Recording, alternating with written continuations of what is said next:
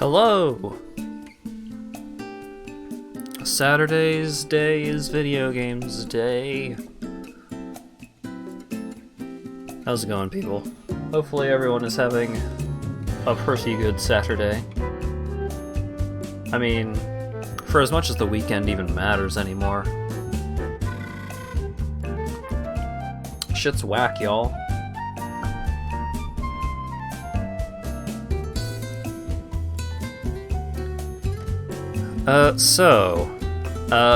Today is going to be mostly Deadly Premonition 2, but first I'm going to indulge myself a little bit. So I downloaded an app, and this app has taken up a whole lot of my time as of late.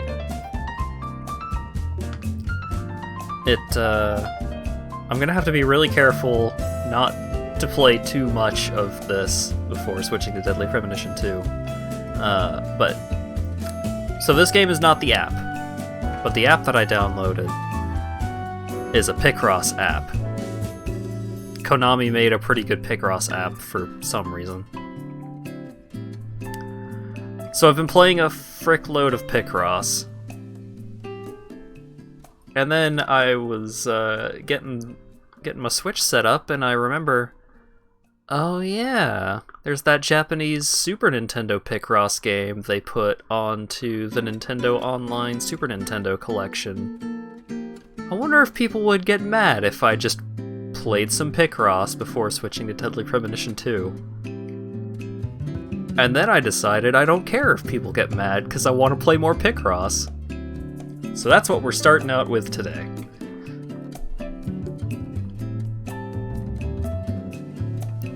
Takes forever to get going. Ah, well. I want to tinker around with it.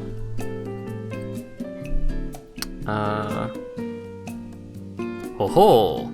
There we go.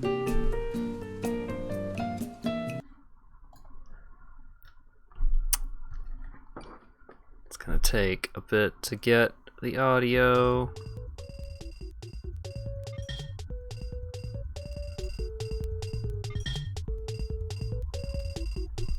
Takes forever to get going, it's not bad. Does highlight how spoiled you are with modern Picross games.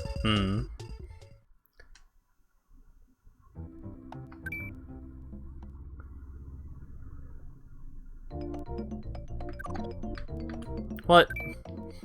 I can't start out with level 5? Select a problem. Story of my life.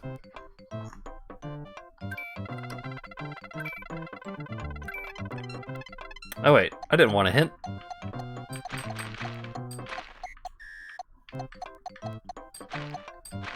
I'm too MLG Pro for hints.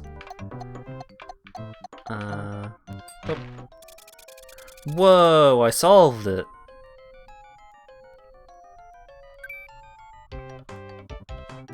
Wow. It's a 7. You should do Picross. Picross is so much fun.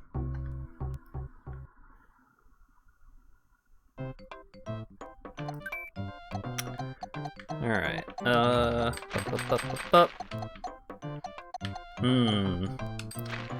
know that one is true.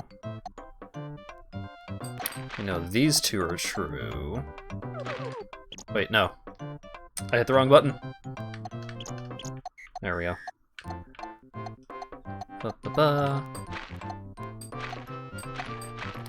So we know those are true, and then we know these are true. Whoa! You know this is nomograms. Ah. Hope you like your Harigana. I mean, I don't.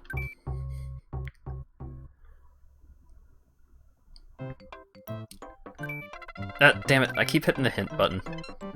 Oh well. I got the best possible outcome for that.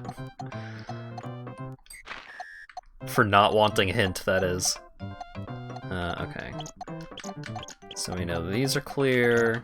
We know these are clear. We know that's clear. Uh-huh. Wow. Is this Sudoku? Kinda. It's a lot more fun than Sudoku. Also, yeah, these do seem like they are katakana.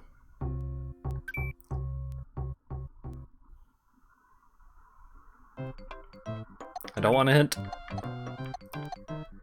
Alright, so middle, middle, which means that, and middle, and middle. Da, da, da.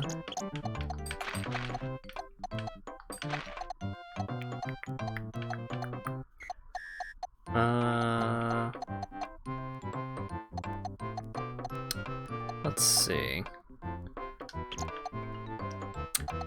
So we know that one's that one.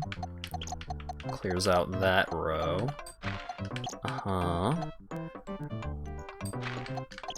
Uh-huh. Yeah! Whoa!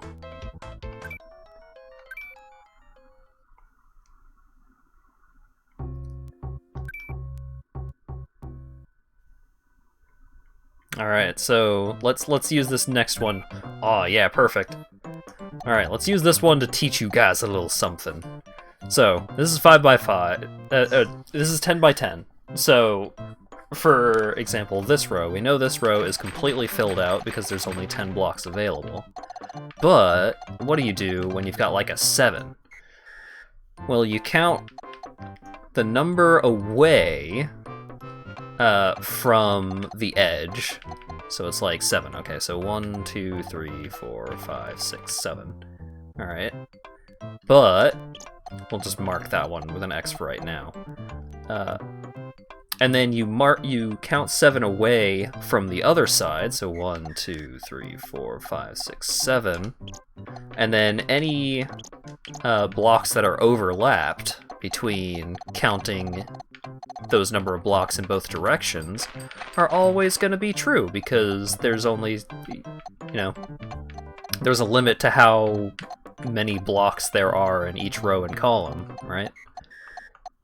So this could be 1, 2, 3, 4, 5, 6, 7, or it could be 1, 2, 3, 4, 5, 6, 7, or it could be like 1, 2, 3, 4, 5, 6, 7, but these 4 are always going to be dots, no matter how you count in each direction. So you can use that in a lot of different ways. So like this column is 9, so we know that, whoops, we know that all of these are always going to be true, and I just accidentally marked that one and it told me I was wrong, so now I know that that one is true.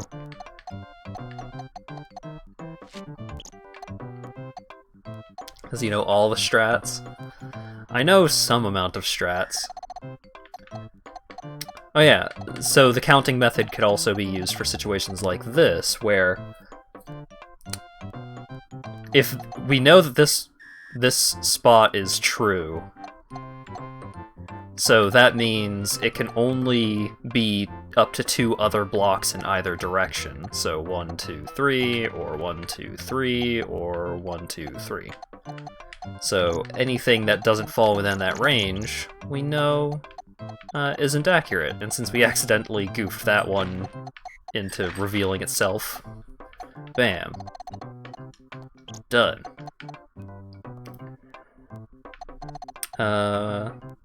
Alright, so we know that at the bottom of this column there are 2 blocks. Since we've got a handy little barrier here that keeps us from going too far in the other direction, we know that that one is a 2. Ba-ba-ba. Oh yeah, so 1, 2, 3, 4, 5, 6, 7, 8. Ba-ba-ba-ba-ba.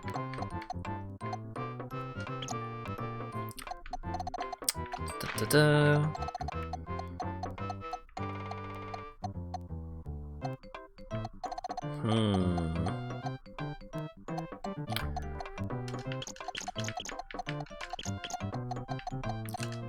Do-do-do.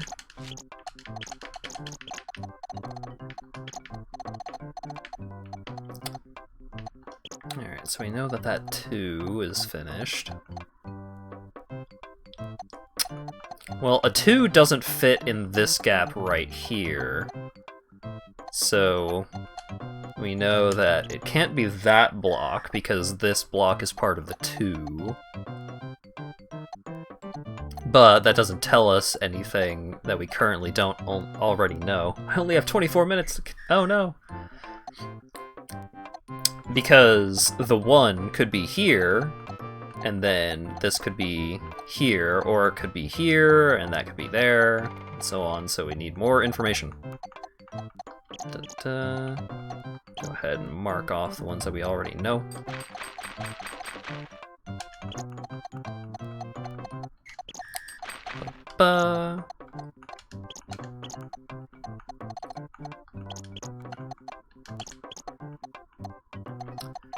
This one's already done. So one of the nice things about modern Picross games and apps and such is that it can handle a lot of this stuff for you. So it's like, if I mark these 8 blocks, then it'll automatically mark that row as complete and stuff like that. So manually having to do all of that.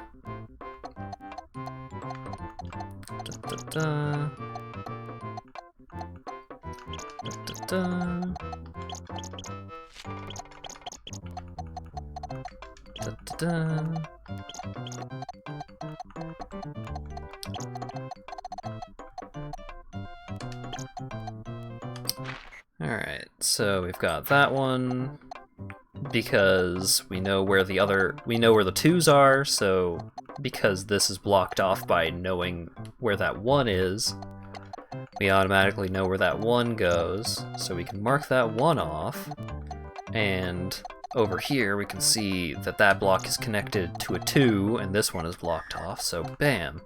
Got our pair right there, which means these 2 can't be it.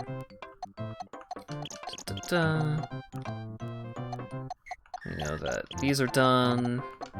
Mark these off. And we know that there are 2 1s missing in those 2 rows, and kablamo!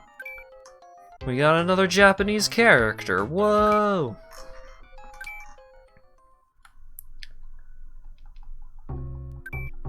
Yeah, I can see why you would say that it takes a while for this to get going, but I'm having a good time.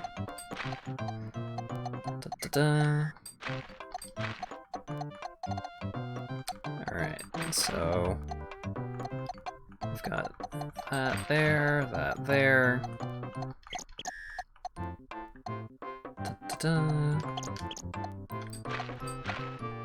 It's great whenever you end up with information of, like, blocks against a wall and stuff.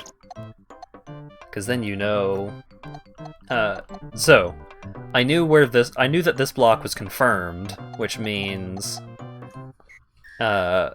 if it's a 4, then I know that these 4 are all confirmed. I can just clear that right out. Kablamo!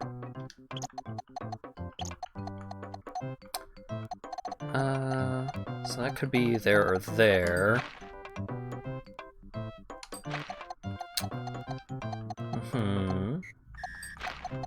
Okay. Wait, no.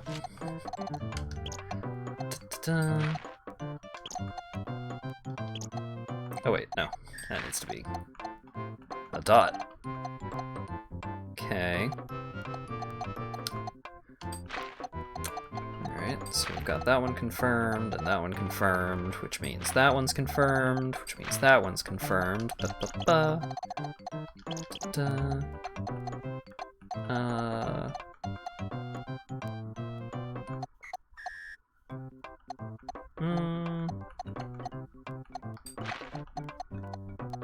Okay.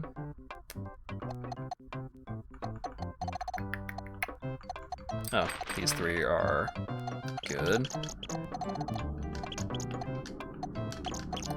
Da-da-da.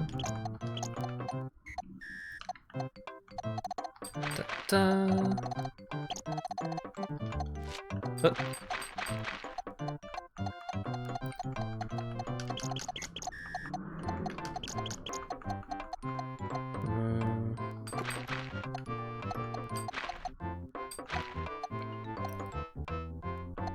Okay, so we've got these, and that one, which means that one can't be it. We know this one is clear.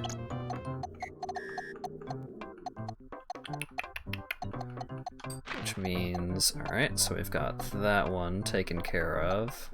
That one can go in either direction, but that one is confirmed not the bad thing. Da da da da da. Oh, 1, 2, 3, 4, 5, 6. 1, 2, 3, 4, 5, 6. Oh, we've got a 4 there already. So that's there, that's there, that's done.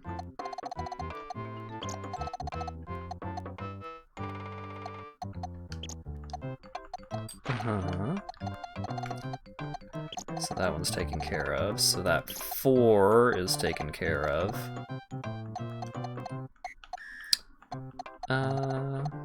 So that 3 is confirmed.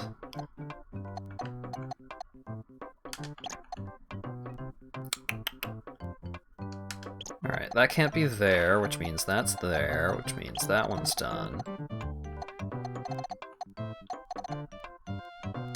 Da-da-da.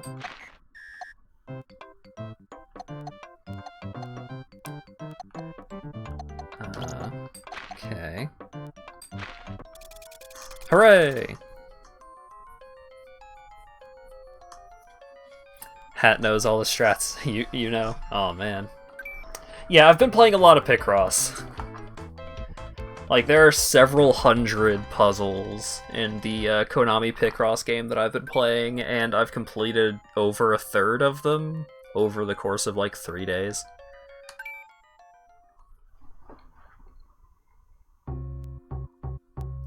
Never thought you'd see someone you follow stream Super Mario Picross. Man, I love Picross, dude. I don't want to hint. Da, da, da, da.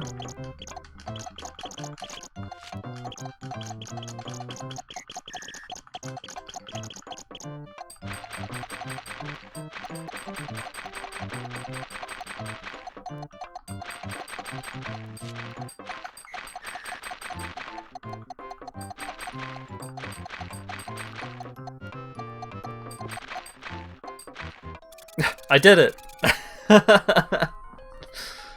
Wow.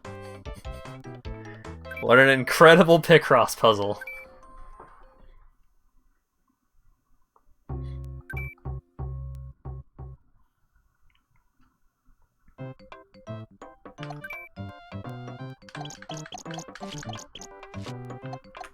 Oh, you can click and drag? Oh, okay. Excuse me. Alright, so we know that 5 is gonna happen. Alright, so we've got 1, 2, 3, 4, 5, 6. Right? 5. And then the lowest it can go is 1, 2, 3, 4, 5, 1, 2. So these 3 are confirmed.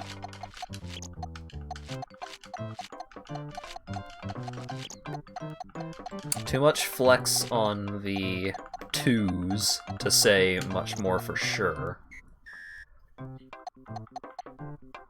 Ooh, this one's pretty good. So 5 and 3.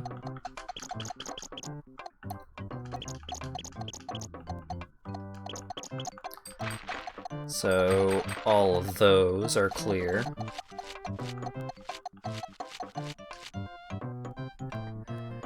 Da-da-da. Alright, so we know that one can't be there.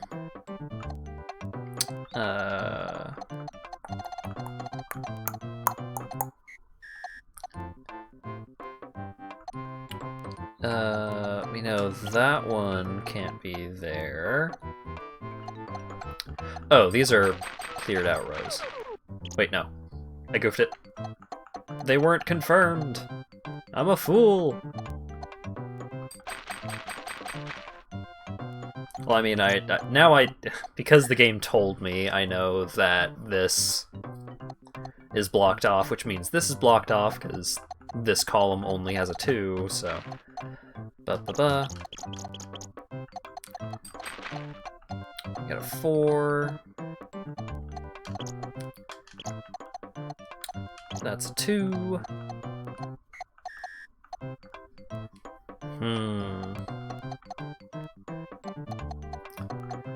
Alright, so all these 2s are cleared. The 5 and the 4 are also cleared. 3. Alright, well that's blocked. So, you know that these are good, which means that's confirmed because the 2 would be blocked off there. Uh-huh. Oh, I hit the button too many times. So we know that one's blocked off. So we know that one is confirmed. We know that one's confirmed because of all of the blocks that are blocked on top of it, so... Those are definitely not there. You know that those are confirmed. So that one's confirmed, so that one's confirmed, so that one's not. 3, 3, which means that one.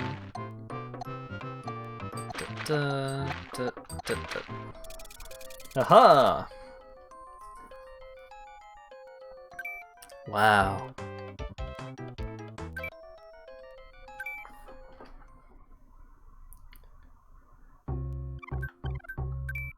All right, I'll do 3 more. No, I'll finish level 1. I'll do 4 more. And then Deadly Premonition 2.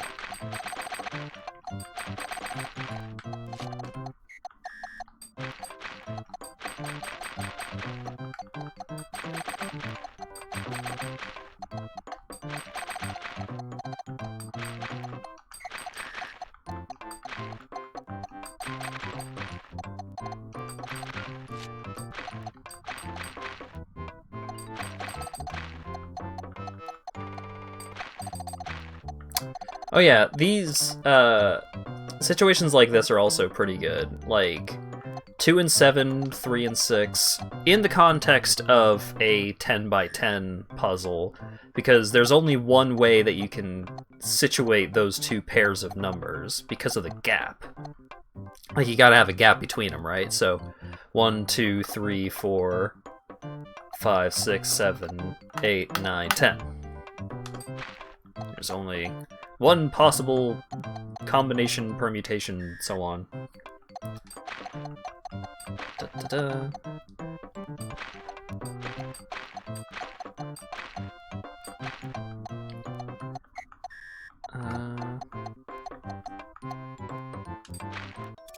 I did it!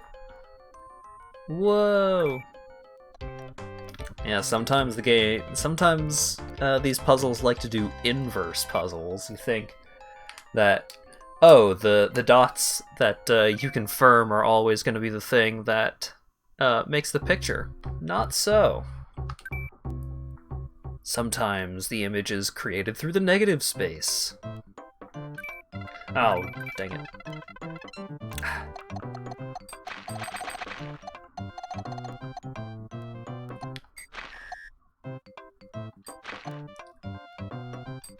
Number total plus total spaces equals board length is a sure thing. Yeah.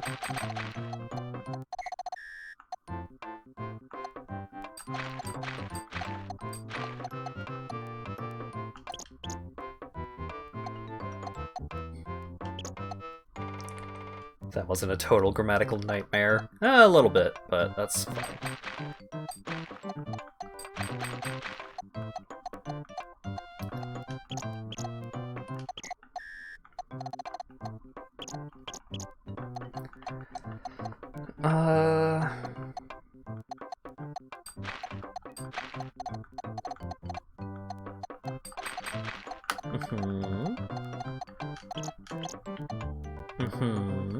Oh, wait.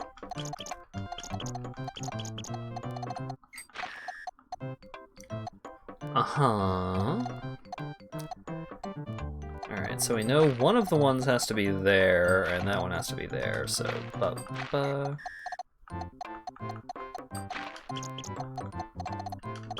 You know, this row's clear because we already know the identity of the one. That one's cleared out because we had the starting number of a full consecutive row against a barrier type dealio. Oh boy! Yeah, this one isn't a Japanese character, it's a boat! Look at that boat! Wow. Oh god, a hype train is coming through. Alright, fine, I'll close my window. I don't want a hint.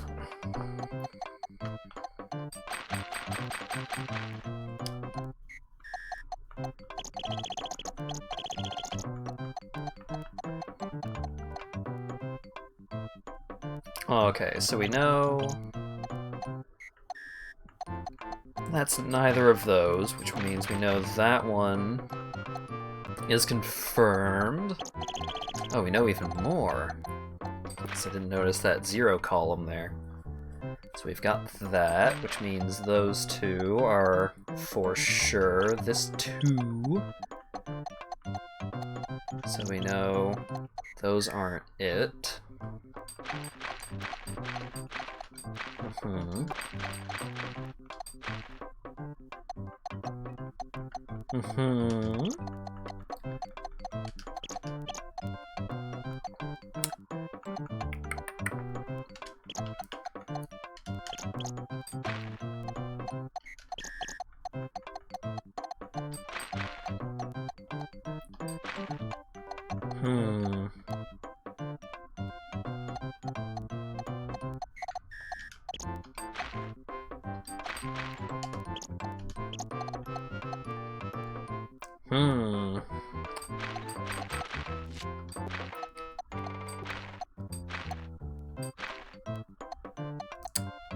What am I missing?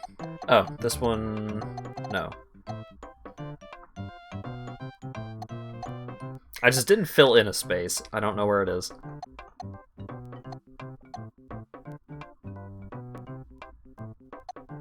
Wait, no. What? Oh no, I'm an idiot, actually.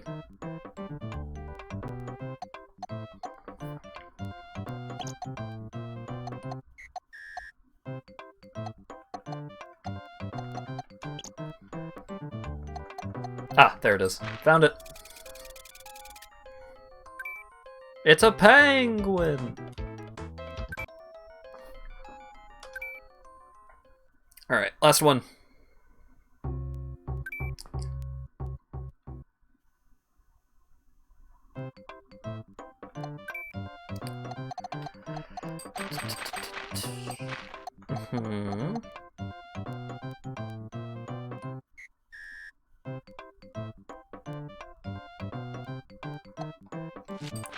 One, two, three, four, five, six. 1, 2. The picture for this one is animated. Whoa!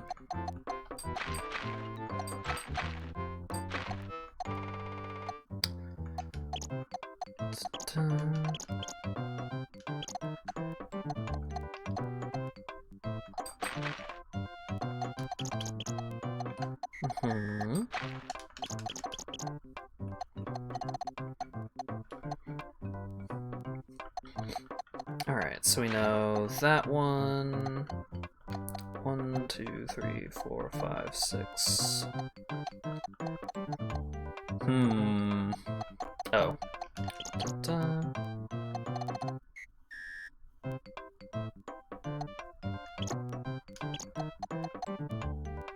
Aha! So we've got that one confirmed.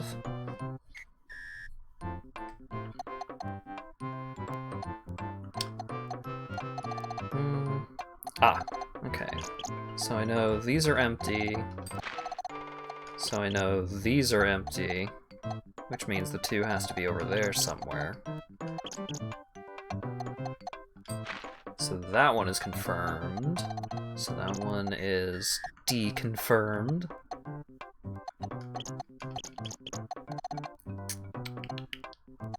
Mm-hmm.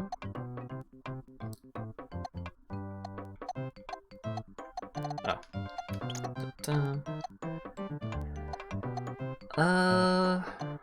Let's see. Oh, okay, so 1, 2, 3, 4, spot 1, 2, okay. So that one's gonna be 1, and those 2 are gonna be 1s. Okay, so you know that one ain't it. Okay.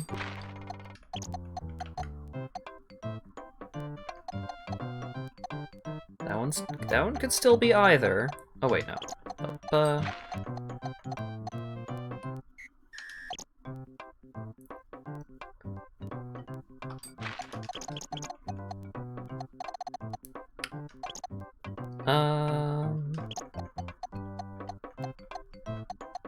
Bam.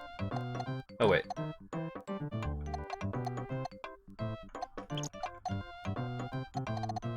Ah. I did it. Is that a horse? It's a mermaid.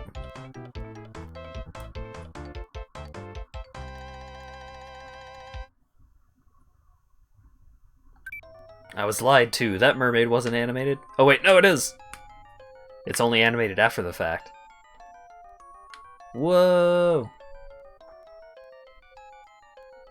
Incredible.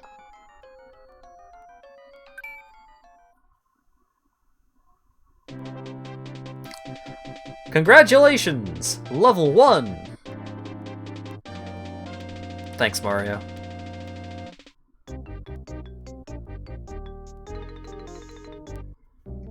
Gee. I'm loving all this plot we're getting.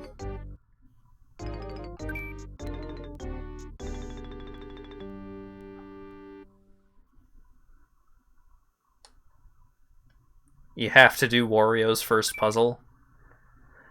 If you insist, I guess I'll play. I guess I'll play more Picross. Just twist my arm about it, why don't you?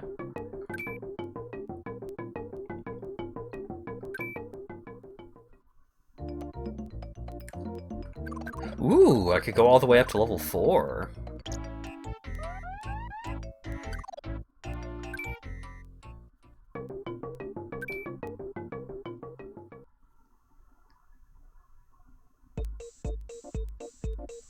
Ah.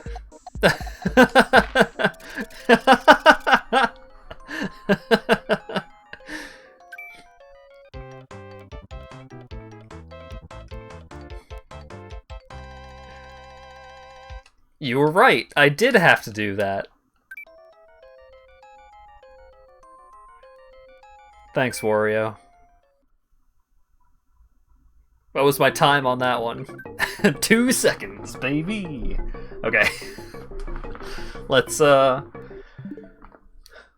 move on from Picross. Because if I don't stop myself, I'm just gonna play Picross for 6 hours.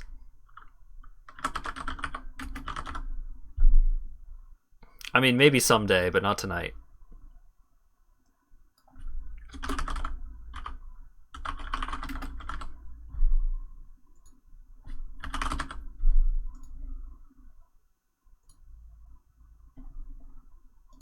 Okay. Deadly Premonition 2 for real this time.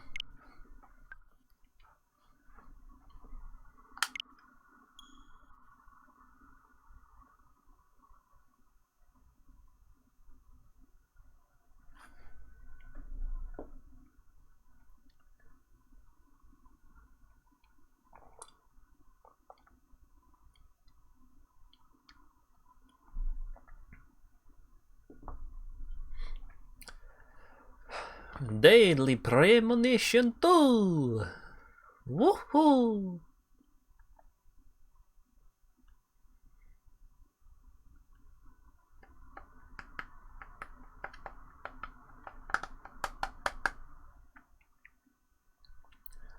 I wonder if we're gonna beat the game tonight. Seems like we were really getting into it towards the end of that last stream. Oh boy, caps. No. The caps should be there. You should be excited for this video game.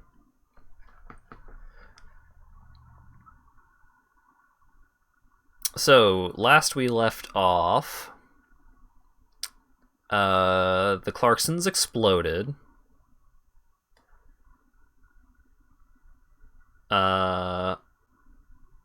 York was having some freaky visions about getting corrupted by the red seeds.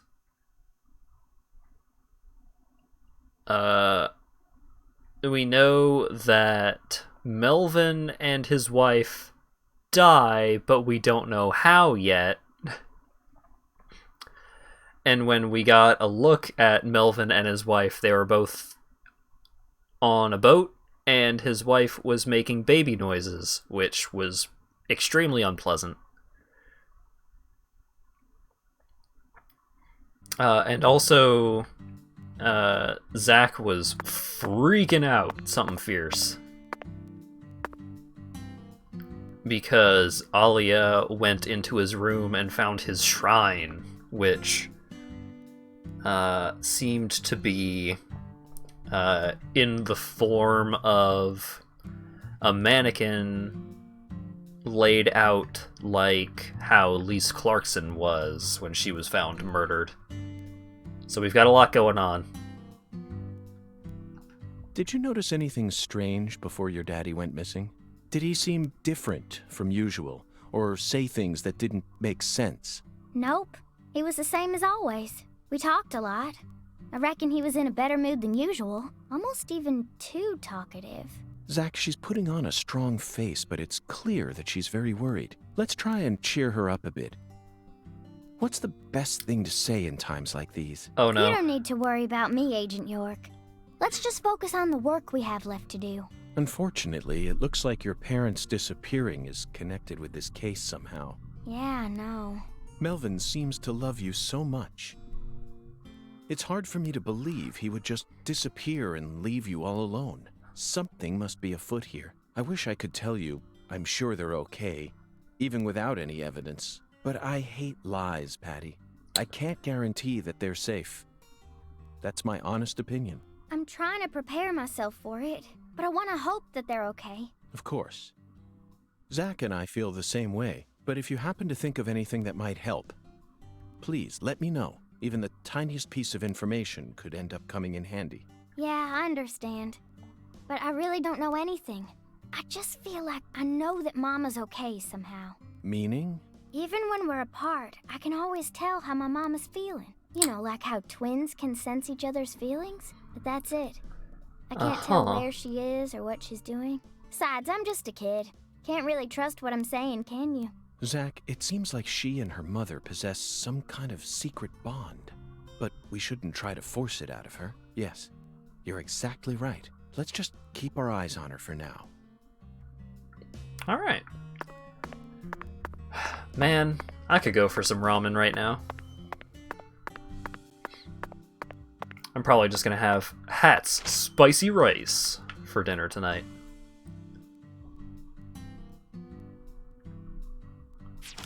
It's a bit of a drive. Yeah, a little bit.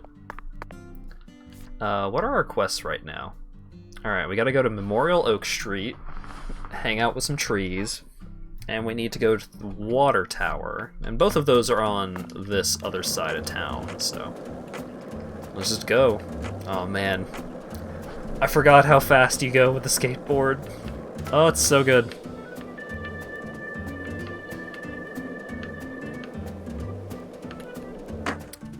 So normally, in between these streams, I like to take care of a little this and that. But this week, most of my free time has gone towards practicing Super Mario 64. Because Lawyer Dog and Lago really want the rematch, and they've been grinding out practice on strats that aren't particularly useful. But they are cool. And I've been doing the opposite of practicing boring strats that are useful. Memorial Oak Street. Ah. Oh, I was gonna say, look at how that second tree is only half loaded in, but no, that second tree is not at all loaded in. I just got a little mixed up from the trees in front.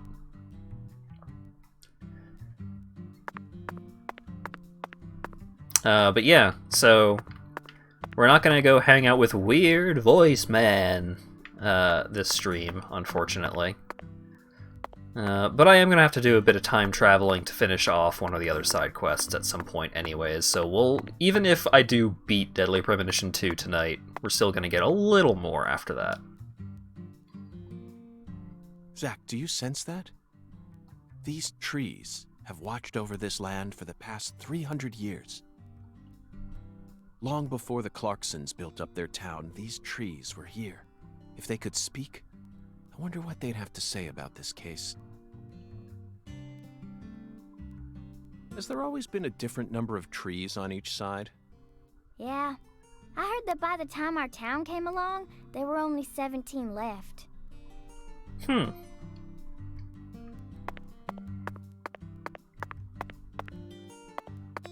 What happened to this tree? It looks like it exploded. A general from the south might have cut one down during the Civil War. Intriguing, Patty. Why did he cut one down? I don't know. Folks say he planted a red tree in its place. I don't know if that's true or not, though. Huh.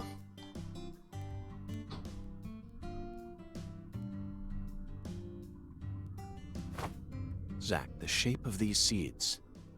They look just like the ones we saw at Lisa's altar. Uh-huh. Patty, it appears that legend about the red tree wasn't a total lie. The first tree is withered and gone, but the shells from its seeds remain. Perhaps that red tree left some descendants somewhere else. It's Willy!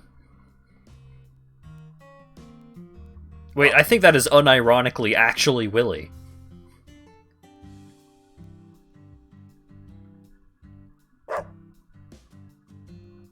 Zach, he seems to know something that we don't.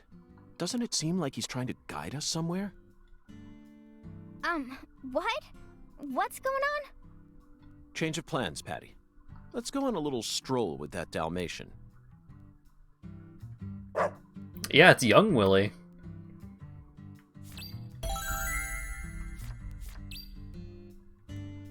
Follow the eerie Dalmatian. Quest name Red Tree.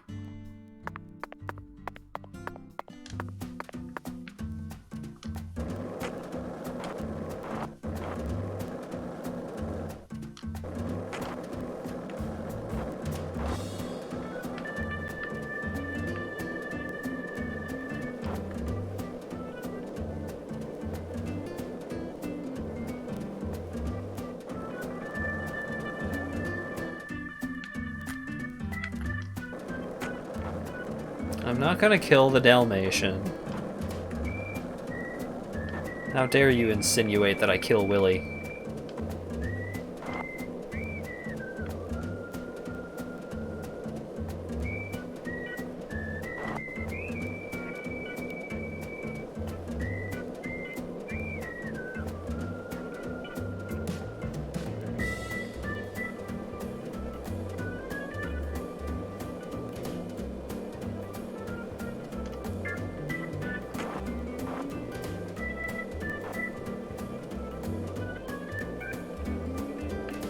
I'm not gonna kill Willy!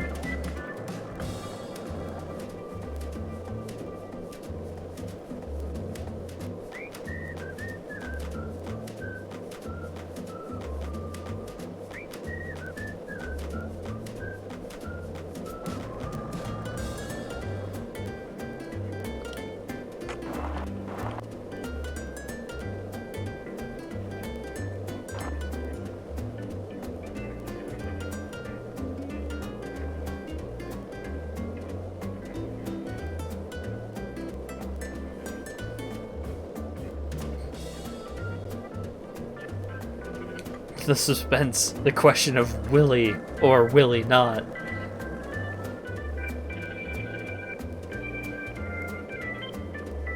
I wish I could just skitch on the dog.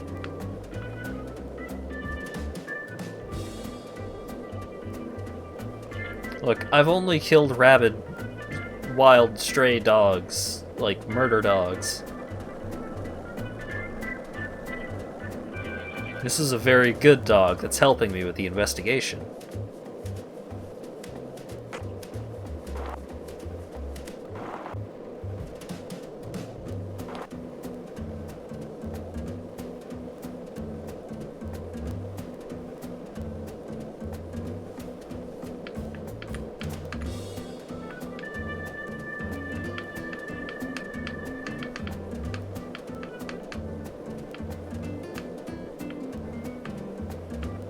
Wow! A red tree. Red tree?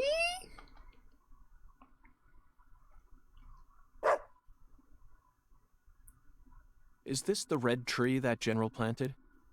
No way! This is a maple tree. Uh-huh. A maple tree?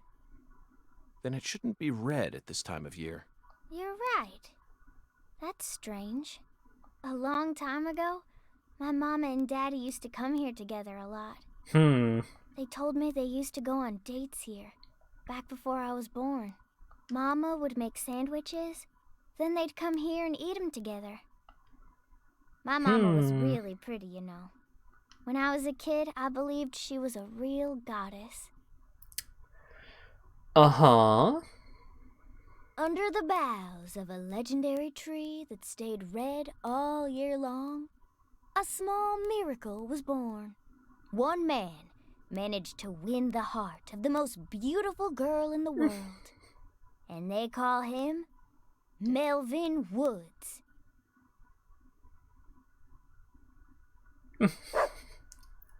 Looks like it's time to move on. She really does take after her dad, huh?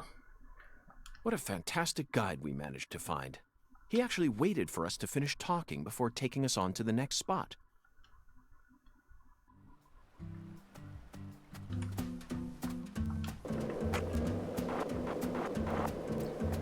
I sure hope the next tree isn't as far away.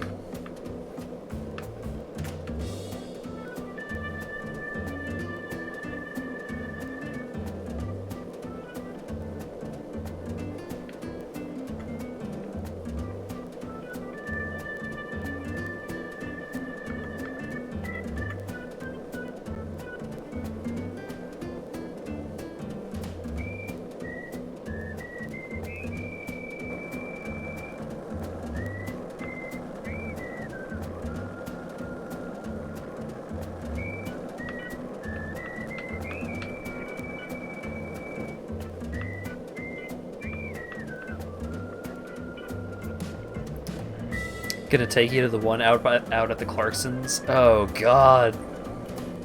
Oh god, no. Willie, don't.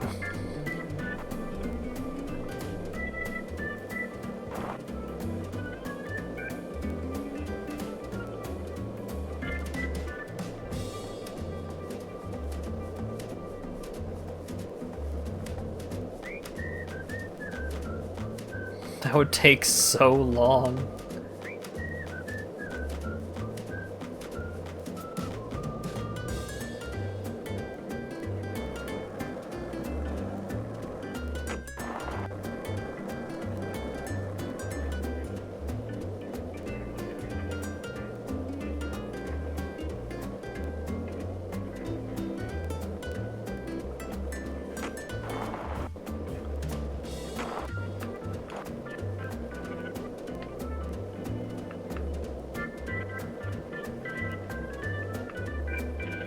Not as though this, even this far is, you know, a laugh a minute here.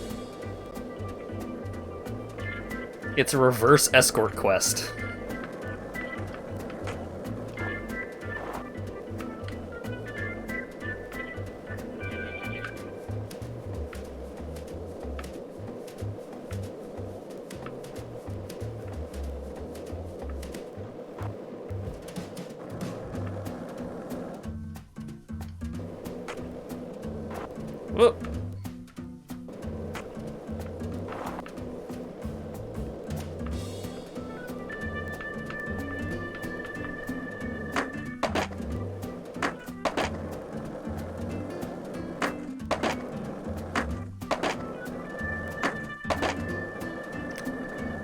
Oh my god, Willie.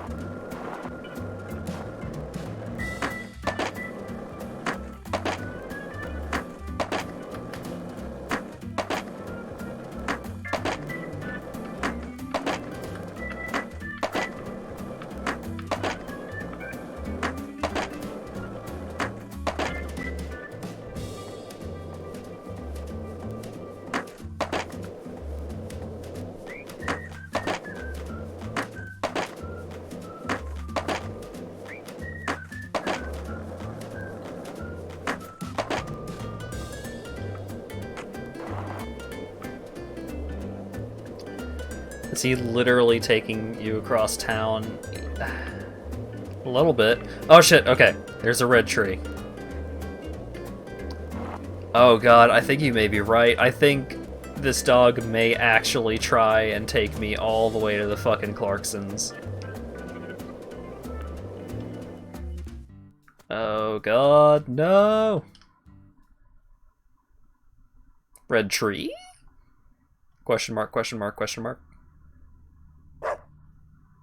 Hey, Patty. How would you rate this creation? Not bad, I reckon. They made good use of its natural form, while also pulling out the soul from within. The artificial color also looks pretty. You don't usually see this level of harmony. Something unnatural always ends up getting left behind. Zach, did you catch all that? What? She sounded just like the curator of an art gallery in New York. Okay. I think we may have just uncovered a new side of her.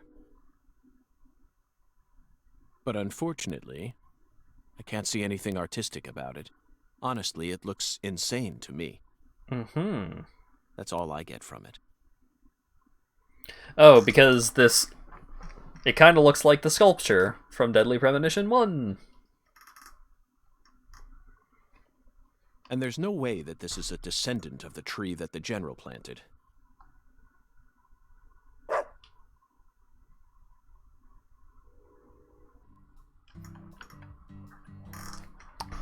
Oh my god, Willie.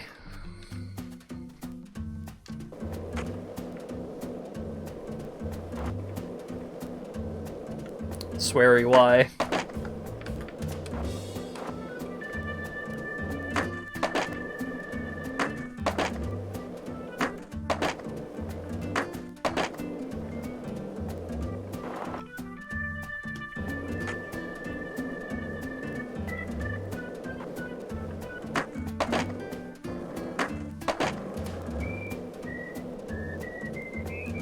Okay, if I get off the skateboard...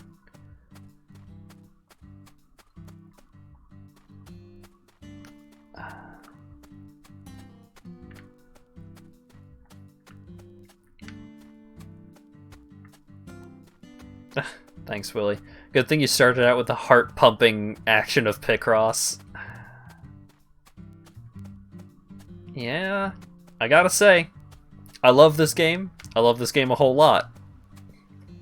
Kinda want to go back to Picross right now. What? Willie?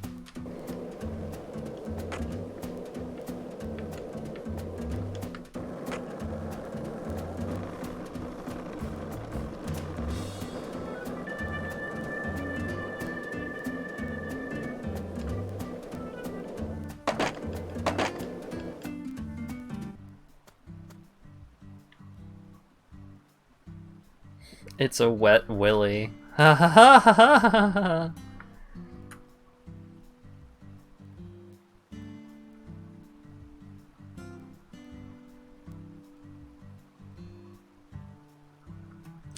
That was so much longer than if he just walked to the bridge.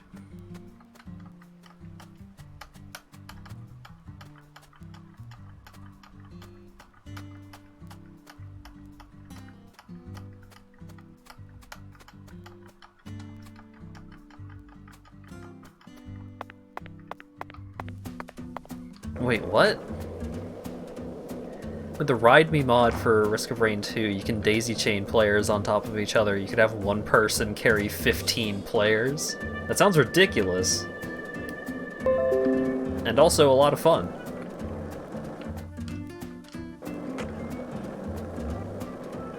Yeah, next time I do a multiplayer Risk of Rain thing, probably gonna get some more mods going.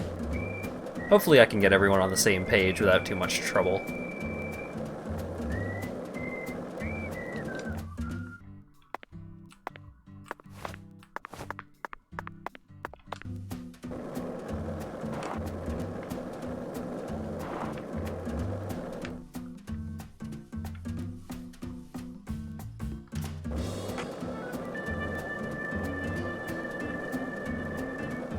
Ba ba ba da da da. Ba da ba ba ba ba da ba. Ba ba ba da ba. Ba ba ba ba ba ba ba.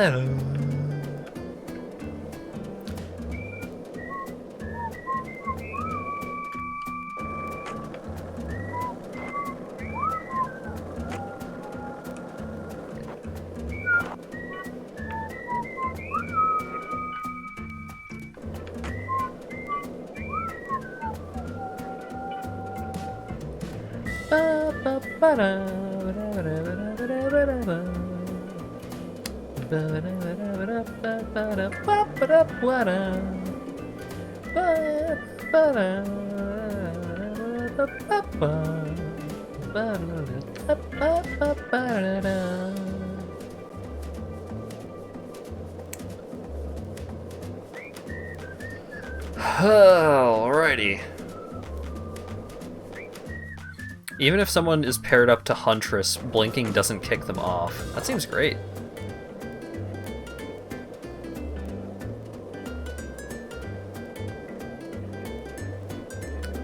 It's not the same without suddenly Jet Set Radio music on the verge of falling apart.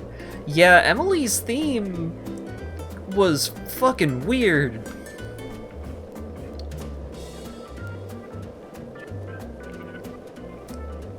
And you didn't, I don't think you ever really got through all of Emily's theme because you kept having to stop to have conversations with Kaysen.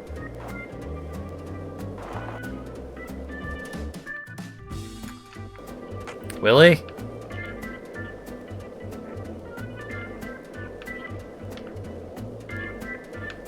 One of the most boring parts of Deadly Premonition 1 is now even more boring!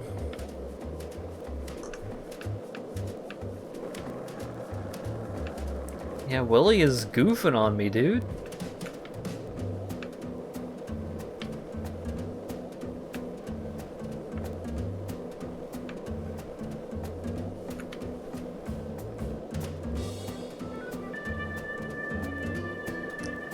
Yeah, hopefully, next time I plan to do a Risk of Rain 2 evening, I won't eat a lot of pizza.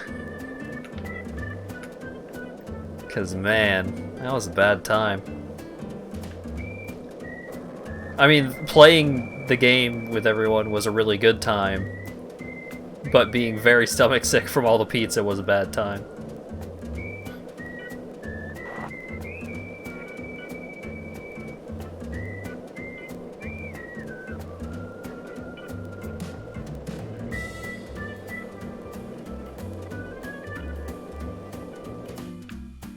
Don't get pizza tongue.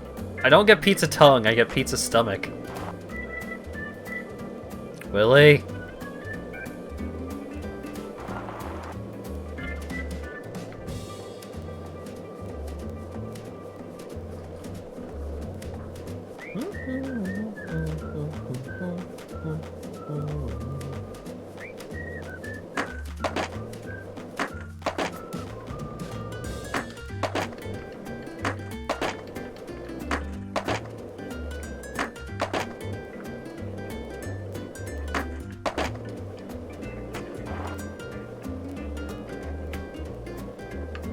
Well, to be fair, Doomsby, it's not my Willy. It's someone else's Willy.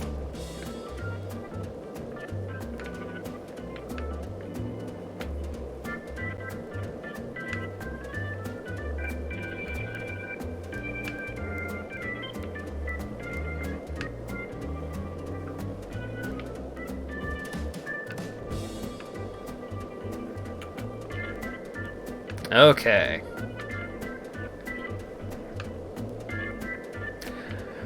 Oh god, Willie is going to take me to the Clarksons' compound. I can feel it. I can feel it. It's gonna happen. This one doesn't have question marks. This is just red tree.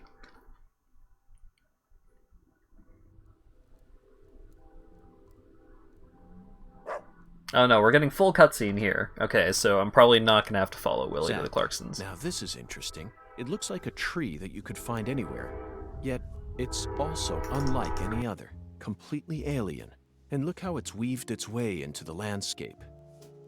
Almost like cancer cells invading a human body. You might not even notice it unless you're focused on finding it. And this feeling. As I gaze upon this tree, I can feel evil emotions rising out from within me. Why on earth did that Southern general bring this tree into this town?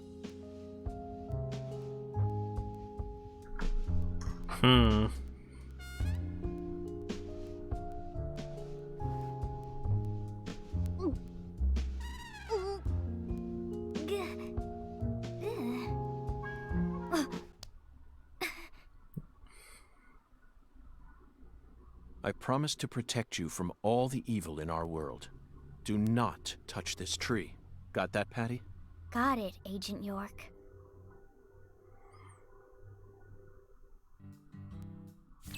Okay. Don't touch the bad tree. Got it. We successfully spoke with the 17 comrades. I feel like they showed us a side of nature that transcends the realms of human knowledge. Next up is the Holy Allah. According to the Oracle, the Holy Allah needs to be filled. We may be due for another childish puzzle soon, Zach. But that's okay. After all, we came all the way out here to the boondocks. Why not enjoy playing by their rules for a bit?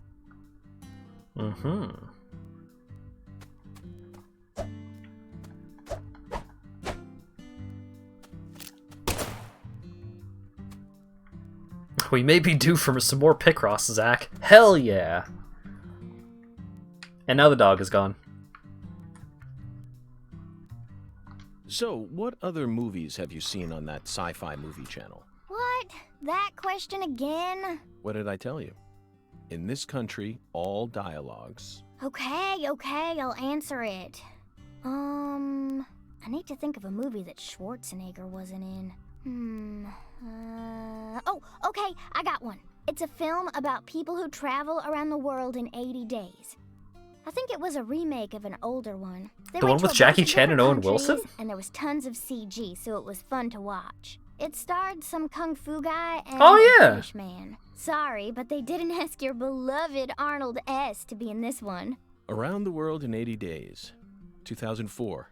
Directed by Frank Karachi. Starring Jackie Chan and Steve Coogan. Oh, Steve Coogan. It appears that you didn't watch this film closely enough. I did too. Then you must have been far too distracted. He's in it, Patty. In it? Who is? Wait, no, it can't be. That's right. Arnold S. is in that movie. You're lying. There's no way. I mean, he was already governor of California by the time that movie came out. You're exactly right. In October of 2003, he became the new governor of California. But he was still able to appear in the film since it was in a small enough capacity not to interfere with his governing duties. You can find him in the Istanbul segment. What? I sort of remember the Istanbul part, but the prince? The prince with the crazy hairdo? That's right. He played Prince Happy, a romantic with long hair, skilled at telling stories and playing the guitar. He was so in character. Even I didn't recognize him at first glance. Flawless makeup, hairstyling, costume design, and impeccable acting. I was speechless. I believe that entering the political world only allowed him to further widen his acting repertoire. His acting was always so realistic and full of presence. But then, he went and added elaborate technique on top of it. Perfection. Patty, I'm now convinced that you've been seduced by his charm without even realizing it. That's why you've been unconsciously seeking out films that he appears in. You don't need to feel embarrassed. It's a perfectly natural phenomenon. Yeah. Let's just get back to the investigation. Come on, please. You're right, Patty. This is no time for idle chatter. We have two important goals now. Solving this case and finding your daddy. Let's get back to work. No more chit-chat. You heard her, Zach. We need you to focus as well. Okay. I watched that movie. I absolutely do not remember anything about it other than Jackie Chan being in it.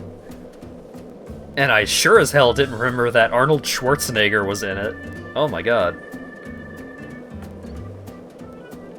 I kind of feel like I should watch that movie again. I recall it being a fun movie. Although I'm kind of biased, because I just love Jackie Chan. You mean Arnold S. Oh, I'm sorry. You're right.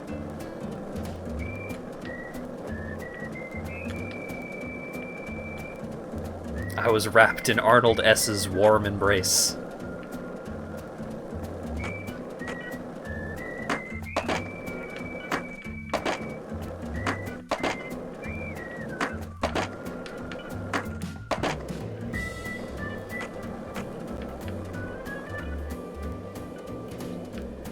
I even watched that, oh god, what was it? The Tuxedo? I think? That was another wide Western release that had Jackie Chan in it, I think.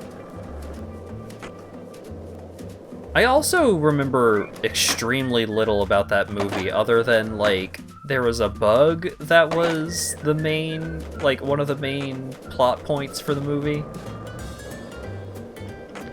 Like, they were gonna use some crazy water bug for assassination or something? I don't remember. There was the Tuxedo and the Medallion, which were very similar. Pretty sure it was the Tuxedo.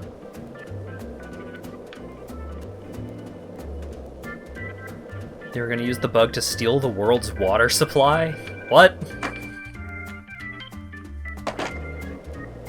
I mean, I guess, but okay.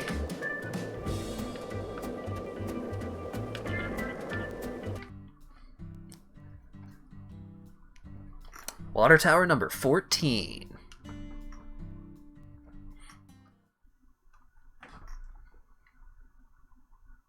This Bird. thing sure looks tall when you look at it up close. But why do they gotta build it up so high anyway? The height gives them the necessary pressure to pump the water out. Also, building it in a spot where anyone could easily access it would only create more problems. Problems? In a certain Missouri town, they built the water tower low enough that a person could easily climb up to it. And that's exactly where a mass murderer decided to hide the bodies of all his victims. The water tower was so low to the ground that he could even climb up to it while carrying a dead body on his back. Whoa!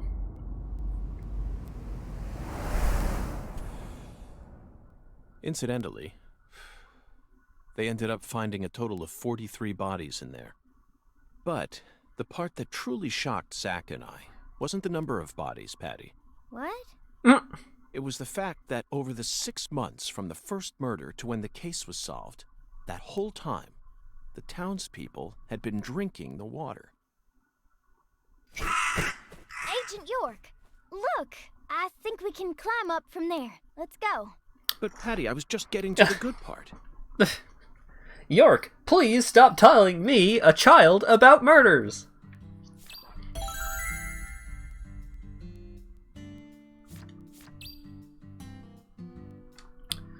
Climb up the water tower with the dragonfly crest.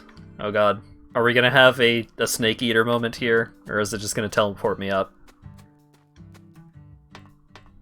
Okay. So this is our town.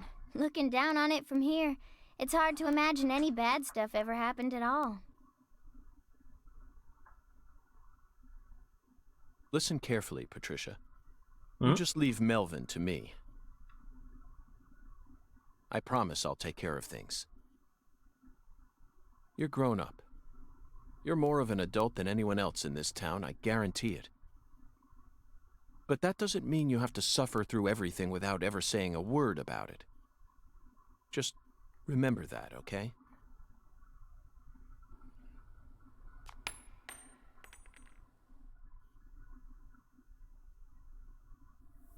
Whoa!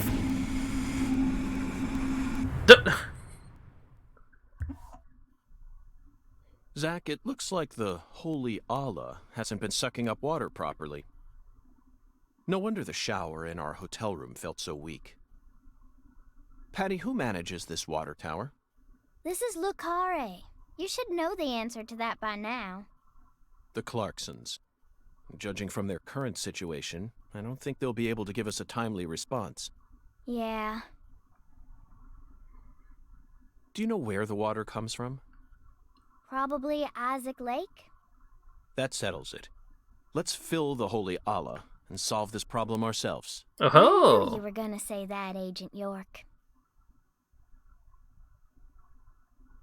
Squirrels love getting stuck in water pipes. Yeah, they are hooligans.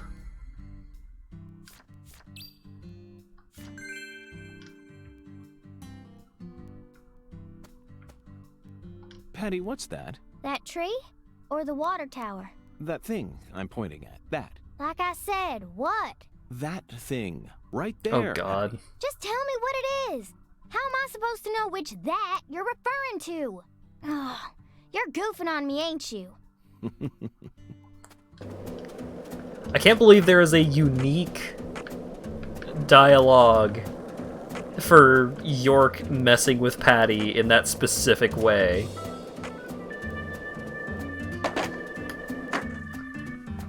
Because there was another time where York did the same thing, but Patty didn't mention the water tower, I don't think.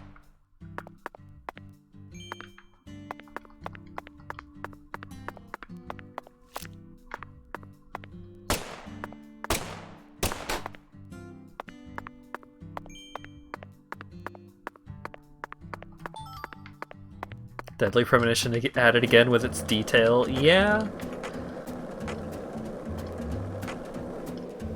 Swery is good at putting detail in all of the right and wrong places. We've been in this town for longer than we originally planned, haven't we? Oh no, I'm not complaining. I'm used to living out of a hotel, and I love southern food. There are some inconveniences, though. There's no movie theater in this town, nor is there a video rental store, and the TV in the hotel room doesn't get any of the on-demand movie channels. We'll just have to get lucky and encounter a movie being shown on TV. The movie environment in Lucare is no different from that of the 70s, Zach. No, they don't have a movie theater.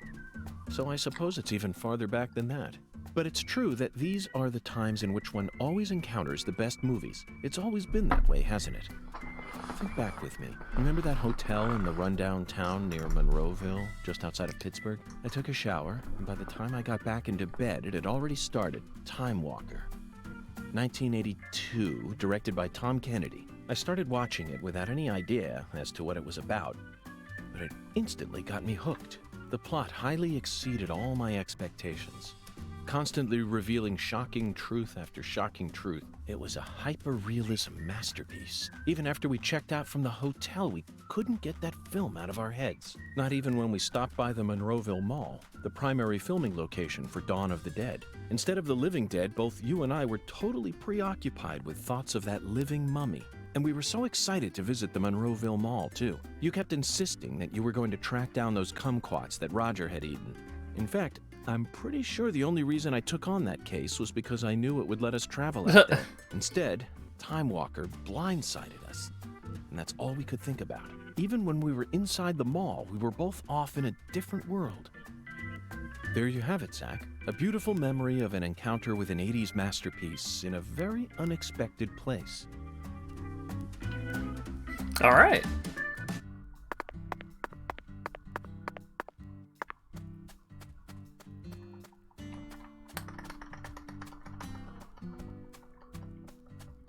Got new dialogue. Hell yeah. Clarkson Waterworks Management, Reservoir number 2, Isaac Lake.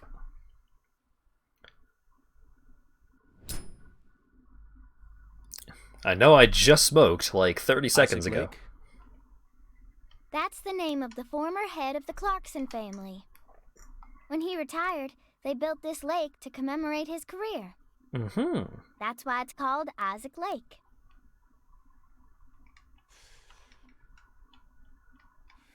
They wanted people to remember the power of the Clarkson family every time they used their water, huh? You sure don't miss a beat. The water level's higher than I expected. They probably haven't been out here to check on it since Lise was murdered.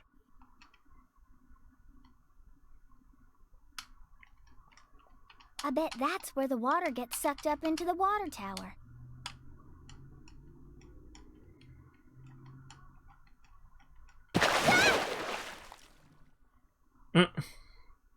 Mr. Alligator. Never thought I'd have to use you to fight a real alligator. Just what does that skeletal gentleman have in mind for us, Zack? Yep, it's time for the Florida boss fight. Defeat the alligators and inspect the pump.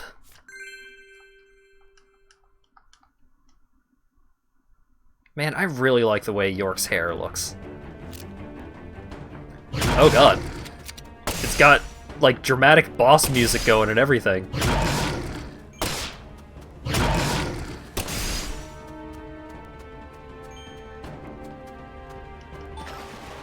This is a more difficult boss fight than, any of the boss fights so far.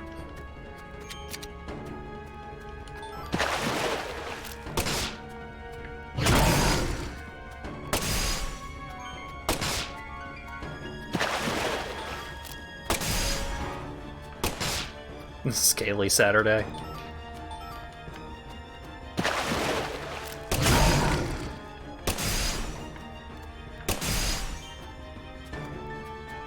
Uh-oh. I had to reload.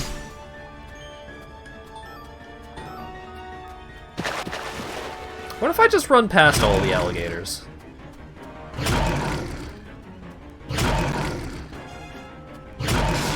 Oh my god, it sounds like fucking Star Wars music.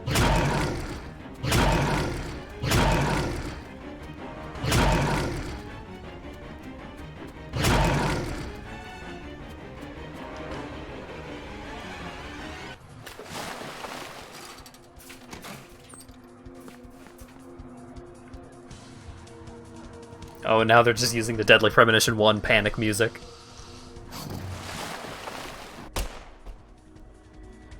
Whoa! Oh my god.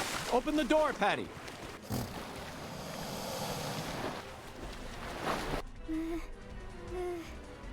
Now, Patty! Whoa!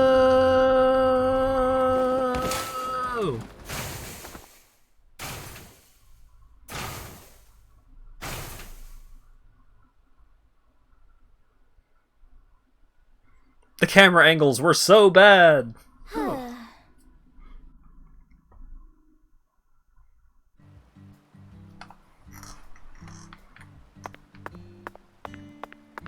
That sure was a sequence, yeah.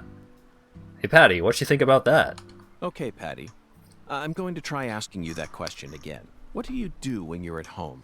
I watch TV and look up stuff on the internet, I guess. Ain't much else to do when you're out in the middle of nowhere. Really? For some reason, I envisioned you working hard to take care of all the chores around the house. Well, of course I do stuff like that, too. But doesn't everyone? Why bother talking about it? Other kids your age don't help out their parents. They're too busy talking with their friends on the phone or through emails. That's stupid. I don't get why everyone's so obsessed with taking pictures of themselves. Then they send them to their friends just to get approval. Talk about cringeworthy. Oh my You god. prefer to boost your self-esteem then? I don't need to. I have my family. And besides, my daddy's the town sheriff. Selfies All are I so need to be cringe. happy is a normal life. That's awfully mature of you. Everyone else is just childish. I'm totally normal. Okay then. So what do you do after you finish all your chores? You don't turn on CNN and pour yourself some bourbon, do you? CNN? That's kid stuff. What? What I watch is way more adult than that. Like what? Live sports? You just don't get it, Agent York. Full House, Friends, Beverly Hills 90210. What? Sitcoms. What? Sitcoms are an all-in-one package. Dreams, love, life lessons, science fiction. They've got everything you'd ever want. And some cable channels just show reruns all day long. It's the best. Oh, but my favorite TV show is What? an old one called MacGyver. The main character is cute and smart. I don't know his real name, but I like him. Oh, and I also like Gil Grissom from CSI. I just think it's adorable how he keeps maggots inside his fridge. What? Thank you, Patty. That was very informative. Well, what do you think, Zach? Her tastes are... they're a bit hard to describe. Wait, don't even say it. I know exactly what you're thinking, and I'm in full agreement. She's my mom, but a child.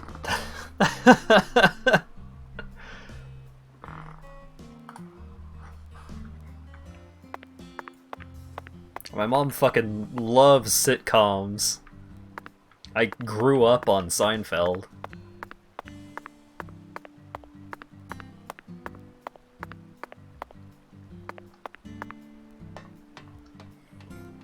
Wowie zowie.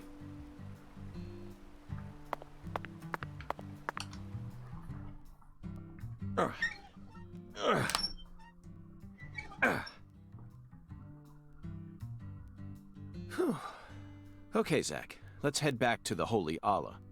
We need to confirm with our own eyes that we've completed the Skeletal Gentleman's Oracle. The Holy Allah!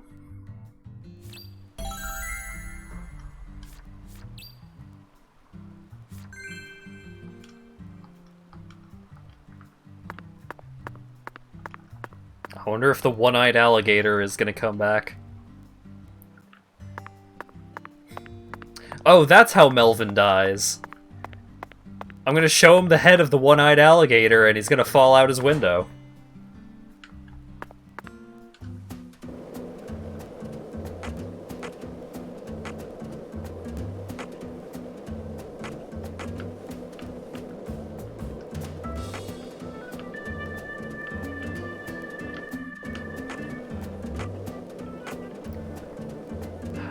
I'm so scared to go back and rewatch Happy Gilmore, because I remember liking that movie a lot, and I'm so scared that it sucks. I'm so worried that it is just awful.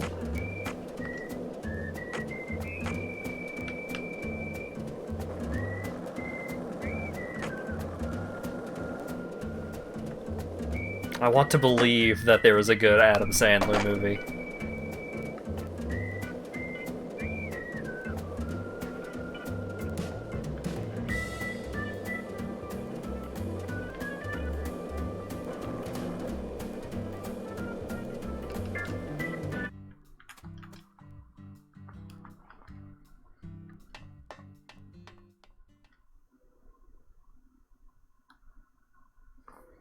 Zach, the Holy Allah is filling up. Hooray! Looks like we'll be able to take a warm, invigorating shower tonight. Mm-hmm. Patty, are you okay? No. Not really. Alright, Hype Train, come on. We're about to have some important dialogue with Patty here.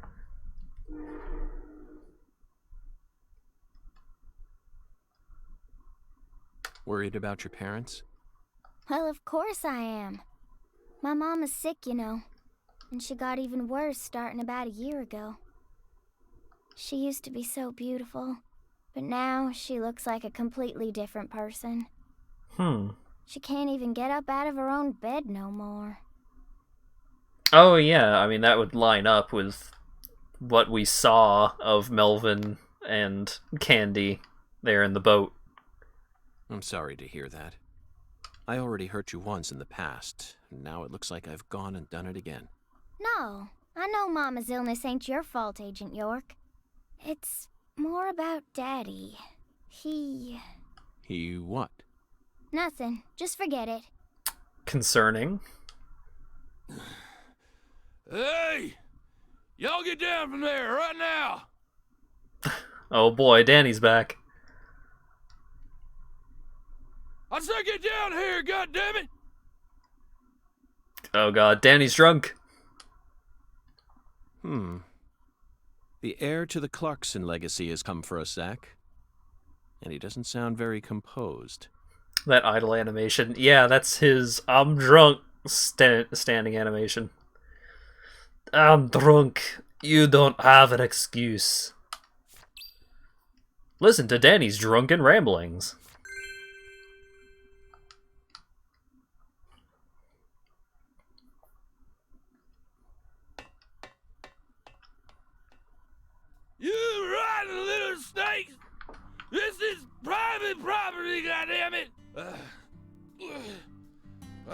guess you really do want to throw down with a Clarkson, huh? Get out here! Oh shit, I forgot that pulling out your gun makes all dialogue not happen anymore. I'm a fool.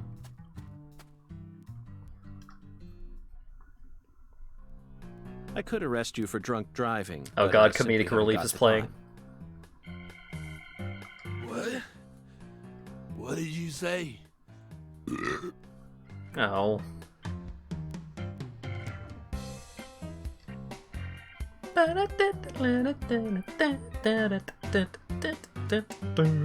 Ever since you got here, my whole family. Now they're all dead. You're Satan. You came here to destroy the Clarksons. You destroyed them. Satan. Satan? Not quite, Daniel. I'm just an agent carrying out a mission in accordance with federal law. On the contrary, I came to put a stop to all these problems.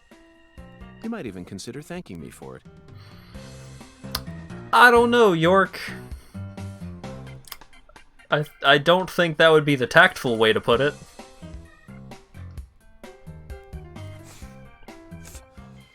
Federal law. Mission accordance.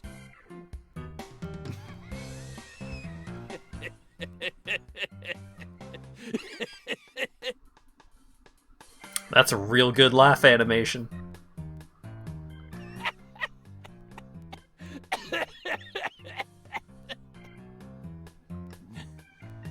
Did you hear that? He's just gonna keep rubbing his tummy there for a second. He has no authority to arrest Danny for anything that isn't a felony, and DUI isn't a felony except under special circumstances. Interesting. Bastard wants me to thank him.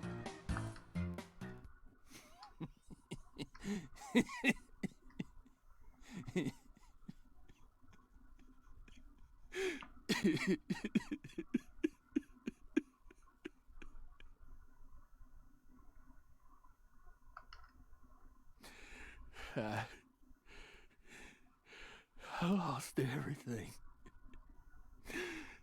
My treasure. At least my old baby girl. I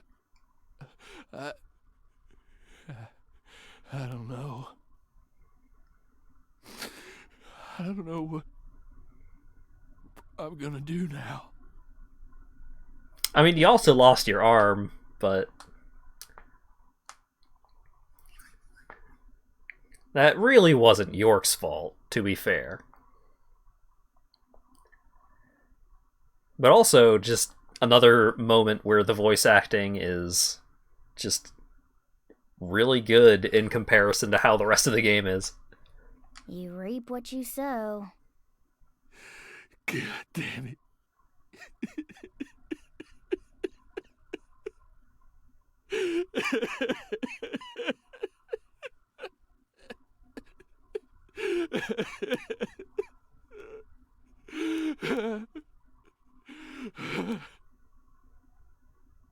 Whether you like it or not, you're the new heir to the Clarkson legacy. You could rebuild their empire, or resign it to the ravages of time. Do whatever you like. But you'll no longer be able to borrow a certain someone's power and march around like you own this town. You need to accept that and prepare to survive. Alright. I successfully listened to Danny's drunken ramblings.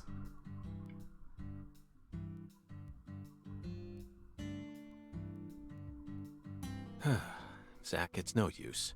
The skeletal gentleman is a strict one, that's for sure. We're going to have to figure out what the giant lady's finger is if we want to continue on with this oracle. Lady's finger. Lady's finger. I'm at a loss, Zack.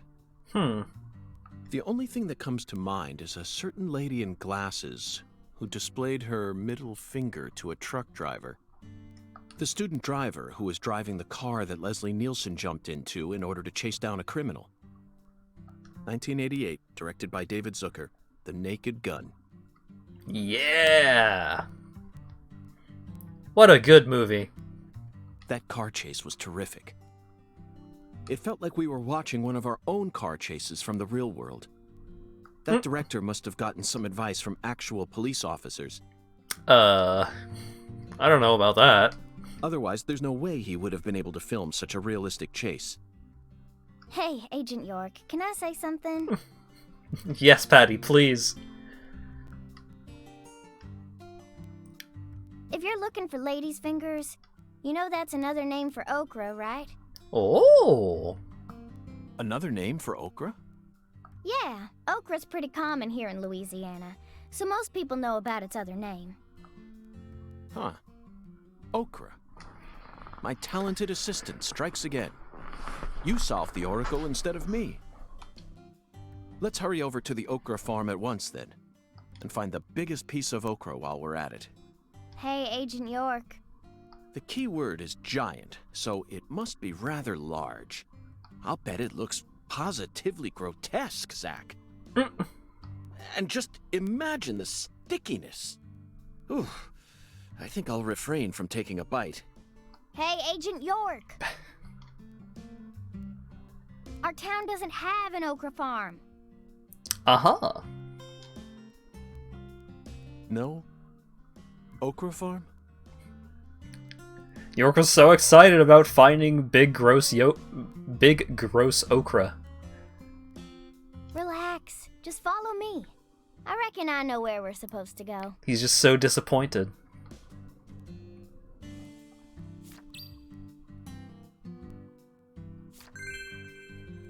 I do appreciate how Danny is still here, just losing his shit. Oh god. Another one of these, huh? Alright. Another hype train, too, which is also annoying. But at least there's no dialogue going on at the moment, so I can kind of just let it ride. Oh, I should have shot Danny, just to see what had happened. Oh well. Never liked okra. I think my mom likes okra, but I'm not sure. Usually when I go to Cracker Barrel, I get something like, I get something similar to like a Grand Slam kind of breakfast dealio, or I get biscuits and gravy. Man, now I want biscuits and gravy. God damn it. Pretty sure we're way too far north for there to be a Cracker Barrel around here.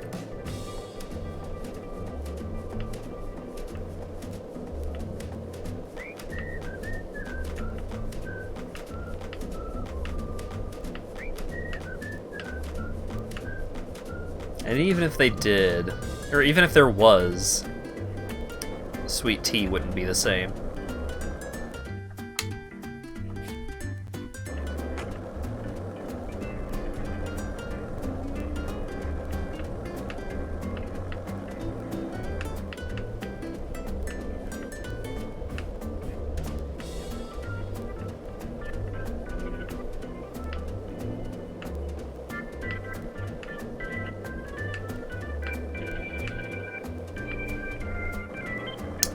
Cracker Barrel IHOP divide. Yeah, I personally prefer Cracker Barrel.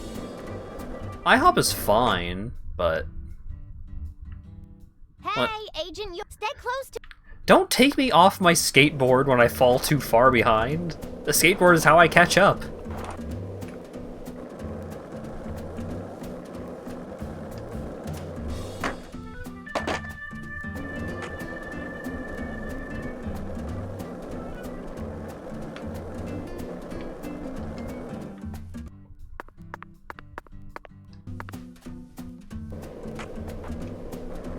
Ooh.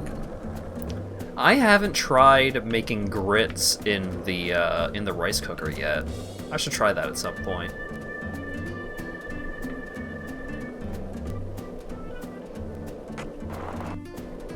I do love me some grits.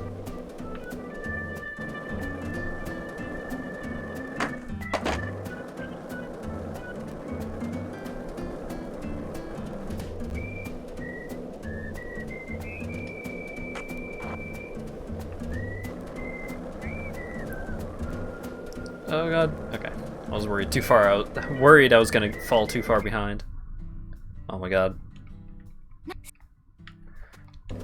Patty, please. I'm trying to keep up, but you're just so slow.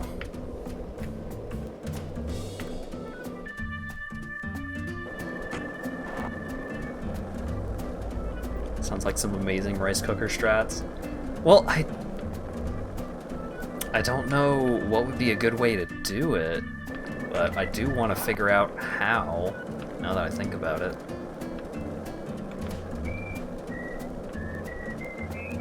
I should also figure out how to make white gravy, like sausage gravy. And then make some biscuits. Some buttermilk biscuits.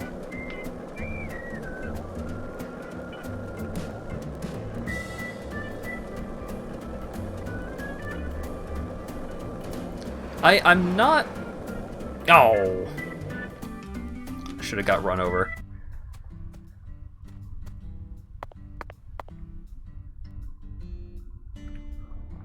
Alright. Continued biscuits and gravy discussion after this. Finger. Okra boy. What? Was this sign here the entire goddamn time? Have I been playing this game for dozens of hours and I didn't see Okra Boy? I didn't see the giant sign that says just eat okra? You're right. No matter how you look at him, he really is a giant lady's finger. But Patty, there's no okra farm in this town, is there? That's right. Then why did they choose okra for the town mascot? Because it's the South?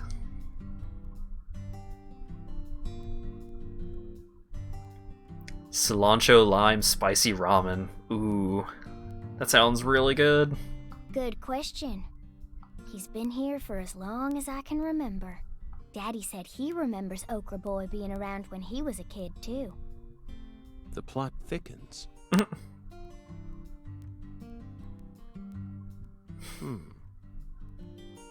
Zach, doesn't it look like he's pointing at something?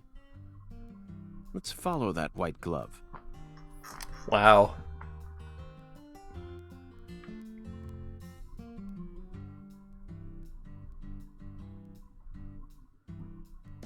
Patty, that's it.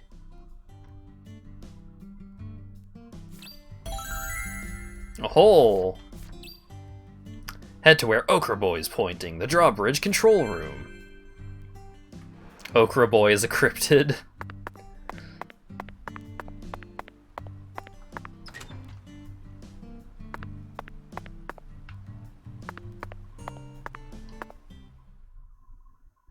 So this used to be the control device for the drawbridge, but it looks like its insides have been replaced with something else. What? Oh yeah, I remember Daddy telling me about this. This drawbridge hasn't been used for decades now. So the control room doesn't work, and the power's been disconnected. Okay.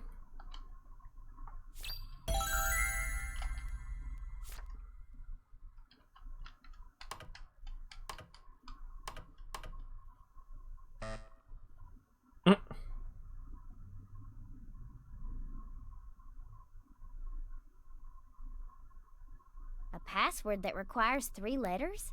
Mm-hmm. Looks that way. What's this then? There's an H on the top, bottom, and left sides of the leftmost panel.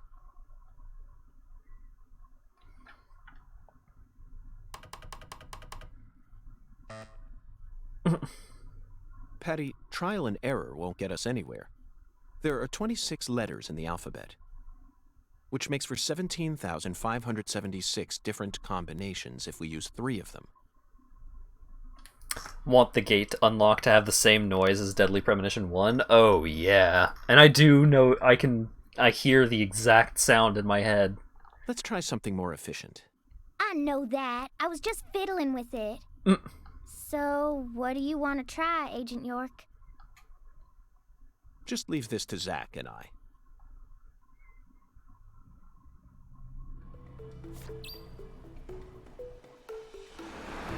Find out what the 3 letters really mean. Zach, this password may look complicated at first glance, but you needn't worry. This is a chemical formula. A challenge from Professor R. The H that's tattooed all over the leftmost panel stands for hydrogen. In other words, the leftmost panel represents the molecule you get when 3 hydrogen atoms merge. All we need to do is figure out which chemicals go in the remaining panel. Try reviewing what we know. We spoke to the 17 comrades who saw the birth of New Orleans, filled the Holy Allah, then found the giant lady's finger pointing toward the entrance to the Forbidden. After we met the 17 comrades, we encountered that ominous red tree. There was sap dripping out from the red tree's trunk, wasn't there? That must have been a metaphor for wood vinegar. Then, in order to fill the Holy Allah, we went to the reservoir.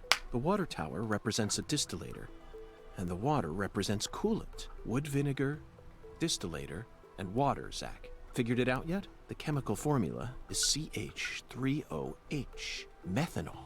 It's got to be COH, starting from the left in that order. Methanol is highly flammable and used as the base ingredient in formaldehyde. This has Professor R's name written all over it. That oracle really sent us on a roundabout mission this time. It almost feels like we're playing a video game here. Talk about stupid. Thanks, York. Zach, start at the left window. City of Heroes. O and Zach, H. the password answer is methanol. ass.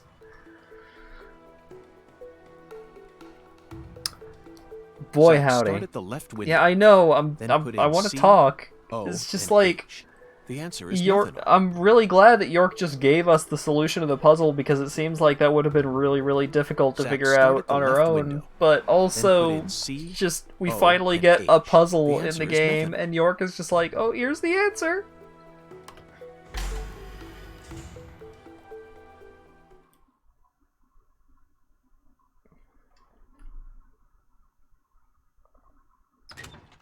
Aww. Hey, I'll take That that. must be the entrance to the Forbidden, Zach.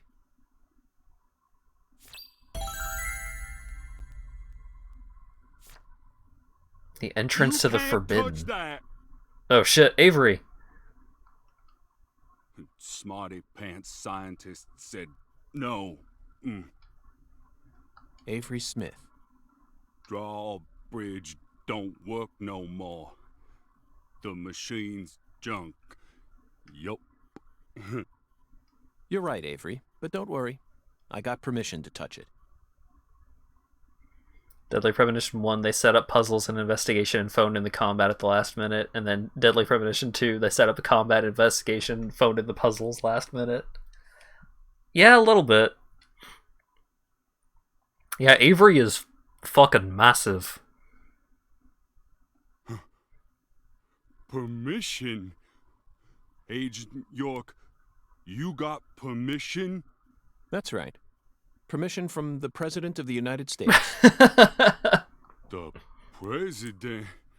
Oh, he's a smarty pants. Mm-hmm. Okay. I didn't see nothing. Yup. Won't tell no one neither.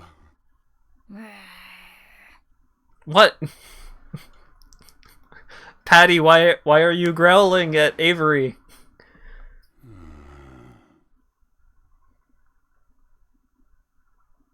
Bonk. Hey, Agent York, are you really going in there?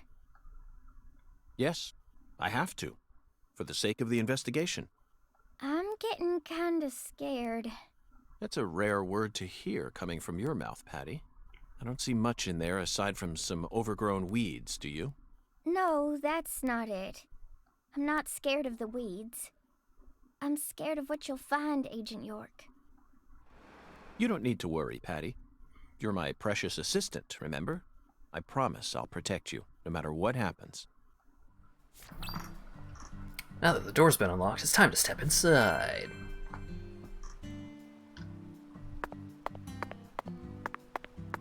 I'm sure it'll be fine.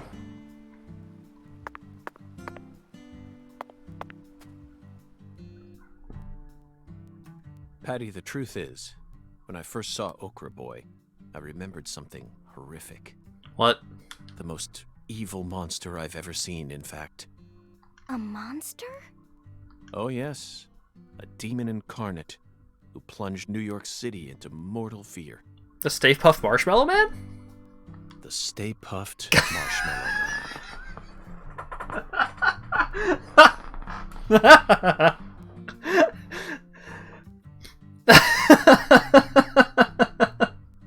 I can't believe I said it exactly.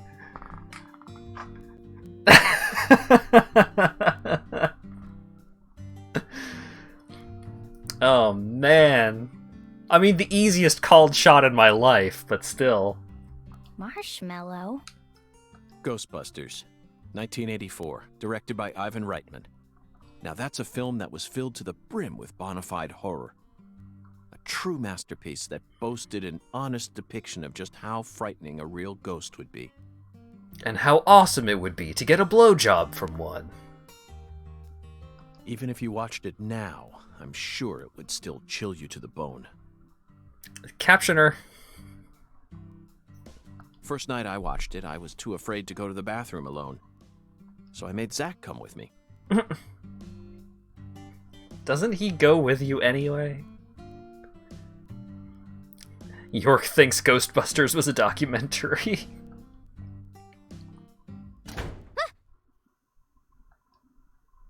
Uh-oh. The door.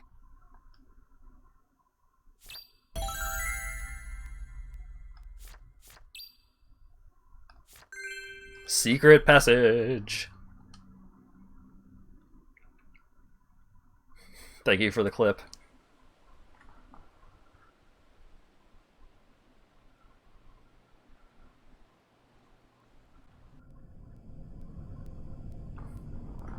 What?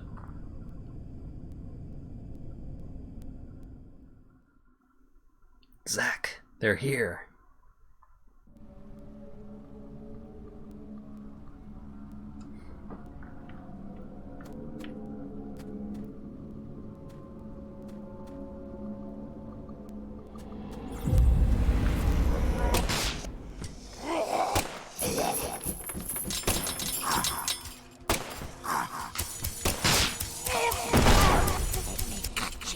The performance was just making it impossible to actually shoot that thing.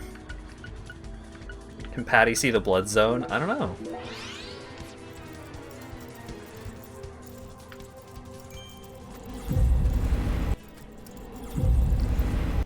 Oh my god, the performance. It's so bad. Just let me out of here.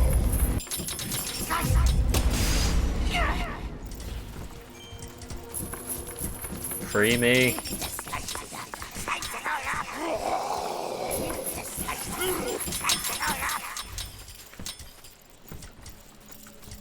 Oh god, that's why the performance is so bad. There's a goddamn million of them.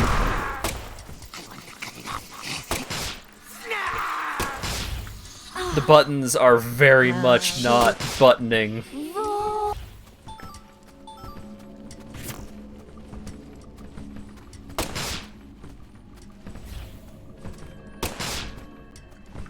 Like, when I press the shoot button, it's working about 50% of the time, if I'm lucky.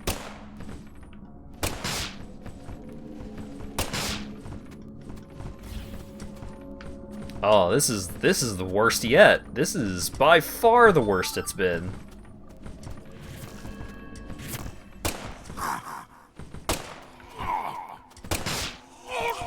get any different weapons? No.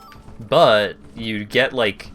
You can get different ammo types. Like, I'm pretty sure there's a way to get shotgun ammo with Mr. Alligator. So, like, you can turn Mr. Alligator into other kinds of weapons, but you do not get other weapons. Other than, you know, in Spooky Ghost Zone, York gets his finger guns.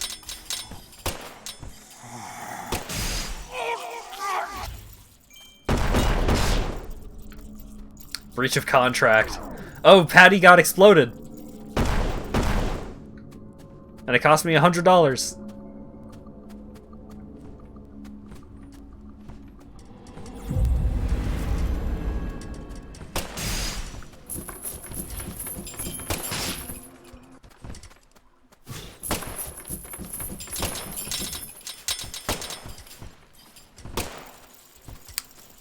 Oh, the explosive rounds are like acting all wonky with the dudes that take reduced damage from behind. When I shoot them from the front, they take normal damage, but when I shoot them from behind, they take the reduced damage, and I think that's because of, like, where the explosion is considered hitting. Love that it's messaged as breach of contract. I mean, York signed it and all.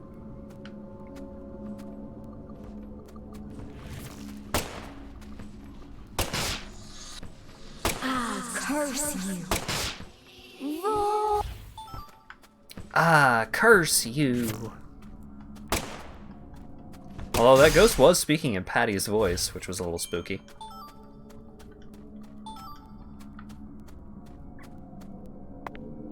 Alright, let me in.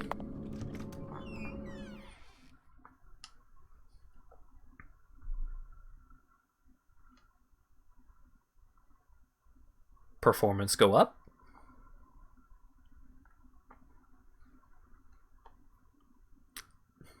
Yeah, Mr. Alligator is the service weapon.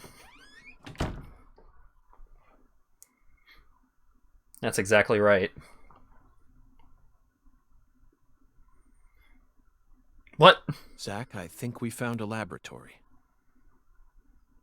Why did we get to see Patty hiding behind a curtain for like half a second?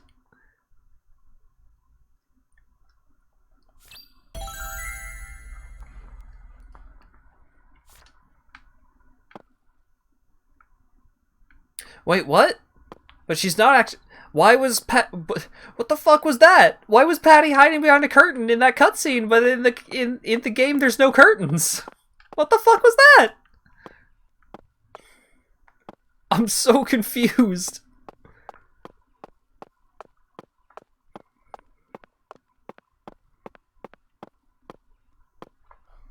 Well, let's inspect, I guess. Sanity effects.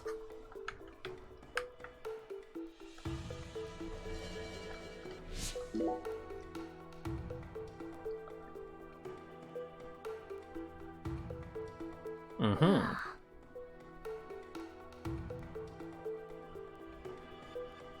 Okay, good talk.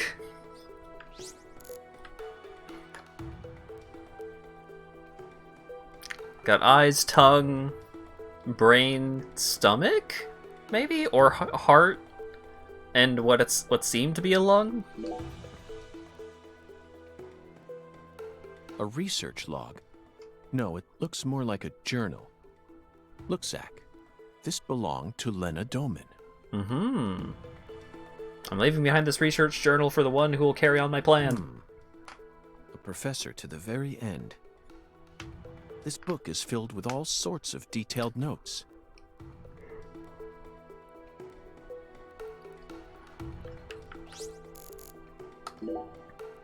Research device? She studied abroad during school. Most likely in order to get as far away from her father's prejudice as possible. Abroad, she studied chemistry and fire dynamics, then cultivated the groundwork for Sang Rouge.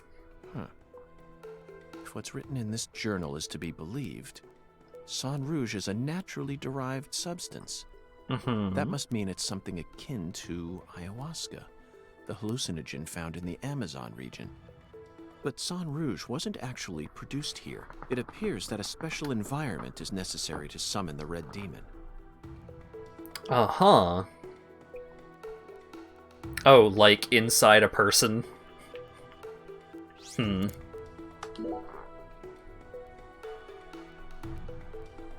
Zach, look at this.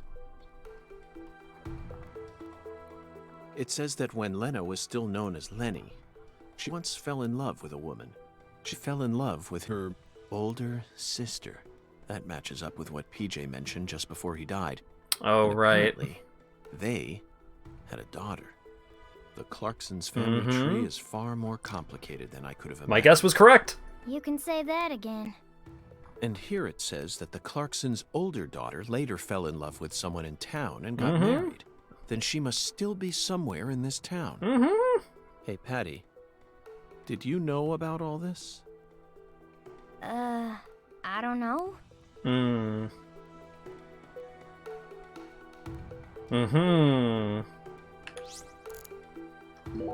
Patty's playing dumb, because she knows. This entry is from right after she became Lena. Zach, what could this mean? A salesman passing through town gave me an epiphany that changed my life. You She didn't son of a focus on this bitch. until after she met this person. And from that point onward, she started fanatically worshipping someone. She also ceases to mention anything more about her older sister, and the word goddess of fertility starts appearing everywhere.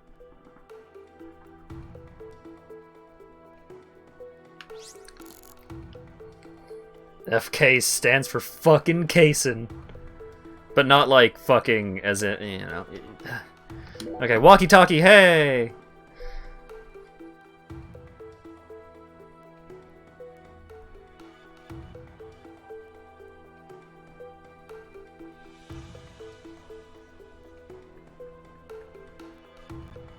The final entry, written just before she headed to the Clarksons' house. No one can stop my plan, not even me. My only worry now is P. I only pray the Fool King can stop him.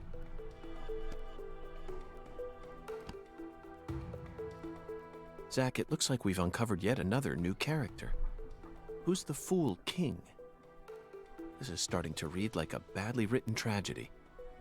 The rare And plants. P. It appears that Lena's worried about whether or not the Fool King will be able to stop our investigation and successfully murder this P character. Oh no. P. Philip? Or Professor?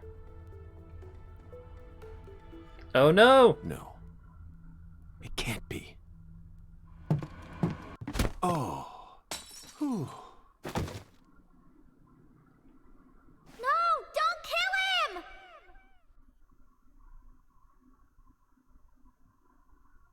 Yeah, don't kill me. I would rather you not kill me.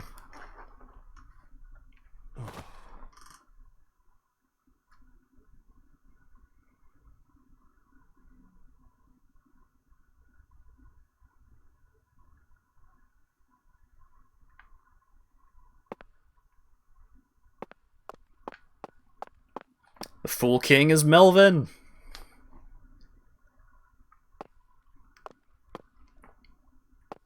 And the only worry is P, which is Patricia.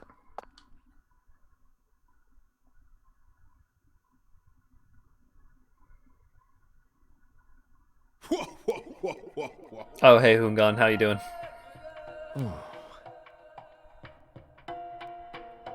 Hi there, Hoongan. Long time no see. Cool pineapple. This is definitely your simplest oracle by far.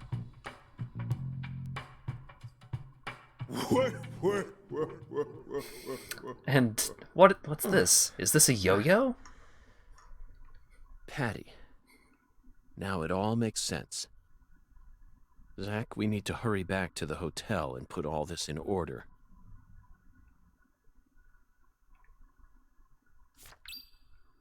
Return to York's room and review the case.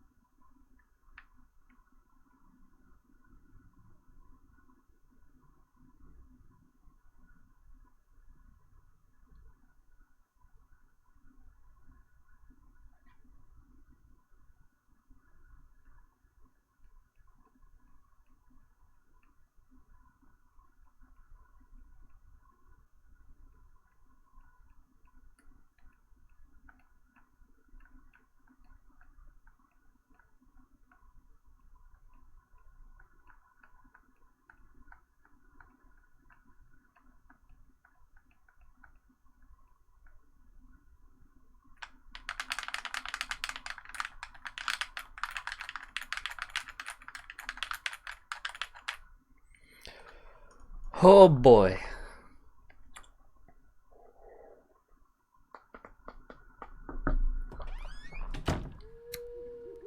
Getting into the thick of it now. 8 p.m.? What?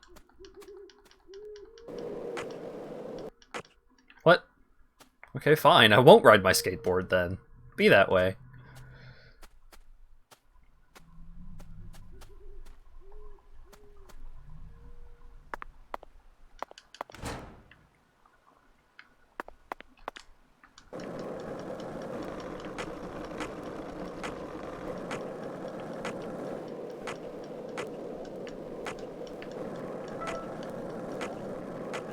Lena Doman, aka Professor R.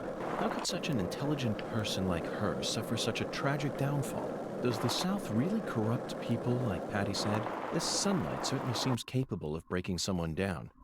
No matter how you try to resist it. It's so hot it feels like I'm burning up, but that doesn't explain it. Perhaps we really do need to focus on the Clarkson bloodline itself. Everything in this town, whether it's visible or invisible, it all carries shades of their influence. Buildings, people, conversations, food, right down to each blade of grass. There isn't anything beyond the reach of the Clarkson's breath. Even San Rouge itself was created by Clarkson blood.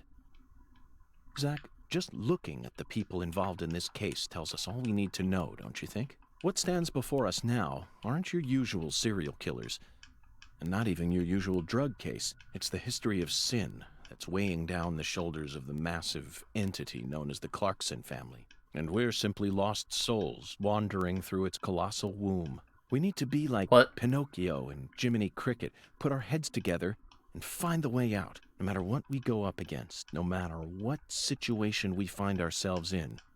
Our mission never changes. We need to apprehend the perpetrator and bring them to justice. It's as simple as that, Zach. Easy.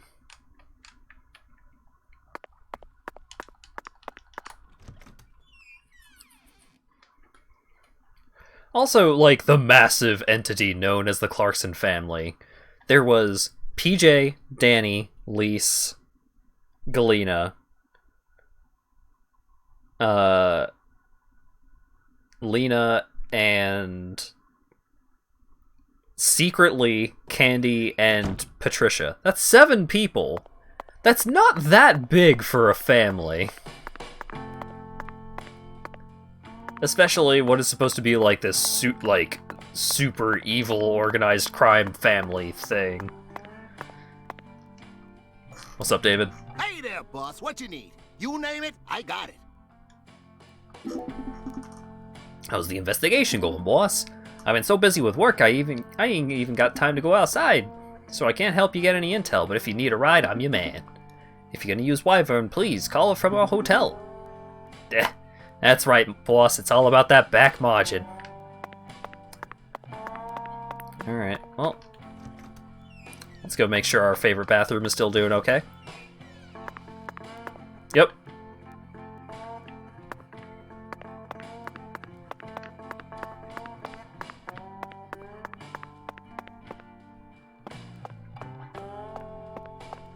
I haven't gotten any new suits, have I? Ah, still 20 away from another suit. I got 100 though. Not bad. That's a hell of a stall. Oh, you didn't see? You didn't see that before? Yeah, the bathroom in this hotel is pretty wild.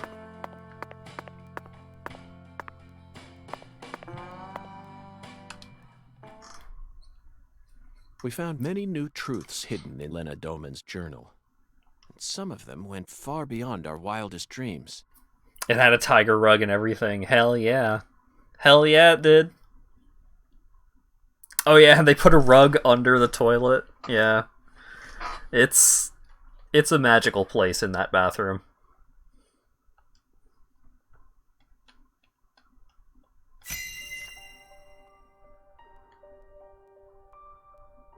First, we should clear up who PJ's first daughter is. She was a complete mystery until now. But after reading Lena's journal, I became convinced of something. She still lives somewhere in this town. Lena's journal stated that this woman married someone from the same town. Did you figure it out yet, Zach?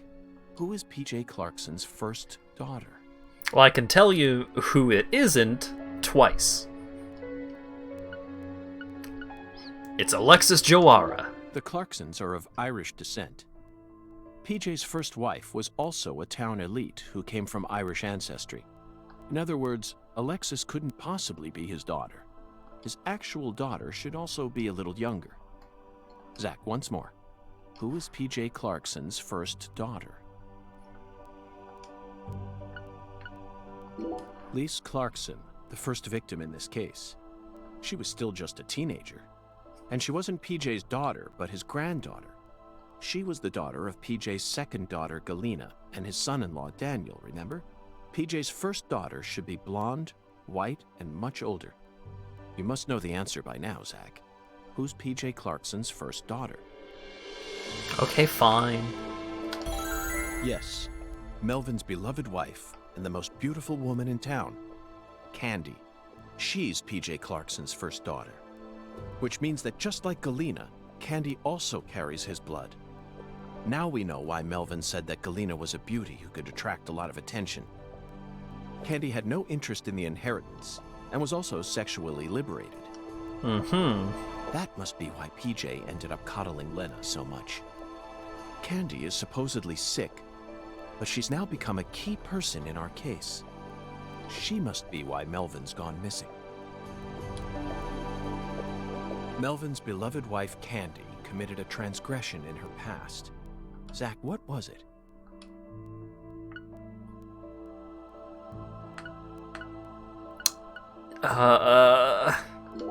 What's wrong with that? Every couple and every family have their own ways of getting along. As long as they're happy, who cares? No one has any business telling them how they should behave. A shocking guess, but I have to shoot it down. I think we can say without a shred of doubt that she didn't have intercourse with Philip. He was certainly violent and possessed a very antiquated set of values, but he also had his own code of honor. All right, Zach, back to the drawing board. Tell me what Candy's transgression was. That's right. Candy had intercourse with Lena. Oh, just didn't read that last bit of the line, hey? Okay. Then she gave birth to a child. Oh, okay. I know why. I know why they didn't read the rest of that line. Alright, no, that makes sense. That's a good choice, actually. A child that we know very well. We never heard any mention of her biological father anywhere in town, despite how much these country folk love to spread rumors. I knew there had to be some secret connected to her birth, but I never thought it'd be something like this. It's beyond anything I ever could have imagined, Zach. Next up is the Fool King, Zach. All you need to do is pick out the person who acted most like a fool when we encountered them. God, Melvin was a fucking idiot. Honestly, the answer is clear, and it's a painful one to accept. Isn't it, Zach? It's Danny Clarkson. Danny Clarkson. You're right, he's one of the bigger clowns we've met. Harsh. He came all the way from sunny California to marry into the Clarkson family. His father-in-law belittled him, and the townspeople ostracized him. On top of that, he lost both his beloved daughter and his wife, not to mention his own right arm. No, he isn't the Fool King. He's more akin to the first gravedigger from Hamlet. Right now, I bet he feels just like that gravedigger did when he was digging Ophelia's grave. Okay, that's enough of that. Zach, right now I need you to focus on determining who the Fool King is. Chuck Thompson. True. Chuck Thompson might make a good fool, but that's an old custom which died out in the Middle Ages, Zach. Our age is all about diversity. People shouldn't be discriminated against due to their unique characteristics. Rather, society should adapt to them. I agree, but that's still a bit of a direction to bring that discussion. Or in our case, anyone can be a fool, and anyone can be a king. Let's try this again. Who is the Fool King? Okay, fine, it's Melvin. Melvin. He's got to be the Fool King. The way he's acted from the moment he located Lisa's body up to now. The way Galena was murdered, silenced, without any resistance. His discord with the Clarksons, the words PJ left behind, and the engineer boot prints we saw at the discovery site. It feels like the missing puzzle pieces are all falling into place now. But why did he decide to take part in Lena's plan? According to Patricia, he seemed to be avoiding Lena. There's no way he actually could have believed that the goddess of fertility would come and save the town. Oh. Gasp. So that's it, Melvin. As you nursed Candy, you too became corrupted by Sang Rouge. Huh. Drugs rob people of their judgment. They slowly but surely eat away at their users. That's most likely the reason it took Lena so long to enact her plan. I don't know what to say, Zach. This is absolutely unbearable. Lena fell in love with her older sister Candy, and the two of them had intercourse. But afterwards, Lena realized that there was a disparity between her body and her mind, and descended into suffering. Finally, Lena left home and decided to live on as Professor R. Meanwhile, Candy fell in love with Melvin, which led to her leaving home as well. I could only guess that Lena and Candy's relationship continued after they left home. Then, their strange love transformed into something else that bound them together in a powerful new way. Lena must have periodically delivered Sang Rouge to Candy as offerings to the goddess of fertility. Uh-huh. It's hard to keep going with this, Zach. You know where it's all leading, don't you? If Lena's plan was to kill off every last Clarkson aside from her goddess, then her next target is PJ's last living descendant. She's in danger. We need to hurry. We need to stop Melvin and Candy. You're exactly right. Of course we do. Of course we do. I like how that one wasn't just the three identical options. It was like three different options that meant the same thing. Upon us. Whoever hit me in that control room sure wasn't holding back. The blow was so devastating that I passed out instantly. There aren't many people who could do that. Oh, they hit me right in my head, so my memories are fuzzy. Not my finest hour, to say the least. Now, what should we do next? First, we're going to need to refresh ourselves a little. Sunbathing, Zach. What? Let's go bask in some liquid sunshine that's just as hot as the sun out there.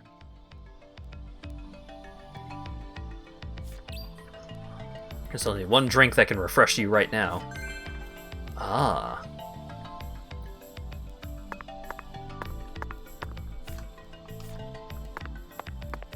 Oh, my door is open.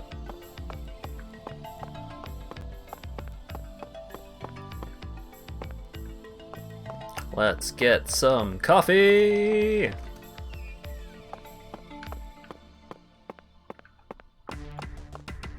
Whoa. Dramatic coffee music. Hey there, Chef. How's it going? You still here, Mr. FBI? How long you plan on staying in town for? After what happened at the Clarksons, the case must be closed, yeah? Not quite, Chef. Our work isn't complete just yet. Oh, yeah?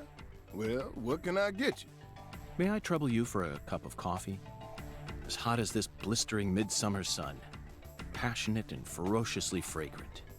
Huh? Are you out of your mind, mister? I'm dead serious. I will have you know this is a high-class establishment, and I'm the presiding chef here. I'd never served such a low-class beverage. What? David, how could you betray me like this? In this, my hour of need. All folks can drink here is a melody of rich, robust leaves. Tea, and tea alone. If you fixing to drink that muddy water, you'll have to go on over to my little sister's restaurant. Or would you like to switch over to tea?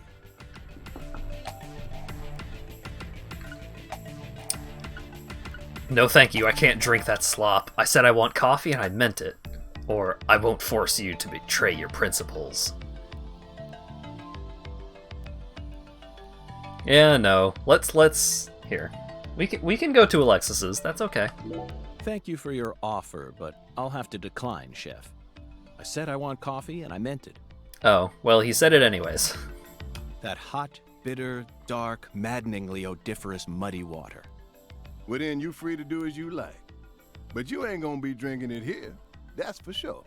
Zach, I seem to have mistaken our chef here for a more open-minded person. Oh well. It'll cost us a bit of time, but let's head over to Alexis's.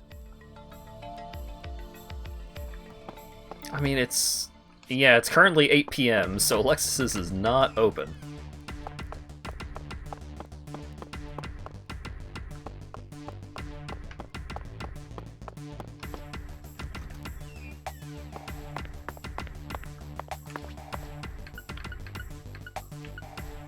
Alright.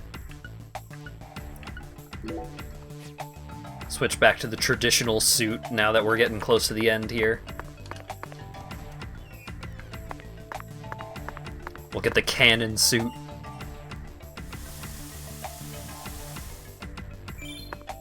So love how York's internal dialogue is verbal and right in front of the people he's talking about. Yep.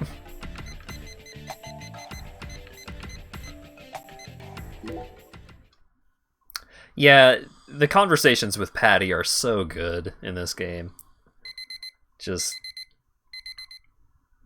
because Patty is also very weird. So she's the perfect straight man to York, because you can't have just a completely normal person paired up with York, because then like York plays everything so straight that it wouldn't work. It wouldn't work the same way.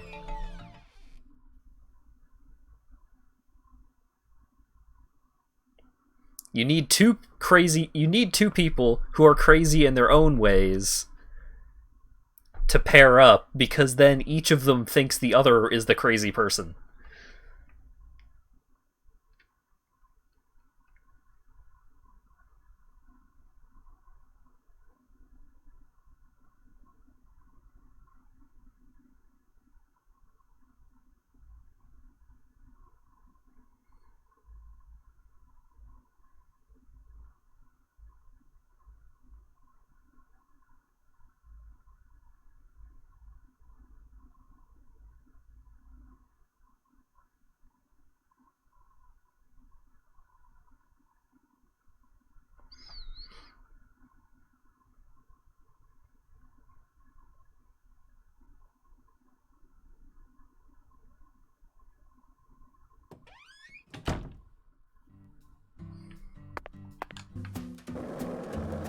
Alright. Dramatic skateboarding to the diner. Oh wait, that's not the diner. Well, that was a cool trick, but...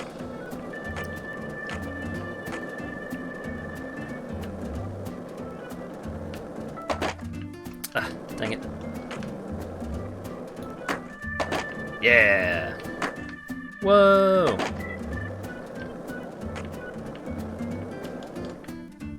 Alright, coffee time.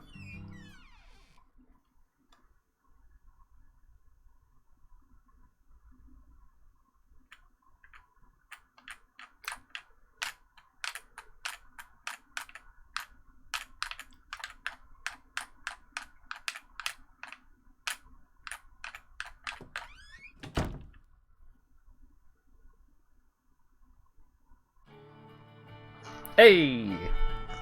Oh, my lord. You sure look pooped, honey. Hello, Alexis. Yes, someone did quite the number on me. Must have given you one heck of a shiner.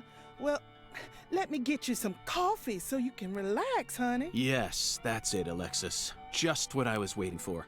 Would it be possible to get an especially pungent cup, smoldering with all the heat of the southern sun? Coming right up.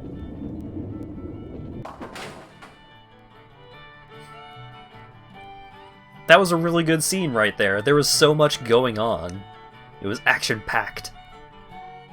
York was walking. Granny Carpenter was bowling.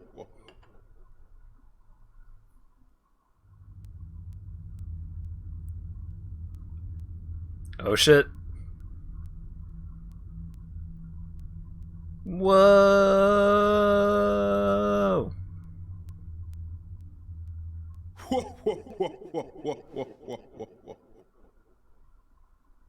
Zach, look. Whoa!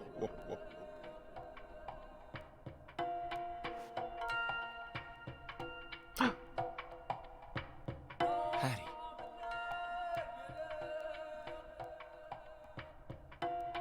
Hey, Melvin. No, Melvin. What? No!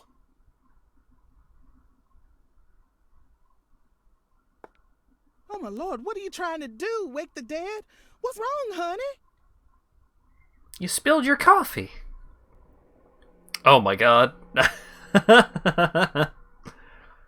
Oh, I know where that is. Where is this boathouse located? Oh my lord, what's going on with you? Your poor voice is positively trembling. Just tell me.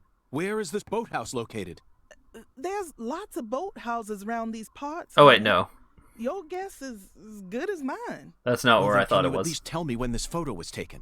Looks to me like it was taken during the Clarkson Campbell wedding party when PJ married his ex-wife Audrey. There was a building this tall in town back then? Oh, you know what? That must be the cold storage warehouse. That big billboard on the roof is the Clarksons, see? I bet you'd be able to get a great view of all the boathouses in the swamp from up there. Thank you. That's all the info I need. Would you mind if I borrowed this? Shoot, of course not, honey. Thanks for your help. And keep the change. Oh, my lord.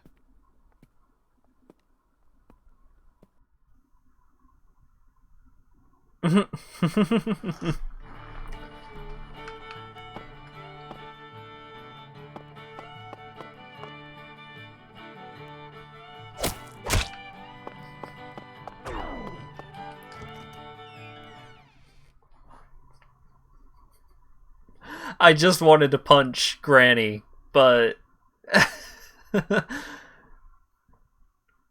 Well, the old 1-2 cost me $400 instead of $200, but, you know, I'm gonna say it was worth it. They just wanted to give you a meaningful look as you left. Look, I had to harken back to the first stream, right? Especially if this ends up being the final stream, or at least the final plot stream. Also, the game hasn't even fully loaded yet, and I can hear the sound of me losing money.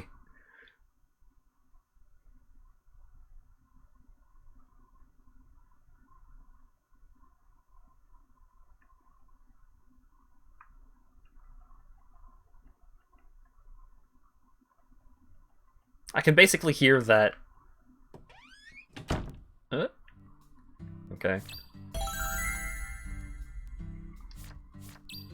Go on the roof of the cold storage warehouse. Okay. I can basically hear that sound effect, that, like, wow, of losing money anytime I spend it.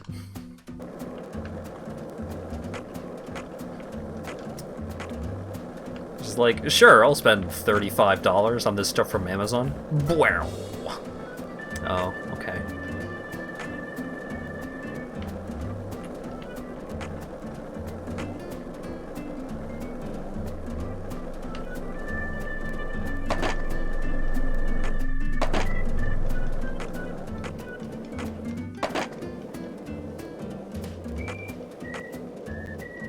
Oh right, gravy.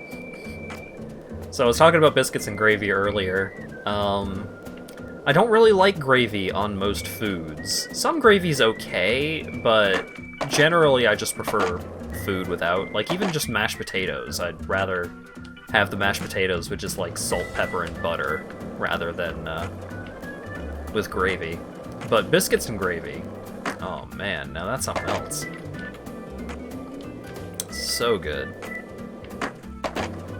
Although I have had biscuits and gravy where the gravy was just way too greasy. Because you make it with sausage.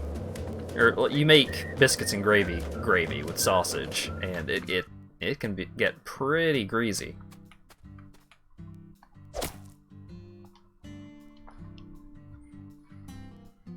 Oh, it's you.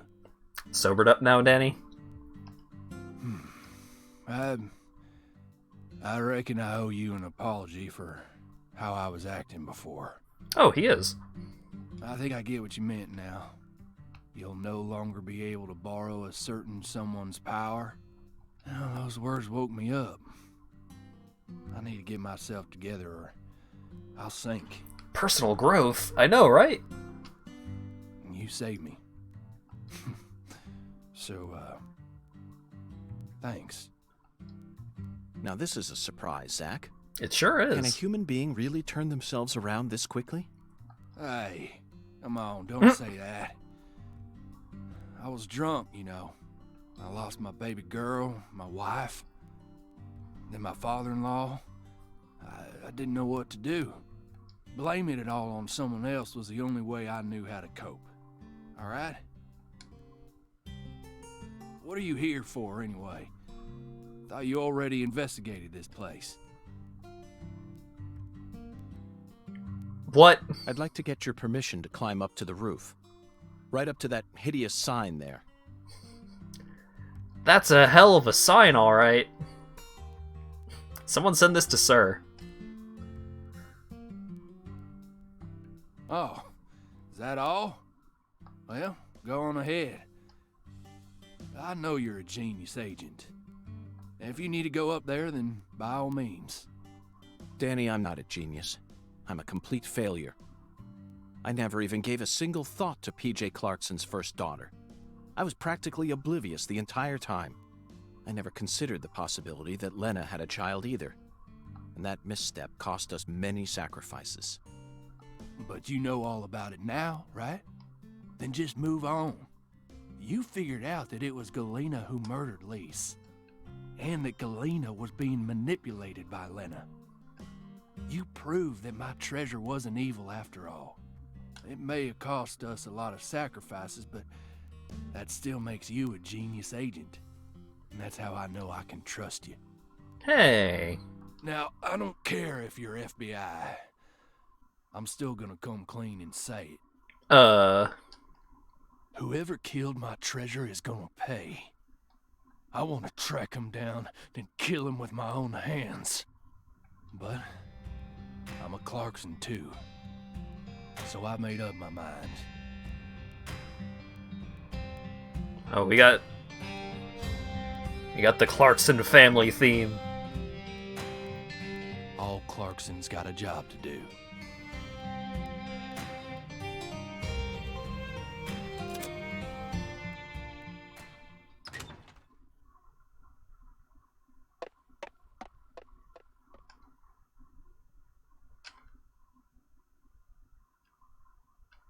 Which one is it, Zach? Patricia must be in the boathouse we saw in that photograph, along with Melvin and Candy, the goddess of fertility. What I saw at Alexis's restaurant, not only was my mind still reeling, but the oracle was also rather vague. But so what, Zach? We just need to find the same boathouse that we saw in that picture. There's got to be another singularity inside it.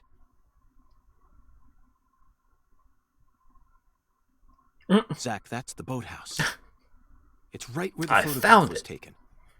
But I have no idea how we're supposed to reach it.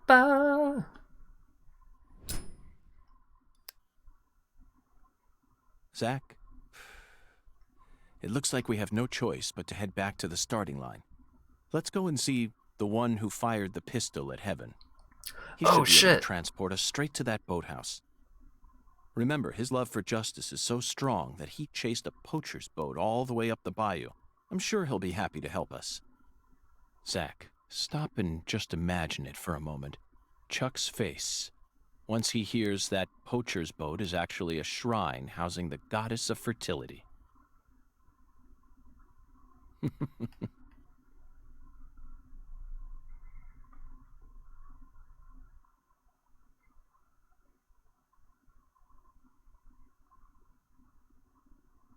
What's this? Oh. Lise forever. Who left this message for her?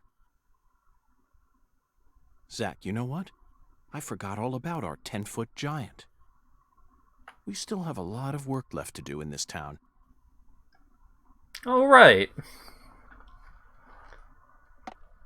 I also haven't really been thinking about the 10-foot giant. Because York said it wasn't Avery. Even though Avery is the one that makes the most sense. Hop in Chuck's airboat and head to the boathouse. Aw, hell yeah.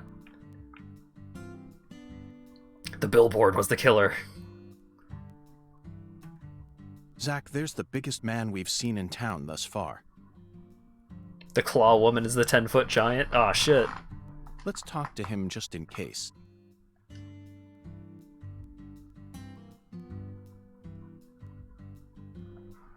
Hello there, Avery. I need your help. Would you mind raising your arms up high like this for me? Raise my arms like this? Thank you. That's perfect. It appears that even with your height, you'd have a tough time reaching a spot up that high. I love Lise. Yup. Yeah, I also thought that PJ was even bigger than Avery. Or he was at least around as tall as Avery. Oh, Avery.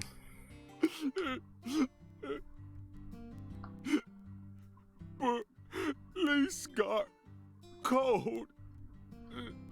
Lise turned white.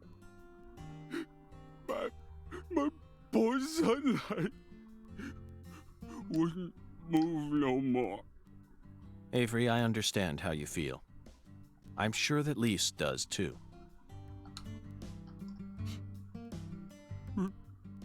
Really? Oh yes, I guarantee it. Right now, I'm trying to eliminate the cause of her death. But I need your assistance. If you ever see a man who looks taller and stronger than you, I want you to let me know. I will. You bet I will. Yup.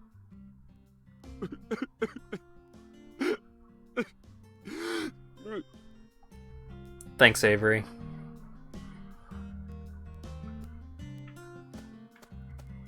Eliminate the cause of her death? I mean...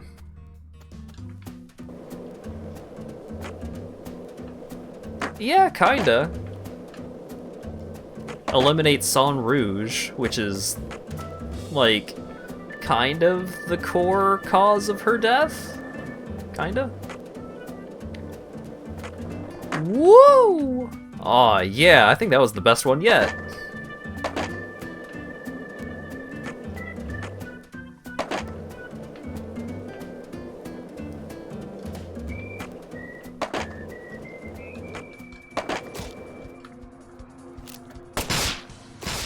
Dual kill bonus.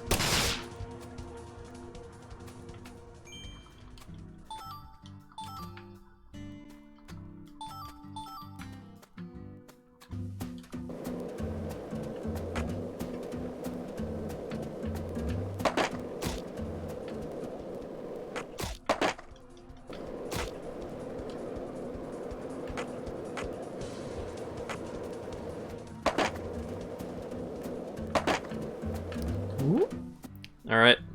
What up, Chuck? Hello, Chuck. The time has finally come to catch that poacher's boat you spoke of. Oh, now he wants to catch the boat. Thought you FBI boys don't chase down boats. Ain't that what you said? Unless it's a terrorist boat that plans to overthrow our country, right? You're exactly right, Chuck. I discovered that boat does contain perpetrators who are potentially capable of overthrowing our country. Melvin and Candy. threat number 1 to the stability of the United States of America. Perpetrators who are deeply connected to a new drug called Sang Rouge. And you expect me to help you? Yes, I need your help. I see you got the balls to match just how big a goddamn prick you are. Pretty good phrase. Poachers can fuck with my farm all they want, but the moment drugs get involved, all of a sudden you're raring to go. Guess what? I don't give a shit.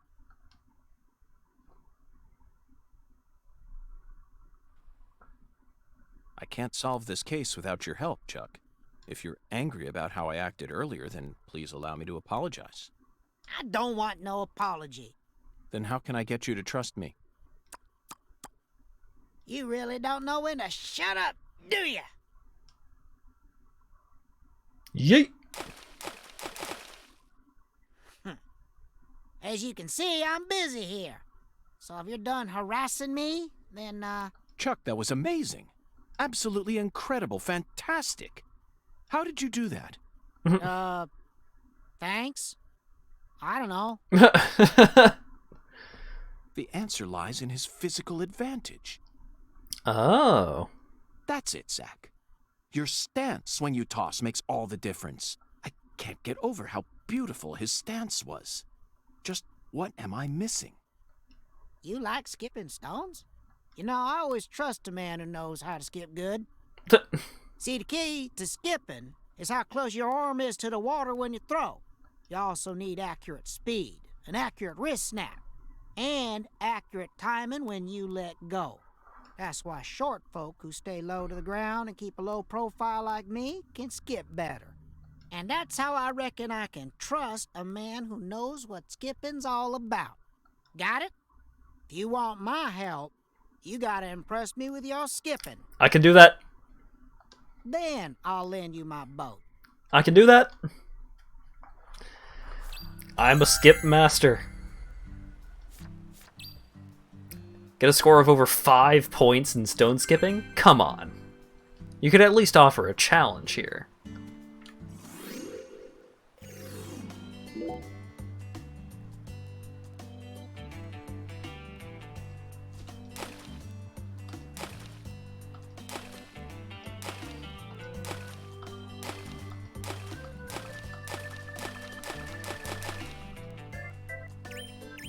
Yeah. 600 points, baby. And it's just that easy. Also, I think it was supposed to say, like, 5 skips. Damn. Woo-wee. Because get over 5 points, well... even the worst skip, even the worst successful skip is 100. So... You're a natural.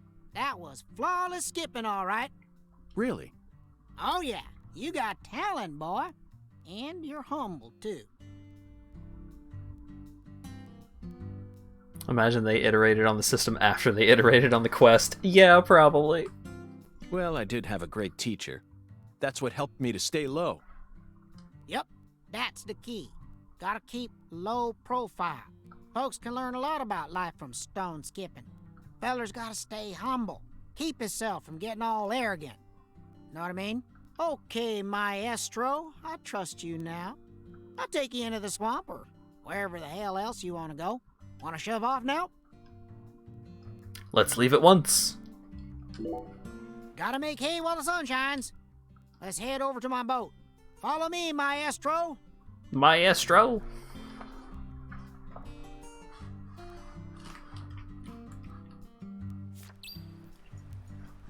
Get in the airboat and head to the boathouse. It's almost the end of the game, and finally we're going to get the part where we can drive the airboat.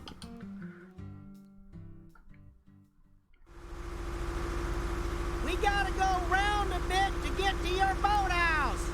It ain't the safest route out there, so just be ready. Notable humble person, Francis York Morgan. Yeah, for sure. Zach, this is exhilarating. It's like an amusement park ride, only better.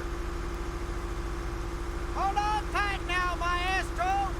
This is yet another reminder about just how vast and varied our homeland of America is. All right.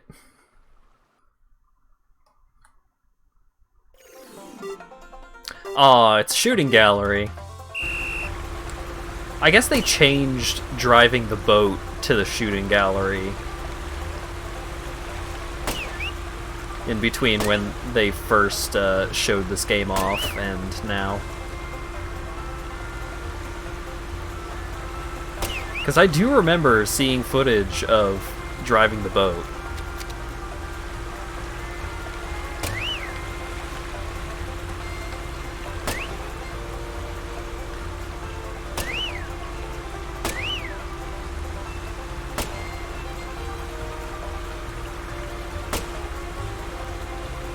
Damn it. Firing speed on the base gun, or on that loadout for the gun, was so bad.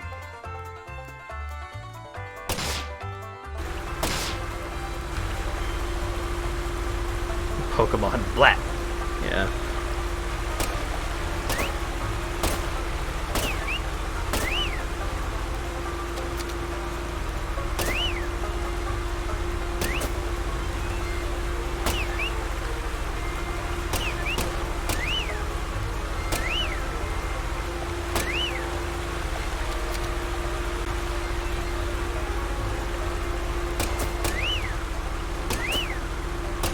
No.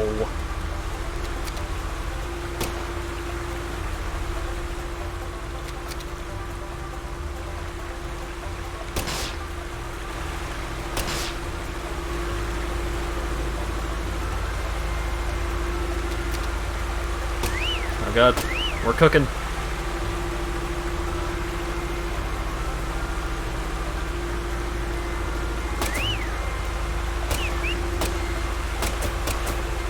God damn.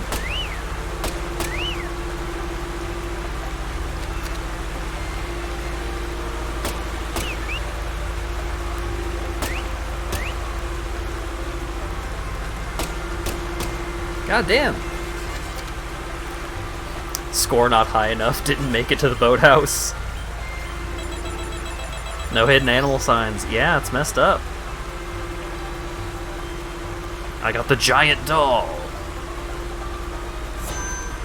And a cup of coffee. Sparrow feather. And the expansion necklace. Oh no.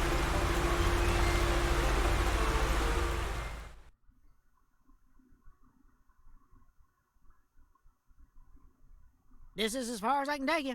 You're gonna have to walk from here. Thanks, Chuck. Thanks, Chuck. Hey, you hear that wind a-howling? That there's a storm coming. You better watch yourself out there, you hear?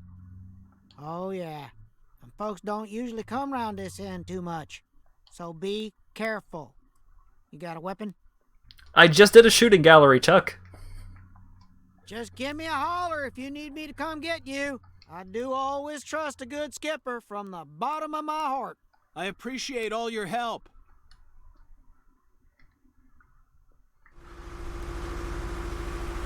Oh boy.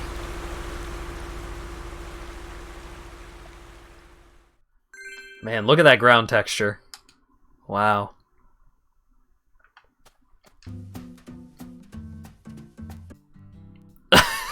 Okay.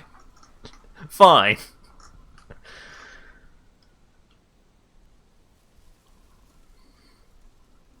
Oh, I see.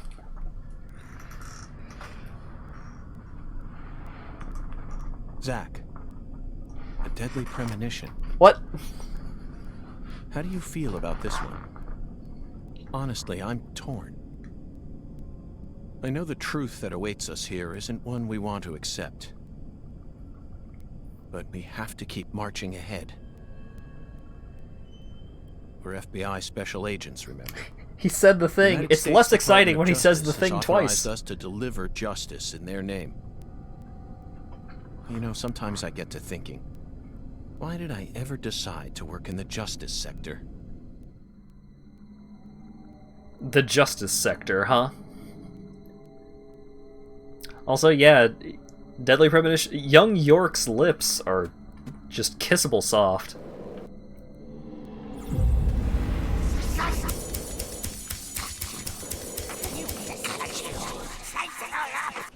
Okay, well, they're gonna keep taking me off my skateboard, so I guess I'll just run. Are you in pain? Do you want to die? Are you in pain? I don't want to die, Do actually. you want to die?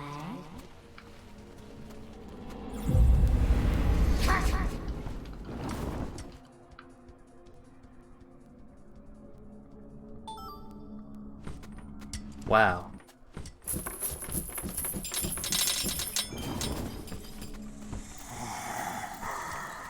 Wait, what?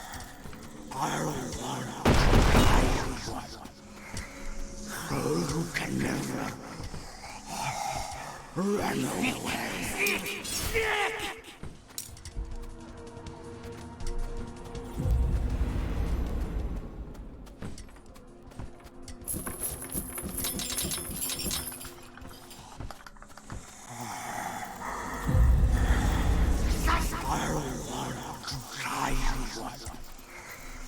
You can never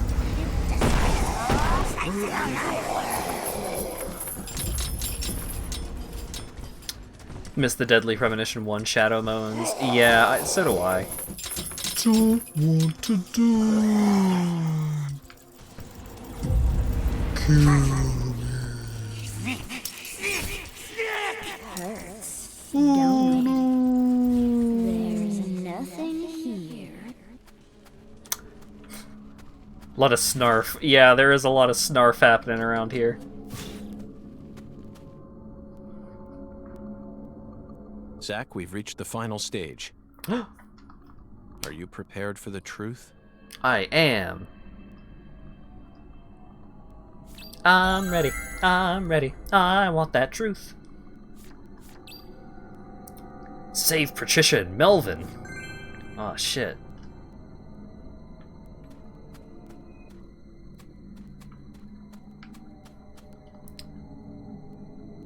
I'm here to save the day.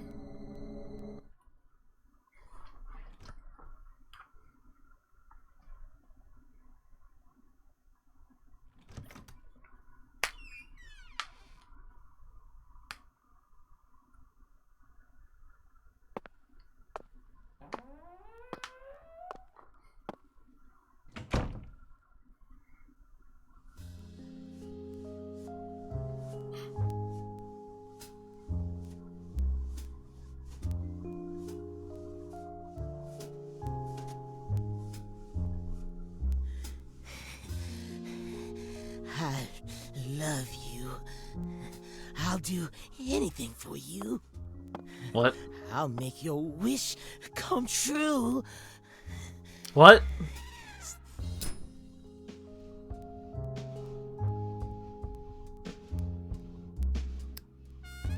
You stand before the goddess. Mind your manners.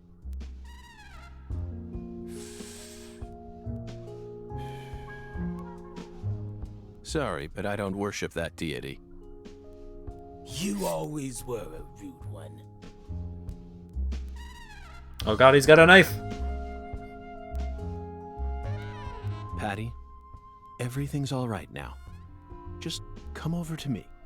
She can't hear you, York. Patricia's already in a trance. Outside voices can't reach her. You didn't. San Rouge? Now what kind of fool do you take me for? She's the consecrated virgin, and virgins need to be pure. She won't be able to serve the goddess if she gets all corrupted. Now will she?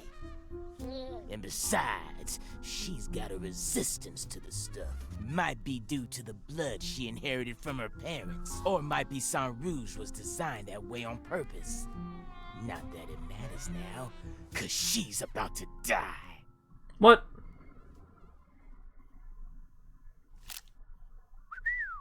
I wouldn't do that if I were you, York. Or did you forget who gave you Mr. Alligator to begin with? You think I'd hand you a weapon without any sort of safeguard in it? What? This is straight out of a bad C movie, Melvin. Call it what you want, York. But I'm the main character here, and you already played your part. Now that Candy's become the goddess, I will take her once more and claim my seat as the king who rules this town. Yes, I will be the one who rebuilds the Clarksons' legacy! Power isn't important to you, Melvin. All you care about is your loving family, remember? The man who won the heart of the most beautiful girl in the world. Melvin Woods.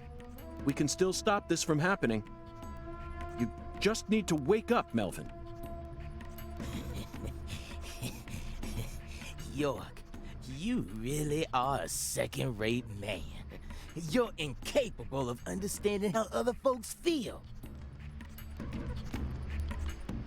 Lena was the one I loved. What? Candy's merely the symbol we use to restore the Clarksons' glory.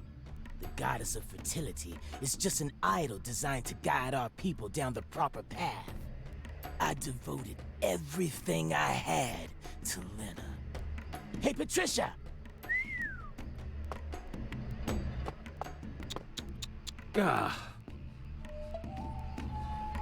I was obsessed with Lena ever since I was a kid. She lived in a big mansion and also had skin as white as snow. All I ever wanted was to be just like her. My friends were too close-minded to understand. Don't let the white man brainwash you, they said. But race was never a part of it for me. She was always far above that shit. A higher being who surpassed it all. By the time I grew up, she already changed forms and abandoned her home. At first, I was so shocked. It felt like my dreams had been shattered before I ever got a chance to pursue them. But when I finally got a chance to meet her face to face, everything changed. I loved her female form with all my heart. The moment I saw her again, she completely possessed my soul. Hey, York, you know how they say God created man in his own image? That's what Lena is. She's God's finest creation. The perfection of the human race. She wasn't perfect in any way, Melvin. She was just another criminal who happened to be a bit smarter than most. You never understand. Anywho, I decided to follow her plan. And so I became the one who supported her from the shadows, working to fulfill her dream of restoring the Clarksons' glory. That's why I seduced Candy, married her, and kept giving her sang rouge whenever Lena told me to. Then, you know what happened? About 1 year ago, we finally saw a sign of the birth of the goddess of fertility. You mean she started growing horribly obese? 8 years. It felt long, but also short somehow. I knew from the start that much blood would be spilled. But I had no other choice. It was the only way for me to make my beloved angel need me. So you murdered Galena, too? Yeah, that didn't exactly go according to plan. Galena was supposed to kill Lise, and Lena was supposed to take Patricia's life. Then Lena and Galena were supposed to kill PJ and end their own lives. Filicide, patricide, and suicide. These 3 types of sacrifice were gonna complete the blood purge. But then you came to town. You're such a pest, York. I loathe every fabric of your being. Always buzzing around us like a gnat, trying to upset our faith, but no more. I'm gonna stop you right here, sacrifice my daughter, and complete Lena's plan once and for all.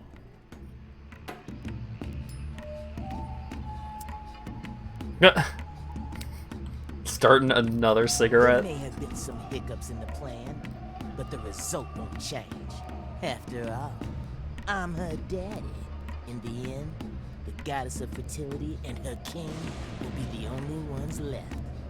We'll find a way to make do on our own. Oh shit. Hey, York, haven't you been wondering why I'm talking so much about myself? Because this is the last stage of the game? And nope, I've just been waiting for this. The bud. Soon, she'll be reborn, and the goddess of fertility will be among us. It all ends here! Whoa.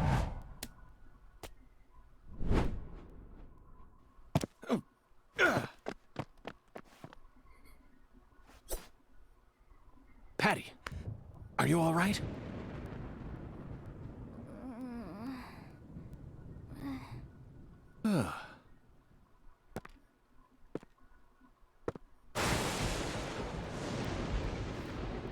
Die!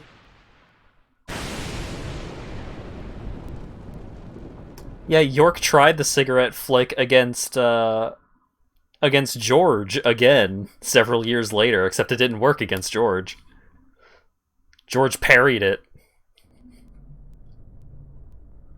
Oh shit.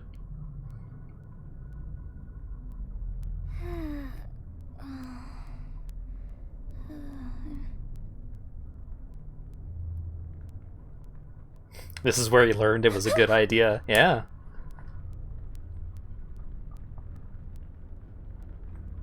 Patricia, save York.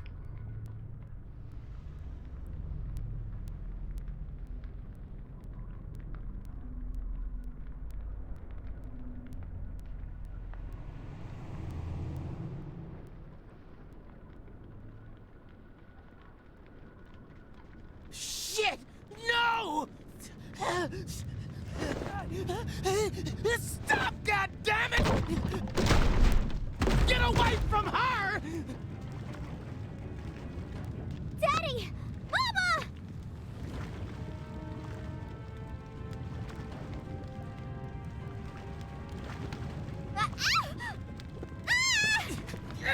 Get out of the way!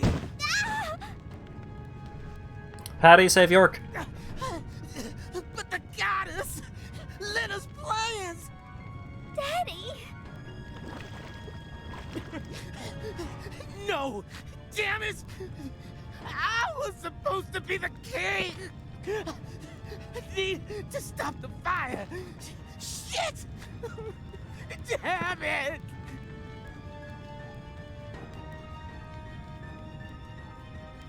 Daddy, run! I'll die for you. What? No. Patricia? If Mama and I die, it'll all end, right? I know about the real you. I know that my blood's cursed. So I'm just gonna die. I'm gonna die here with Mama, so it'll all stop. Just please run, Daddy.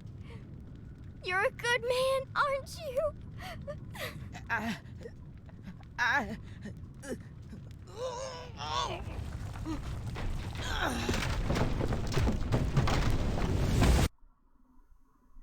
Patty! Patty, no!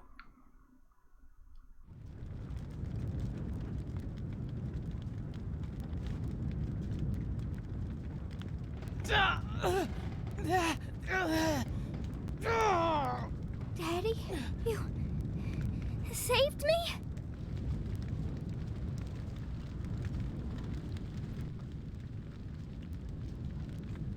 I was half expecting York to be smoking a cigarette while he was trapped under the rubble.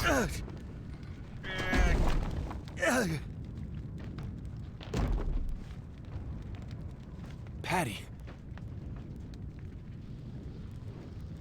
Zach, I need you. Give me strength.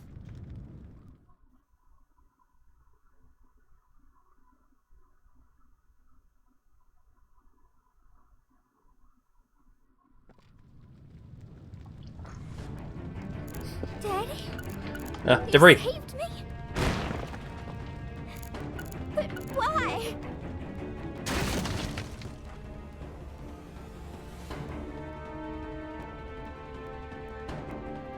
Daddy! I can't do it!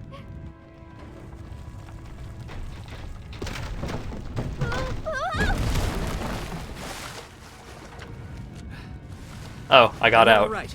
I thought I would have more time to keep... Agent York! Save my daddy! Get out of here! York, take my CLG! And run! No! I can't leave both of you here! Just go! No! I'm not leaving! No! No! I've sinned. I can't come back to this world. We have to say goodbye here. I'll take your mama with me. It's time for you to start a new life, sweetie. One where you won't be shackled to your destiny.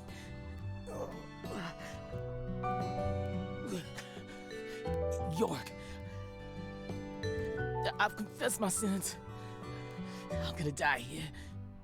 I know this isn't how you wanted things to go down, but she's innocent. My CLG is pure. Please, just take her and get out of here. No! No! I'm staying with you!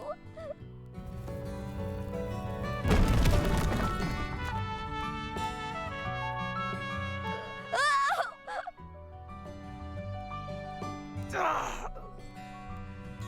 My daughter's in your hands now, York.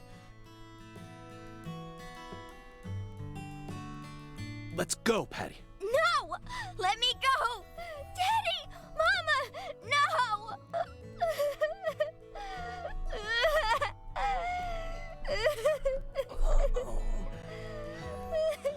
I'm sorry, CLG. I've been a horrible father.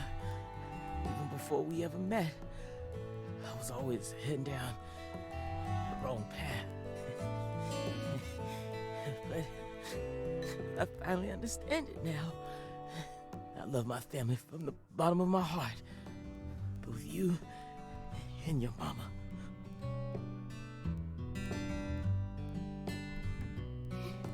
Me too.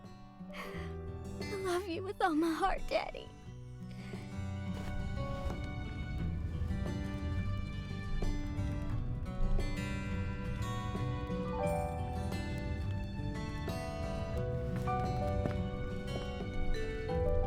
I'm sorry, Candy.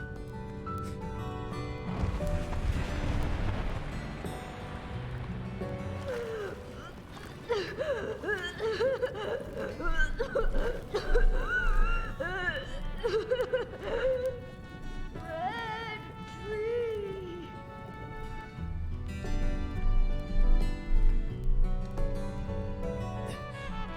Lena, I'm such a failure. I screwed it all up again. Your whole plan's been ruined.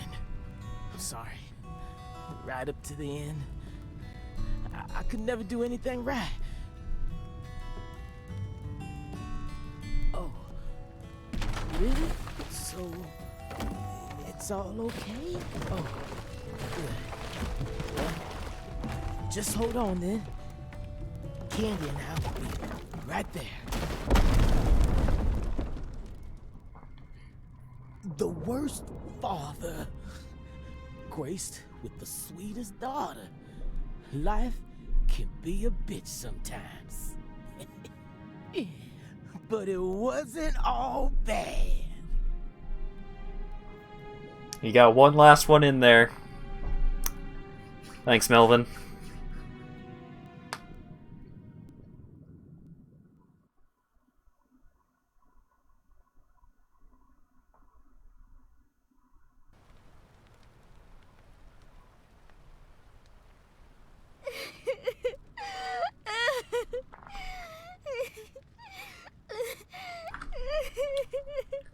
Well, boy, howdy.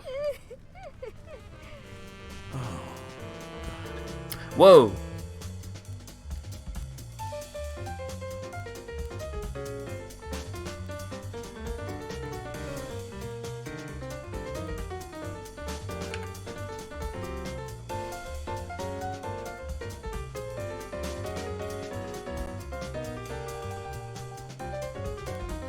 Katrina brought that rain to us.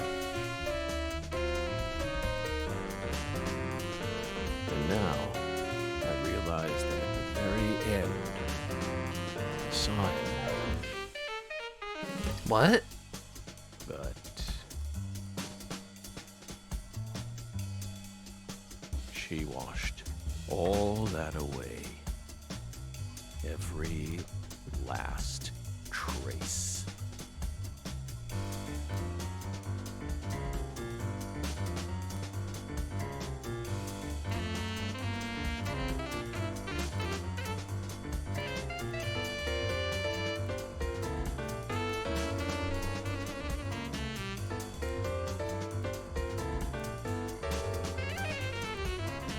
Oh my god!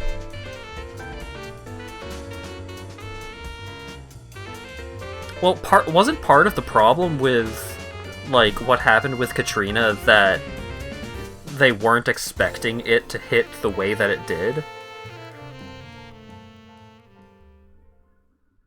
Like, they weren't expecting it to be as bad as it was?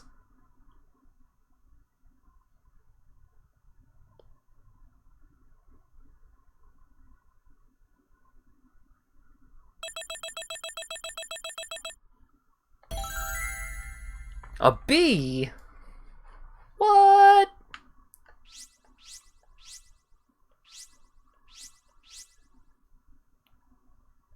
I can't believe this. I can't believe this. Had to miss a bunch. Okay, so the gist of what has happened so far is Melvin was working with Lena the whole time, and they were setting up Candy to be some kind of, like, idol, like, of the plan that they were enacting. And also, Forrest Kaysen was the one who got Lena to start making Sang Rouge.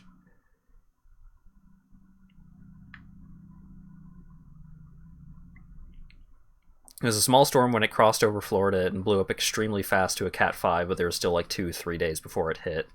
Maybe that was exaggerated a little for this game. I don't know.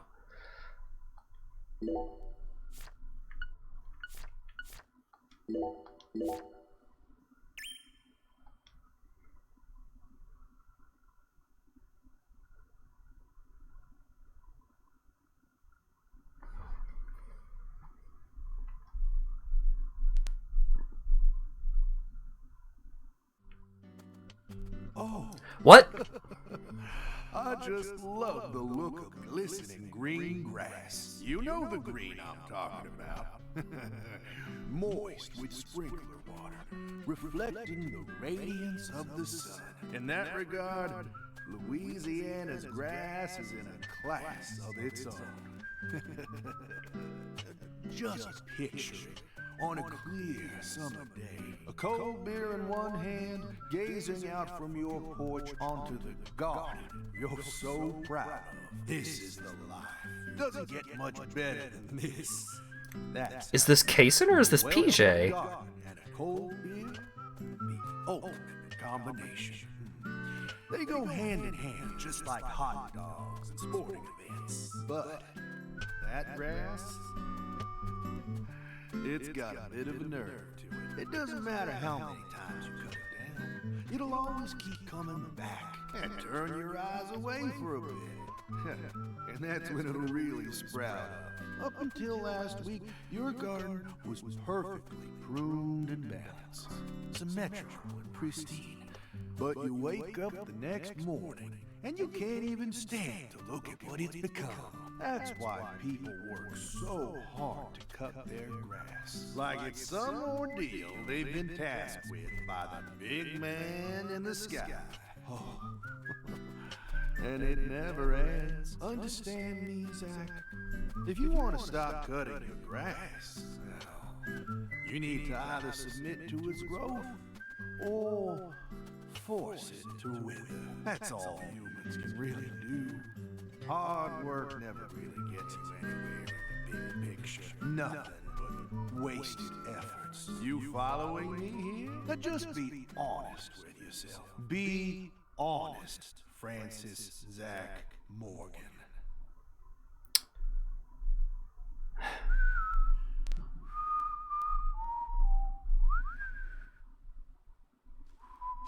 Yep, okay, hey Kaysen.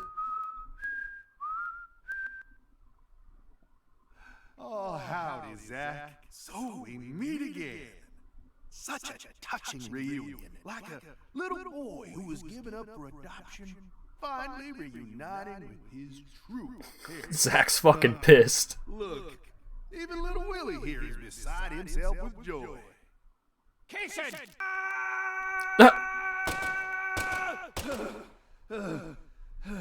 Oh dear. Damn it! I'm gonna kill you!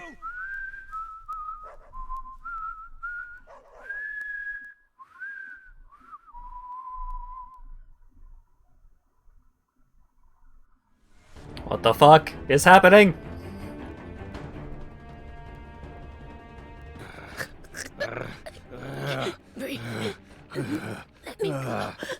Hey, let her go! What the hell's gotten into you?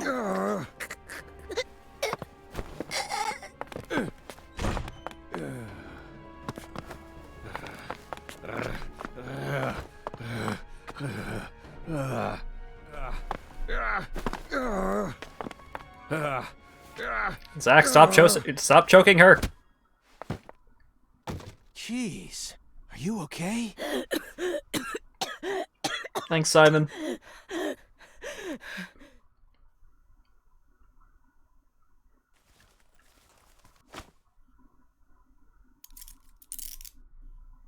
You did a good job clobbering that guy with brain cancer on the head. That should do it.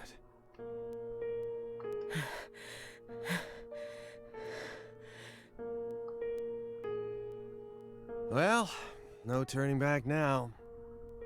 How should we clean this up?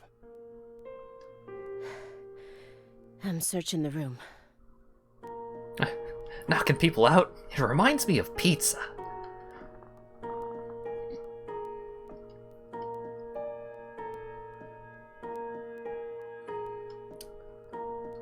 Alright, so we're back in the apartment.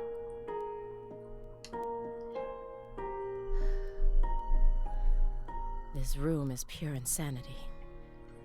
But I can't let it shake me. Why did you come here, Aaliyah? Remember the real reason you decided to investigate Morgan's house in the first place. Oh? We came here to find a missing girl. Oh. Daniel Clarkson. The file said his only real talent was his ability to pick up women. But when I spoke with him in the warehouse, he seemed dignified, like a truly accomplished man. Huh. Marrying into the Clarkson family must have put him through a lot. Photograph of Patricia Clarkson. I thought she was imprisoned right here in this room, but there was no one here. Where could she be then?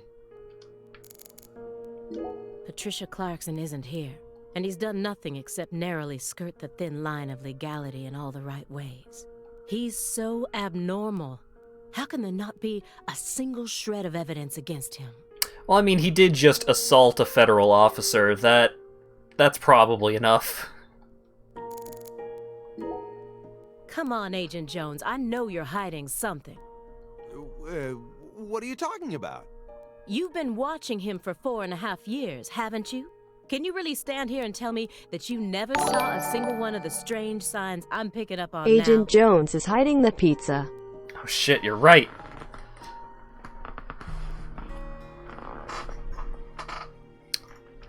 Yo, what up, lawyer dog? Alright, what you missed. Melvin was working with Lena. Lena was convinced to make Sang Rouge by Forrest Kaysen. And Melvin was a crazy cultist, and his wife, Candy, was being made into, like, a cult idol thing.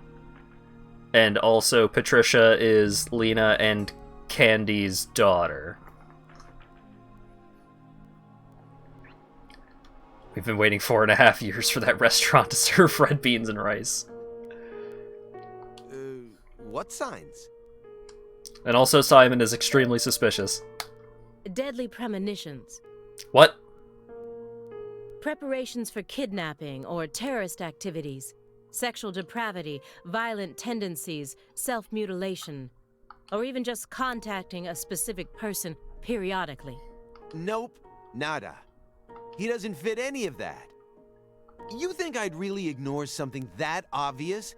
I may be a schlub, but I'm still an FBI agent. Good use of the word schlub. Then why didn't you do anything about this room? Or did you merely choose to ignore his abnormal proclivities? You want to know what I did? I did my damn job. End of story. I was outside the entire time. How do you expect me to notice a room like this from out there? It's as simple as that. At least it was, until you dragged me into this whole mess. Don't blame me just because your big investigation ended up leading nowhere. It's the drums. It's the drums that Tyrone made there in the bottom right corner. 1 can of Spam. Oh yeah, I didn't notice you say it in chat, Doomsby, I'm sorry. 1 can of red beans and 1 can of spinach.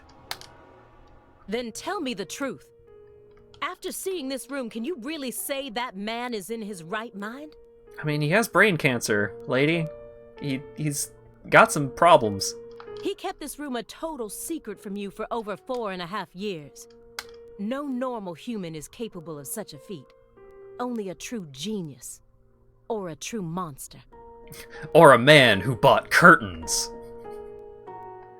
Can you really guarantee that he won't try anything if we just let him go here? Well, Then you need to help me.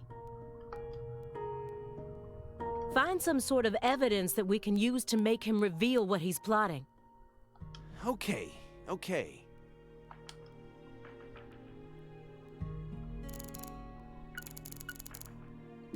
Dan the went married. Why do you think Jethro here survived? Why? I mean, doesn't he look like the kind of guy who'd die first in a horror movie? He married into the Clarkson family. He didn't possess Clarkson blood, so he had nothing to do with Helena Doman's plan. The blood purge thing? But if that was all there was to it, then Helena Doman wouldn't have killed anyone but Clarksons, right? Yet a ton of the Clarkson gang members died, along with Sheriff Woods. Wait, what? When did the gang members die? Doesn't add up. Did they die from the bomb? York didn't die from the bomb, and he was there. Maybe that's just something that hasn't happened yet. She did whatever it took to achieve her goals. She'd kill if the plan required it. But killing people outside of the Clarkson family was never a priority. Her ultimate goal was to cut off the Clarkson bloodline. Maybe he was always meant to be an assistant to the goddess of fertility. What, like a servant? He was the kind of person who was most in his element when he had someone to serve. Even afterwards, he let Patricia take over the estate, while he became her assistant. Right. As soon as he settled into his role, the townspeople started to respect him. Huh. Now they practically revere him, and he's even earned himself a nickname. One-Armed Danny. So you think his life played out exactly the way Professor R planned it to go? Talk about tragic.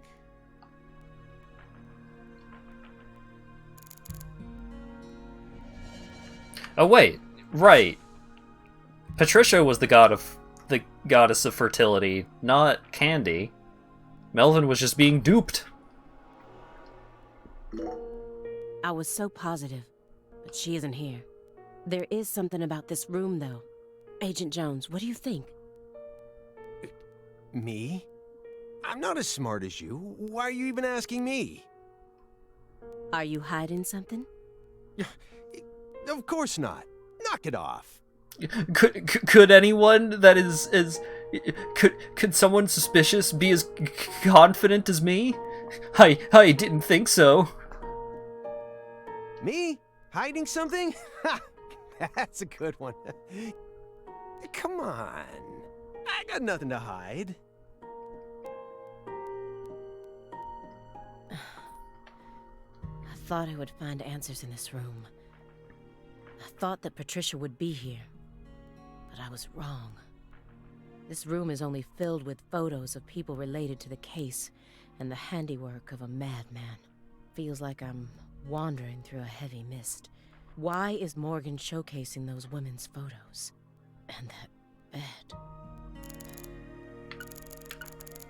After she lost her family in the Le Carré incident, she went to go live at the Clarkson estate, and once she grew up, she assumed control of their empire seemingly without any hesitation. She must be strong. How did she eventually come to accept her cursed blood and the fate it placed on her shoulders? Sheriff Melvin Woods.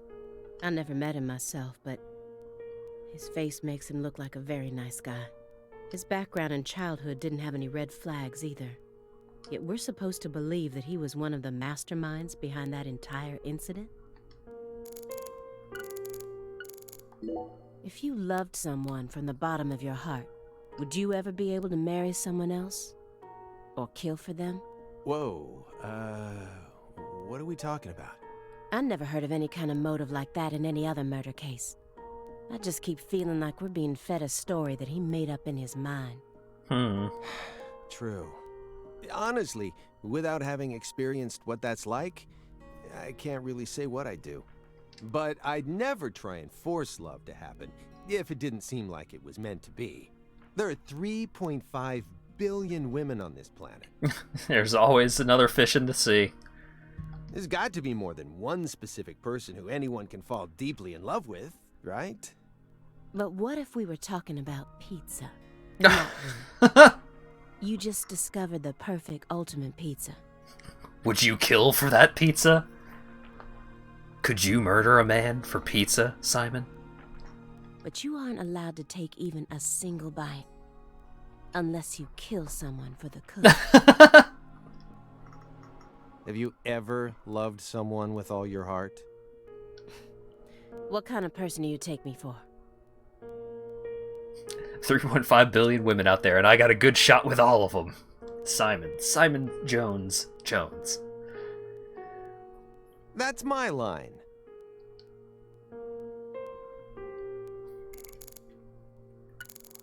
Is this supposed to be the altar from the site where Lise Clarkson's body was found? Why would he want to replicate that inside of his own home? There's no way this man is sane. You don't say.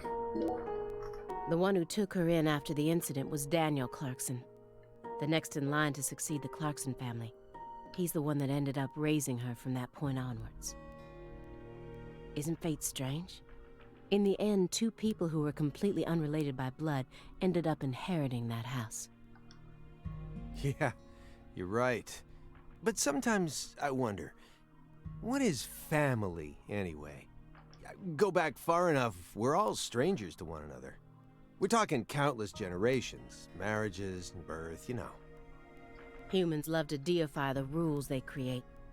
It's almost like that's been an unwritten law from the very start.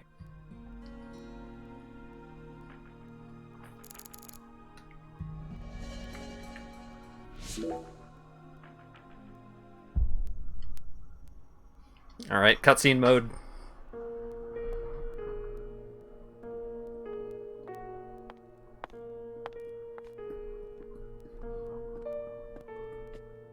Why did Lise have to die first?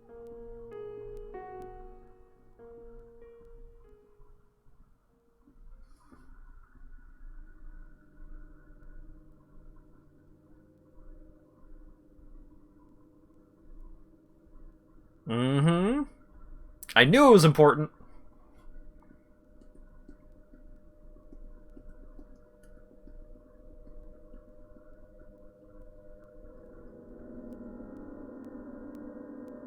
Wait, what? That's not why I thought that was important. What? Oh. What is this? Oh, you gotta be kidding me.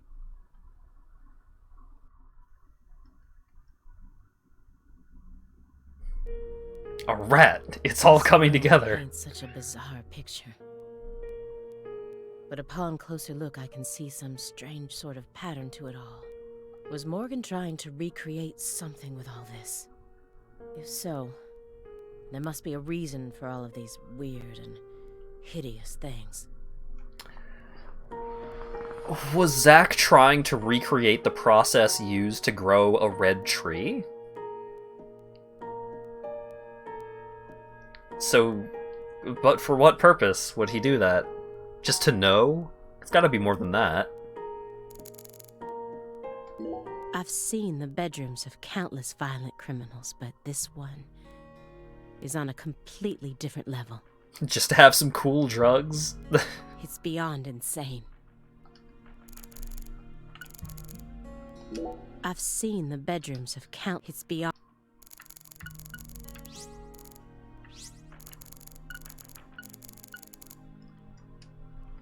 When Helena Doman attacked the estate, he just happened to be somewhere else. Whether it was through luck or simple coincidence, that's how he managed to survive. What's that? A hunting trophy.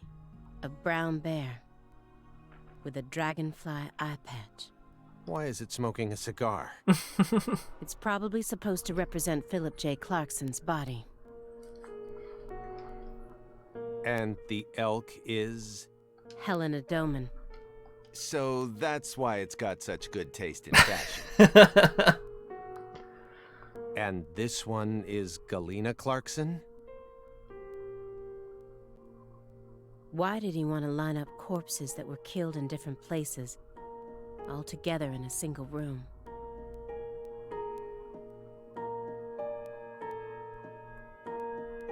Red seeds?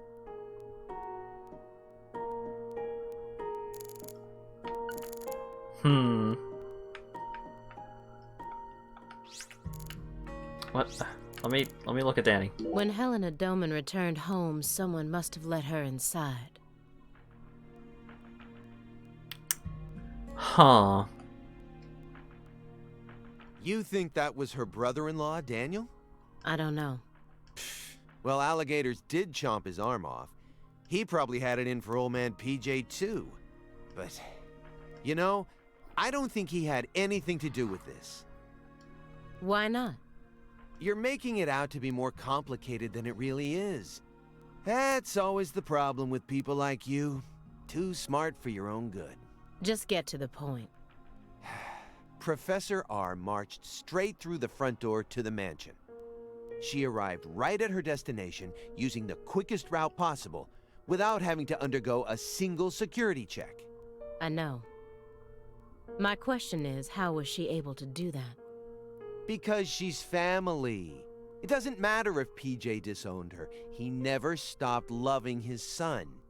A father would never abandon his child, no matter how much they fail to fulfill his expectations.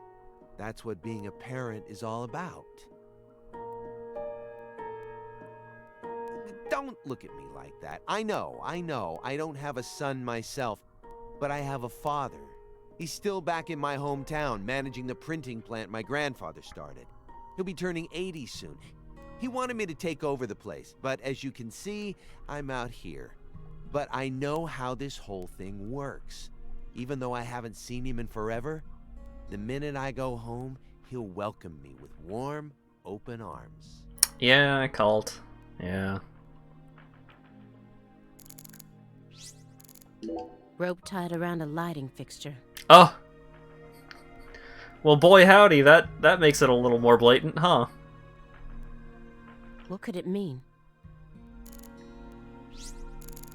Galena Clarkson went to California to become an actress. But things never took off for her, so she eventually returned home. Then she murdered her own daughter and ended up like this. Where did she go wrong? She did manage to appear in a few movies, right? Not as any characters with actual names, and never with much clothes on. So that's the only value they saw in her, huh? Sorry, that was insensitive. Yeah? Yeah, it was, Simon. It's an everyday occurrence in that world. She was also bullied a lot. Bullied? How? They'd cut up her costumes, her scripts, and even her own clothes. Everywhere she went. Then, after 3 years of that, her stylist chopped off a chunk of her hair. By accident. Are you kidding me? I did a little investigating on this. In the end, a self-titled big cheese producer tricked her. She almost ended up going into porn. Whoa. Not hard to imagine what would have happened after that. One witness said that after returning to Le Carré, she refused to use scissors to cut anything. Huh.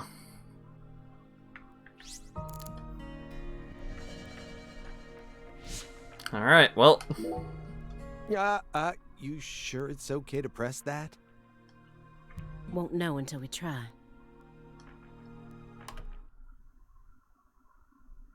Hey, it's Woodstock. Simon. Look, a peace sign. Simon. Love and peace, man.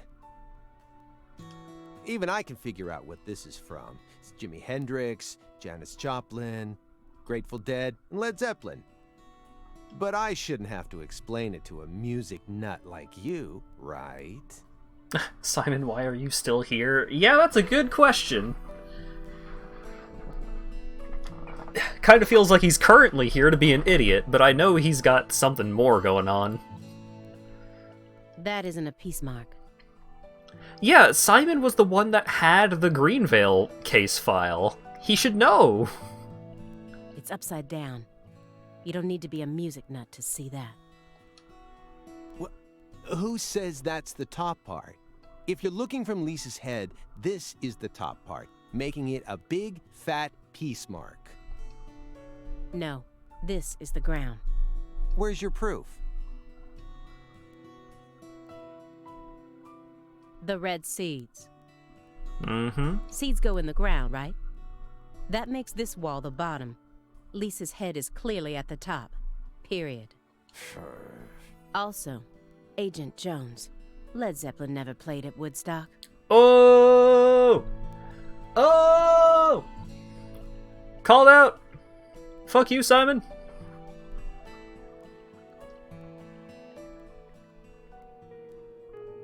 He's representing a human with a hunting trophy made from an animal. Oh, and the two branches are... Like, the branches are each pointing to one of the Clarksons. The left branch is pointing to PJ, the right branch is pointing to Lena, and then the middle branch is pointing to Lise. I feel like I'm looking at a piece of modern art done in really bad taste. Oh, and then Galena is the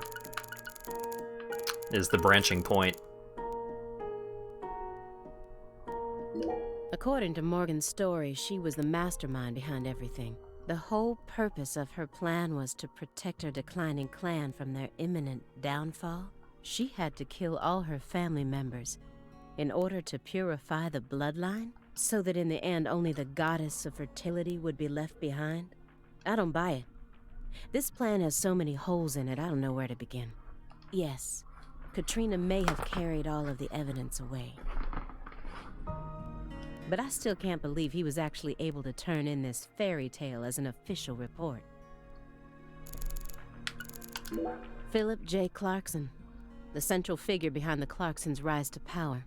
He took 2 wives and fathered 3 children. But despite all his successes, he's been immortalized as a hunting trophy. Nothing but a sick joke. He took in the daughter of the man who murdered his beloved wife and daughter. That's quite the feat. He was going back over the Le Carré case together with the Greenvale case. Just as I thought, these 2 cases are connected. Uh-huh. But in a different way from what I originally thought. I'm so worried about which one is going to progress the plot. She planned a string of murders all in order to restore the Clarksons to their former glory, right? Yeah. According to Morgan's story. Matches up with the files, too. But the only proof of that is the confession she privately gave to Morgan just before she died. Galena Clarkson was also murdered immediately after she confessed. Don't you think it's all a little too convenient? I'm gonna have a quick snack. Well, story-wise, yeah. And the sacrifices. None of the FBI's official records contain an example of an actual human sacrifice, aside from the cases that Francis Zach Morgan handled, that is. There are tons of examples of animal sacrifice, though. And remember the witch hunts back in the Middle Ages? Meaning? Meaning, there are always exceptions to the rule. And Morgan alluded to the existence of some sort of journal, right? I think he said he read it in Professor R's lab. If we could find that, maybe this would all become easier to swallow. The report didn't mention anything about a journal. And if it truly did exist, it surely would have been submitted as evidence. Unless he tried to cover it up on purpose. Or... unless the journal never existed in the first place. Exactly.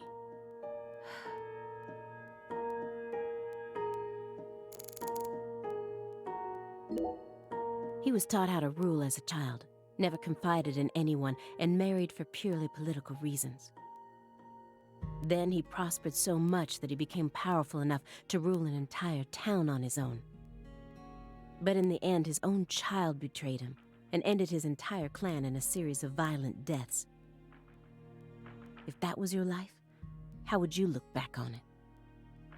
Yeah, beats me. I wasn't born into a rich family, nor was I ever taught how to rule. And for what it's worth, I've also never knocked up a young ex-actress. But I guess the one thing we can say is that any good life needs balance. Get too hung up on one thing and you lose sight of everything else. And if you betray someone, you'll get betrayed too. If someone thinks they can step all over people and then live out the rest of their life in peace, they're fooling themselves. We always get to see how those people end up in our line of work. In the end, they die horrible deaths. That is why pizza is the only thing I trust. Pizza never betrays you. Untrue, Simon. I have been hurt by pizza in the past.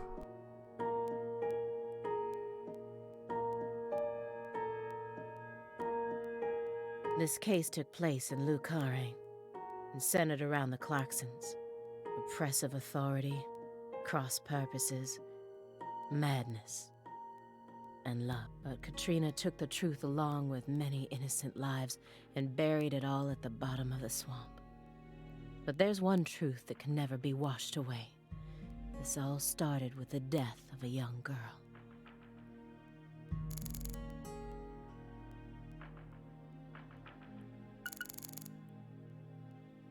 God damn it, it took away my thing to look at the frickin' Greenvale case thing.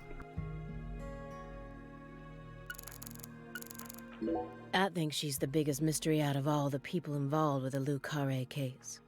How could she agree to kill her own daughter, then herself?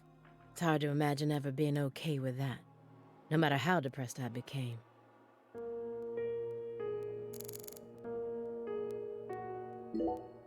Why did she believe what Professor R told her? The whole blood purge story. There's no way anyone in their right mind would ever believe that. You got a point. No matter how badly all the bullying must have broken her heart. I just find it too hard to believe. Don't you? Yeah. But you shouldn't think too hard about it. Why not? Human beings don't make sense. We always do things that can't be explained with common logic. Especially when it concerns our parents, children, and siblings. That doesn't satisfy me. No matter how irrational an action may be, I want to know exactly why that person made such an irrational decision. Otherwise, what hope do we have? You're never gonna be in a situation where everything makes perfect sense. Just stop sticking your nose so deeply into everything. That's my advice, as an old guy who's lived twice as long as you. You and I are nothing alike. You decided to give up on your life and spend the rest of your time on Earth sitting around and playing Sudoku.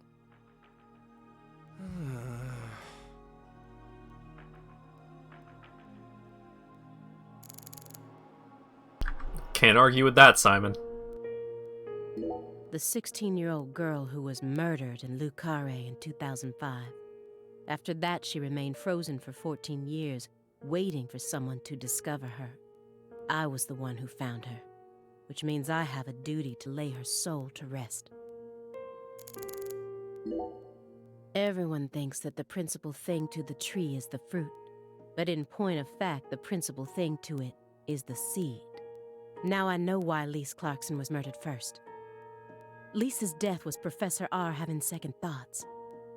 According to Morgan, her plan was to perform parricide and filicide, then commit suicide. Those were the 3 deaths necessary to complete the ritual, remember? Which means she technically could have killed Patricia first. That would have been the best way to delay any interference from the Clarksons themselves. The reason she didn't kill Patricia first is because Lena was actually following a different plan inside her own mind. Yeah, apparently Alia is the one that found Lisa's body. Or perhaps she merely changed her plan as she followed through with it. At some point, new emotions started to take root within her. She had second thoughts about something. And in order to shake those off, she used Galena to kill Lise first. In order to cut off any possible escape. The ice block, yeah. But that only made her plan move ahead quicker than she could have ever imagined. Which forced her to rush right up to the end with those misgivings always in the back of her mind. Huh? Wait, hold on. Yeah, you lost me. What are you talking about? Simon, you're an idiot. In other words, at some point, Helena Doman decided that she wanted to make Patricia the next heir. The blood purge wasn't for the goddess of fertility. It was for their daughter, Patricia. Wait, are you saying Helena knew from the start that Sheriff Woods would die with Candy? That's the only explanation I can think of. Huh. Remember, this is only assuming that everything Morgan told us was true. Until I can trust that man, this is all nothing more than conjecture. Considering how insane this all is, it sounds perfectly believable to me. None of this makes sense, and thus, all of it makes sense. Should probably turn off the red light before he wakes back up, though.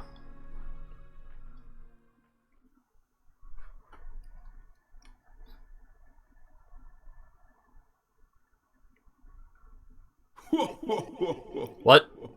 What? Francis Zach Morgan. Hey, Hoongan, how you doing? Remember me? Oh, cat got your tongue. Understood. You know why I'm here, don't you? Surely you must know what this means. To commemorate our reunion, allow me to give you another oracle. The contract, once signed, will last for eternity. But only in the presence of true love. Did you hear that? Huh.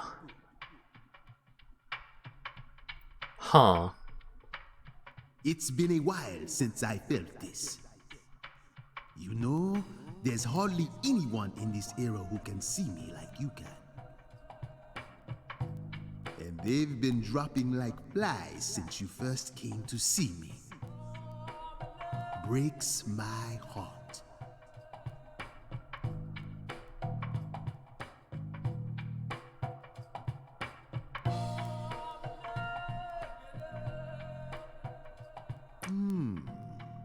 He's talking about pizza. Do you have any questions for me?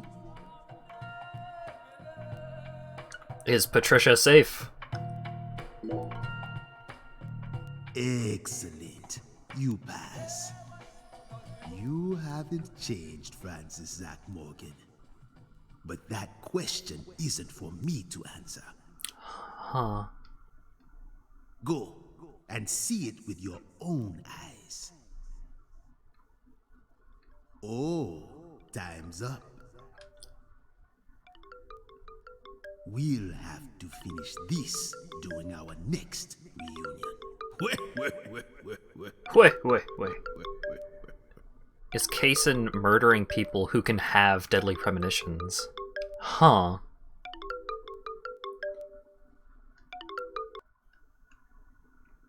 God damn it, Simon. This is bad.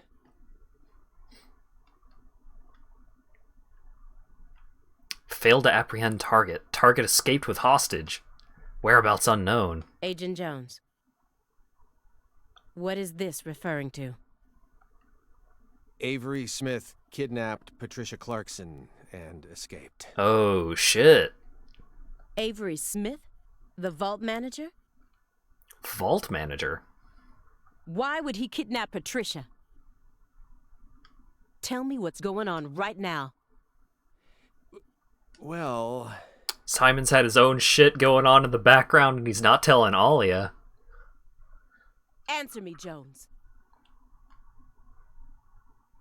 I made a deal with Morgan. Yep.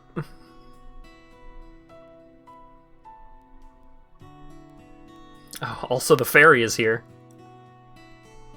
Back when he took me to the bathroom.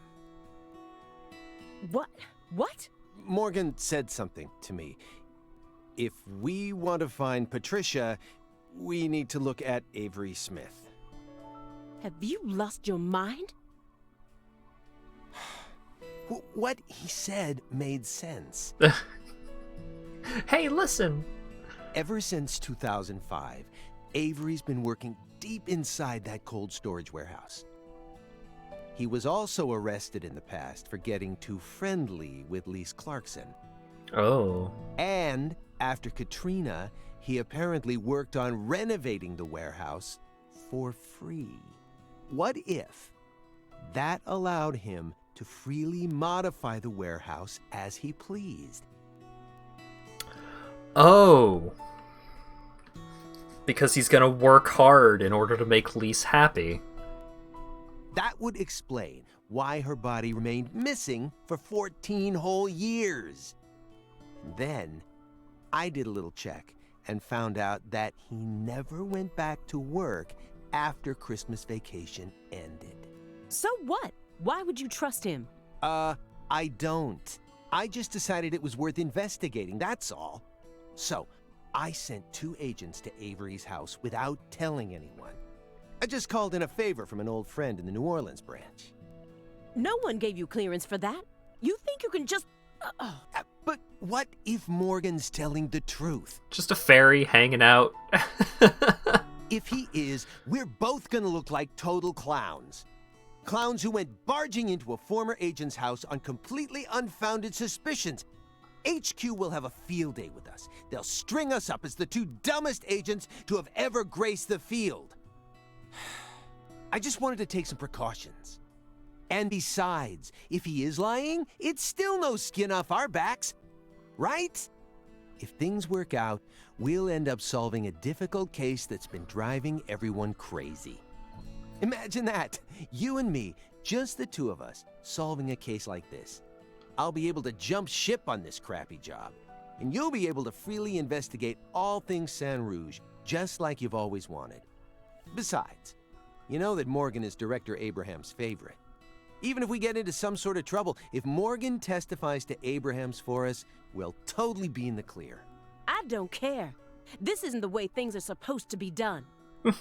Well, I'm sorry, but I had no other choice. You were so engrossed in this, and come on, you know how I am. Besides, saving the hostage should take priority above all else. There's no time for squabbling. Can't wait for Deadly Premonition 3 starring Alia and reluctantly including Simon. We need to find Avery Smith no matter what it takes. But how? Well... Thanks to your heroic maneuvers, we just lost our suspect. I know, but... I know how to find him. Hey, Zach. Also, Zach isn't freaking out, despite the red light being on. I should be able to see the other world, the way I am now. Just let me go, please. Morgan? It's okay, my fairy. I know I can convince them.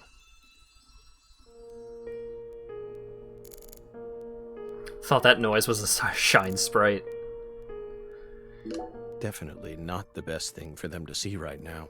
If I saw that during an investigation, I wouldn't be able to stay calm and listen to someone either. Yeah, POV change. I found the first one last autumn. A dead rat with a bud coming up out of its stomach, just like this one. A rat ate a red seed, died, and the bud sprouted. Honestly, it shocked me. Up until this point, I'd only ever seen red seeds, saplings, and big trees, so I decided to grow one of my own. What are you talking about? I needed to solve the mystery of the red trees. Why do they exist? But all of my sprouts died without ever growing the tiniest bit. Until I performed the ritual. Forget about a big tree. I couldn't even grow a single sapling. So you kept experimenting? 2 days after the seed enters a rat, it takes the rat's life.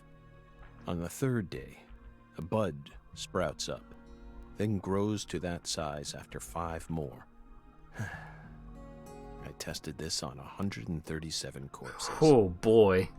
In only a few months? But I was never able to grow a bud any larger than this size. I still remember what he told me. Apparently, there's a special trick to making these grow. Uh-huh. You're totally insane.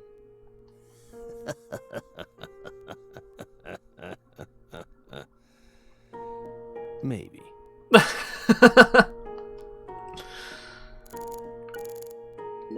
Aaliyah Davis. She's on edge, as she should be. Who wouldn't be after seeing this room?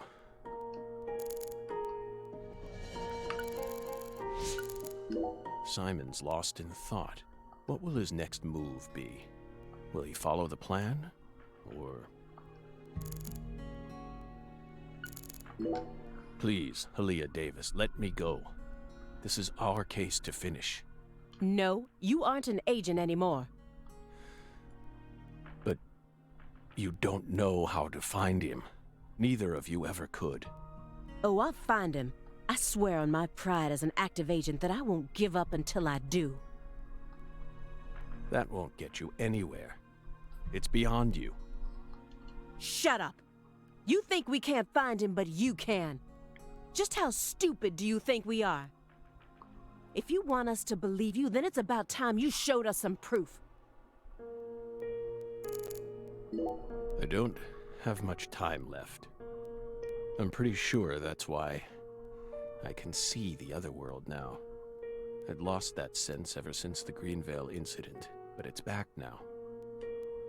Please, will you just trust me? Come on, Simon. You'll trust me, won't you?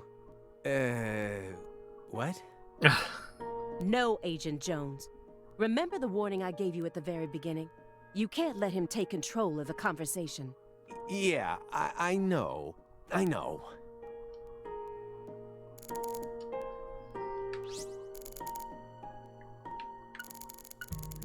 Helena Doman, a.k.a.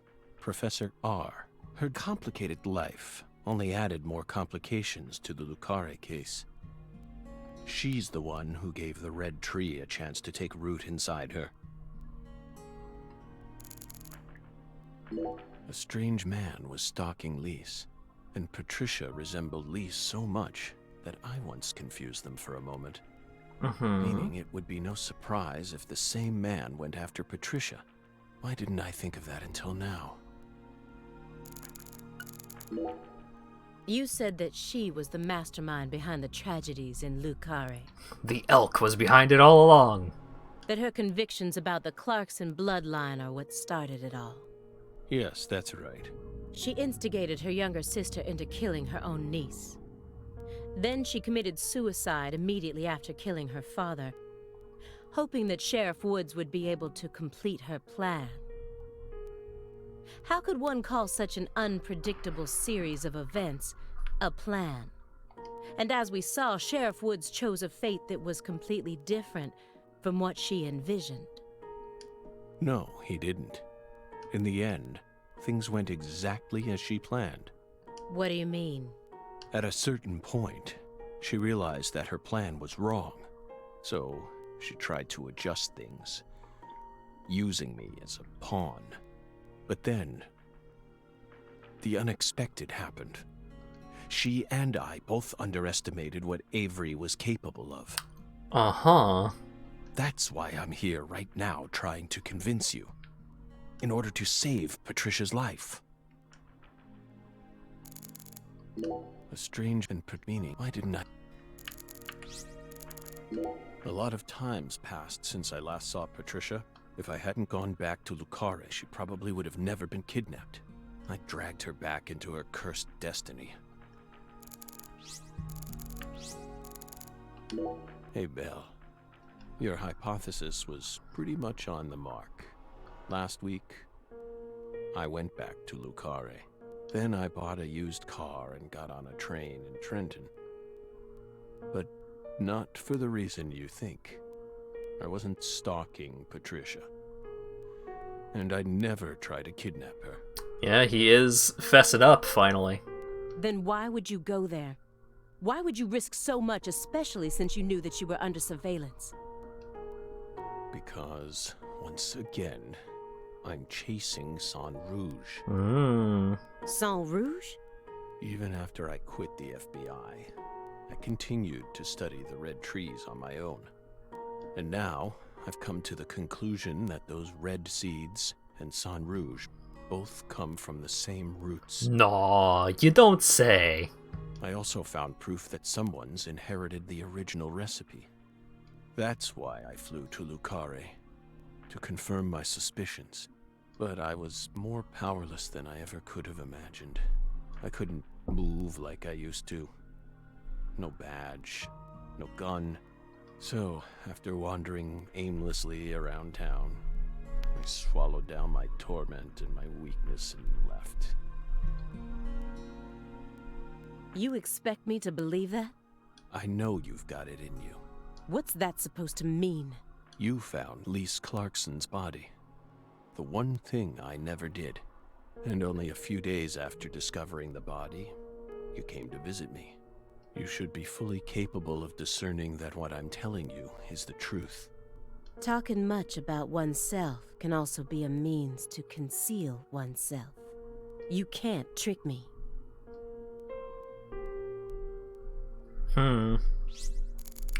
Ollie is a hard nut to crack. If your story is true, then why did Avery Smith kidnap Patricia? Patricia resembles Lise. I even got them confused once. And Lise reported being stalked by a 10-foot man. That's Avery Smith? Exactly. Fucking... God damn it. But he's only 6'7" at best. His physical characteristics don't match the person you're talking about. I once concluded the very same thing. But now I know. That was definitely Avery. He protected Lisa's body for the past 14 years. Until you discovered his sleeping beauty. Avery on Sang Rouge? Oh, that might be it. So after losing Lisa's body, he kidnapped Patricia as a replacement? That's ridiculous. Is that really what you think happened? Even if Avery did possess that sort of mentality, it doesn't make sense. If Lise was really that important to him, he would have tried to steal her back. Not now, maybe, but certainly after she was buried. Would you be able to go on worshipping a goddess who had been defiled by so many hands? That ice was a barrier, a shield that separated the divine from our world.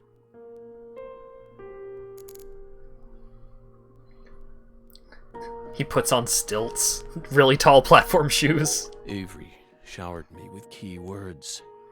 Smarty pants scientist, research, and lab. Why didn't I pick up on any of it? If shallow prejudice is what prevented me from taking his words seriously, then I truly am a failure as an agent. No, I know why. I was still immature as a human being.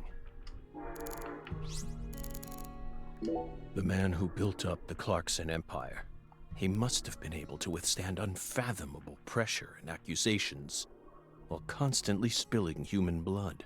The more I learned about him, the more I felt like he was completely beyond my reach. He possessed an impeccable mind. I can still remember that even now. When I first met P.J. Clarkson, how did I feel? I just thought, oh, so this is what it feels like to be in the presence of a truly powerful person. He had a very unique aura, as if he had surpassed the realm of good and evil. It's the kind of feeling you get when you come face to face with a legendary actor or an influential politician. Huh. So I was also able to sense the deep darkness that trailed behind him. The brighter the light, the darker the shadow. The more he shined, the more the people around him had to squint to shut out the light.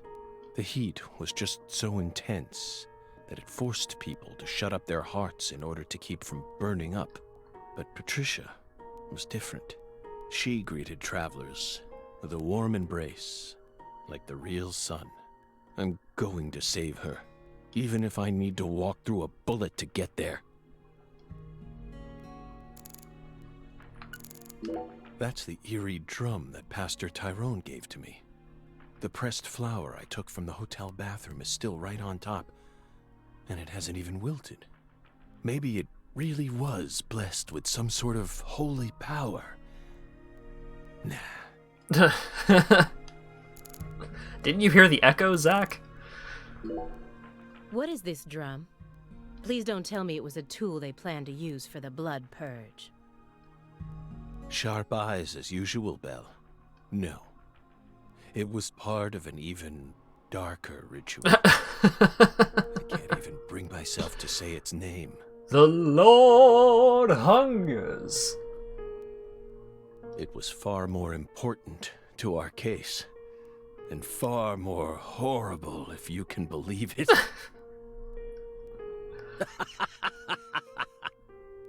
What? No, that's just a drum.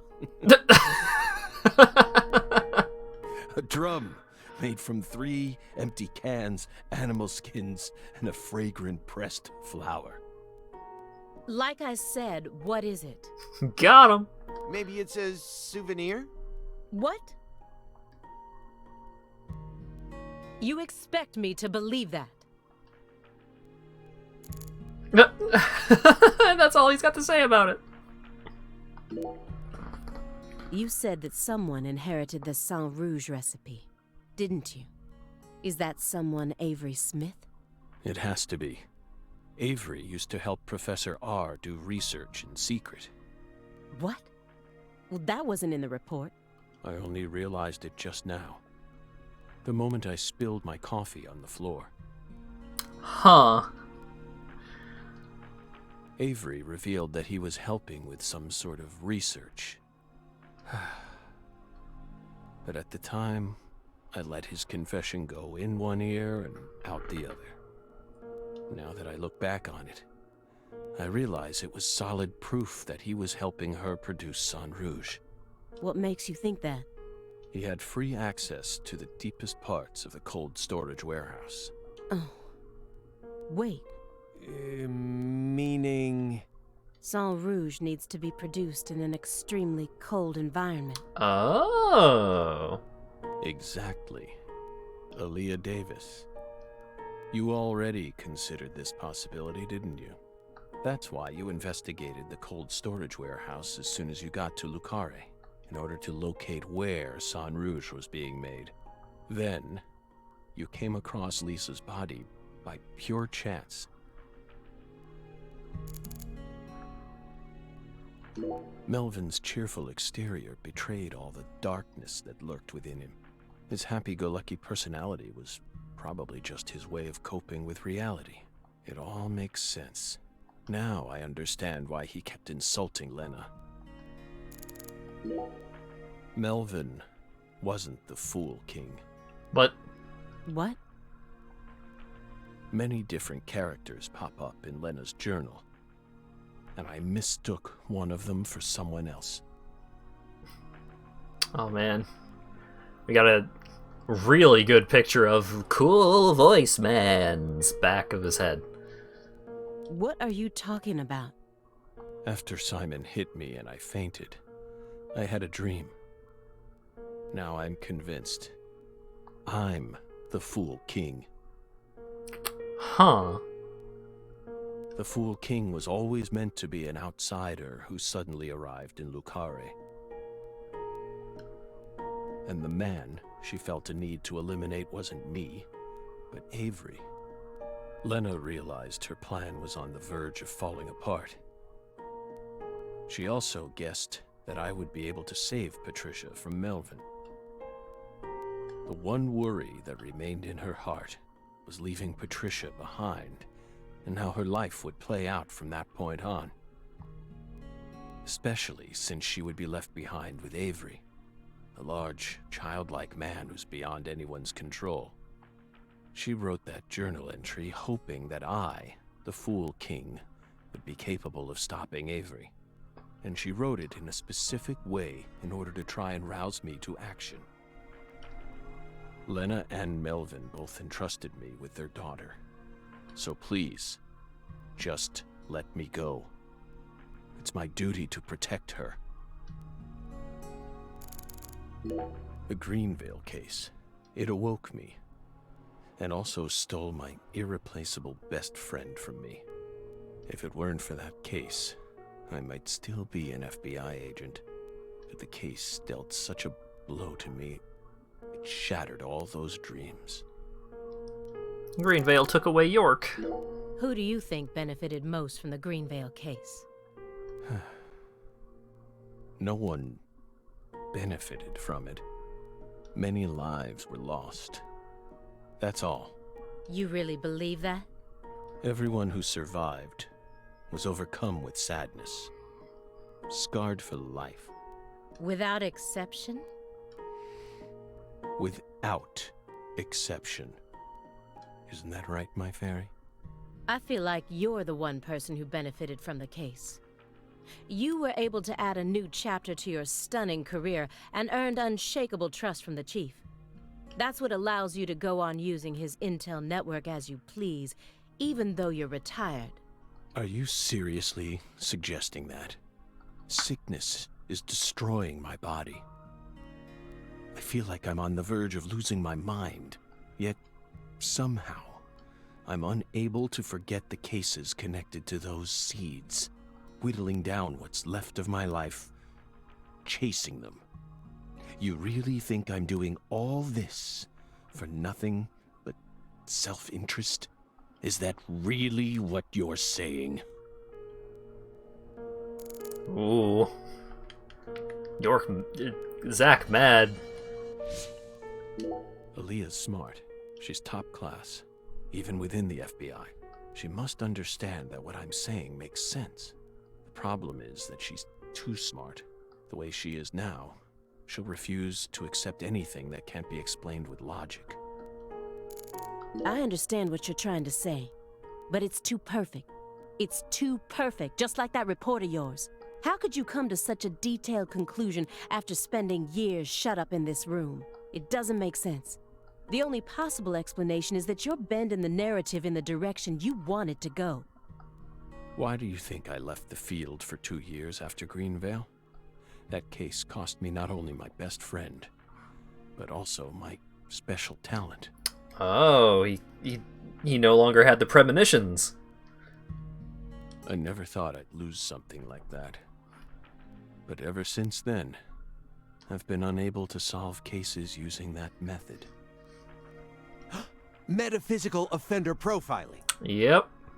I tried everything I could think of to regain my lost talent, but it never came back to me. That's why I quit working for the FBI. And without anywhere else to go, I simply spent my days seeking truth, searching for an answer I'd never find. So time continued to cruelly pass me by. Until finally, a disease started eating away at my body. I thought it was all over for me. But about half a year ago, I finally reached my conclusion. Everything started with the red seeds. He and I encountered these seeds long before we reached Greenvale. Under the seething, mind-melting sun of Louisiana. Then, for some reason, in the beginning of December, I finally regained my talent. And instantly, I could see the other world again. Get it?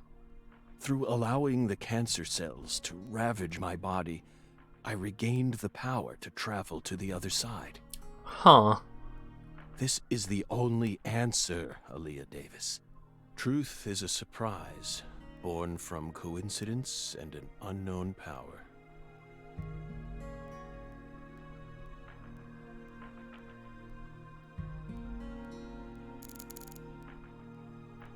I guess a near-death experience is kinda how Zack first got his supernatural shenanigans going in the first place. Like, he got York, and presumably the ability... Two bizarre cases derailed your life.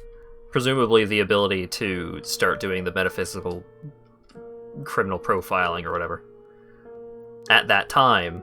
So, that... When he first got all of that, it was from Kaysen nearly killing him, but now he's nearly dying again. It must have been extremely painful. You have my deepest condolences, but that doesn't put you in the clear. You're still a suspect. A suspect? For what? Patricia isn't here. The murders of Sheriff Melvin Woods and Candy Woods. Their bodies were never recovered. Katrina carried them away, along with many other lives. Aside from that report you wrote, there's nothing that proves your innocence. But wouldn't that also mean there's nothing that proves my guilt either? Hey, let's not jump to conclusions here. Oh, I'm not. I also suspect there's a possibility that he murdered individuals connected to other cases that he's worked on. The Greenvale report bears the same inconsistencies as this one, and both cases are filled with victims whose deaths were never witnessed. Well, okay, that's fair. Stop.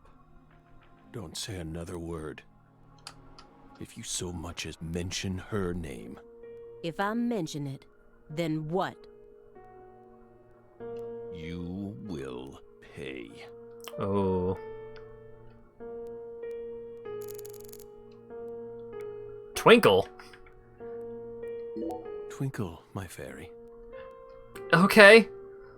Don't look at me that way. I know how talented she is.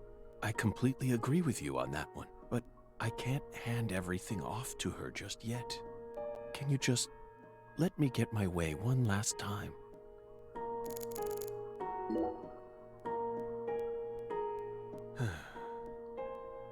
Belle. No. Special Agent Aaliyah Davis. You're exceptionally talented, I admit it. You found Lisa's body, then discovered the red seeds all on your own. You even noticed that there was someone else in this room. You've got amazing intuition. You're a hunter with an extremely keen sense of smell. But you still can't perceive the other world the way you are now. That's all there is to it. Oh, shit.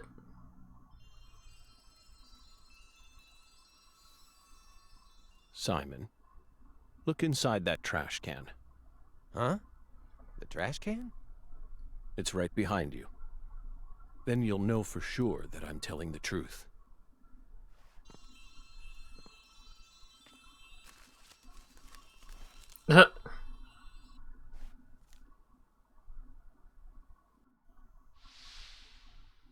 What?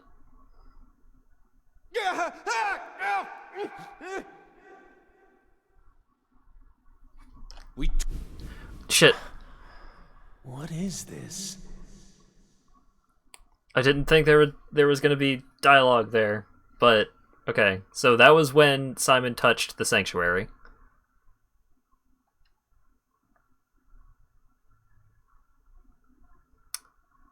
Okay, so we got a note. I'm the one who sent Dahlia the tip and set everything into motion. We need to talk alone. Alright. FK.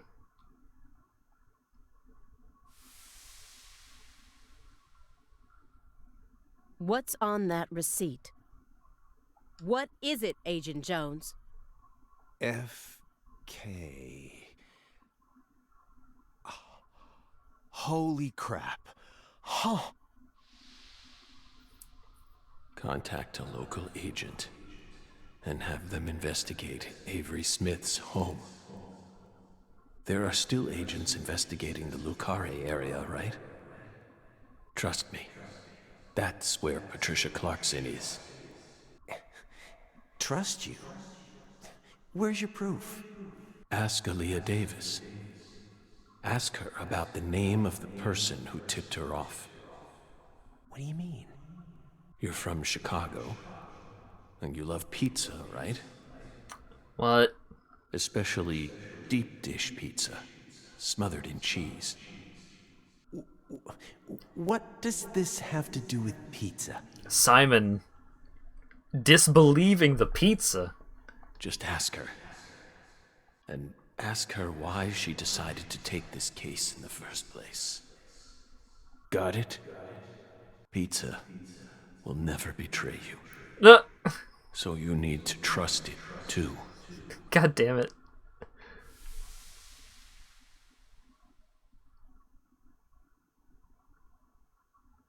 But how could you have known that I would come here with her? I didn't. I just bet on you. God damn it. Hey! Tell me what's going on right now, Agent Jones. Oh shit. Thank you, my fairy. Car key, Simon. Let me go. Don't worry. Just trust in the pizza. I'm the anonymous tipper. FK.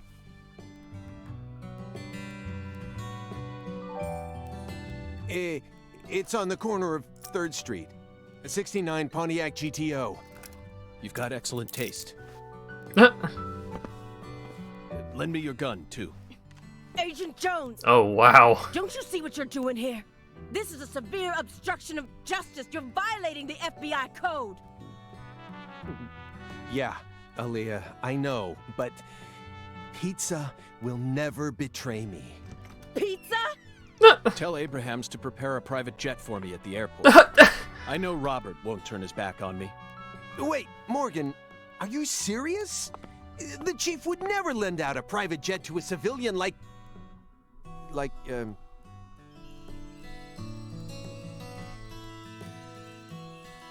I have to leave you for a bit, my fairy. They'll be fine. They'll figure it all out.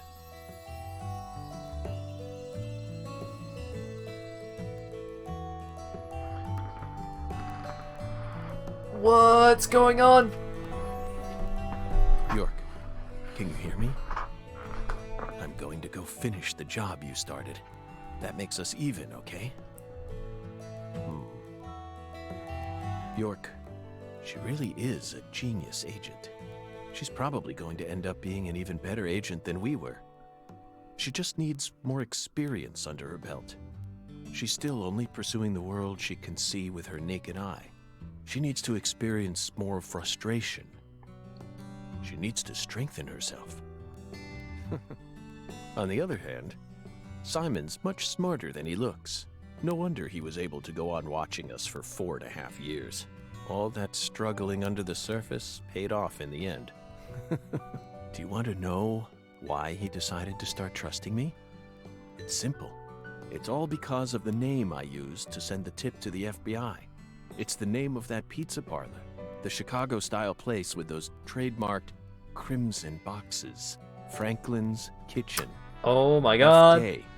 Yet again. They've got the best deep dish pizza in the area. Both Simon and I love that place. That's why I told him, pizza will never betray you.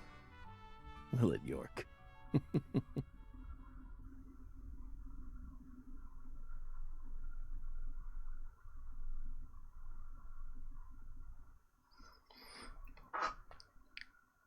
What a stupid plan. I love it. Yeah, it is definitely very much a plan that Francis Morgan would come up with. Also, there's a lot more leaves going.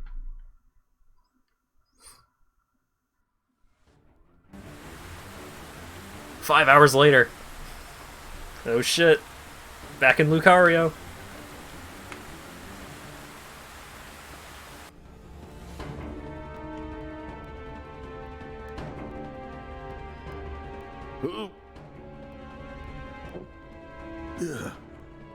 Nice jacket.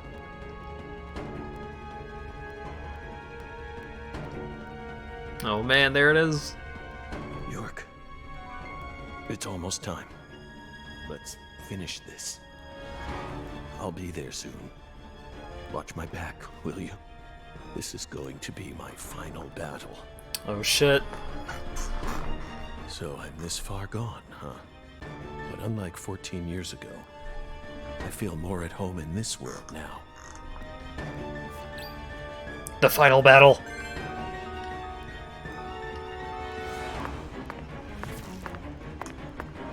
Oh yeah, we get to play as Zack with the handgun. Good old Mr. Alligator. Save and end stream for next Saturday. No!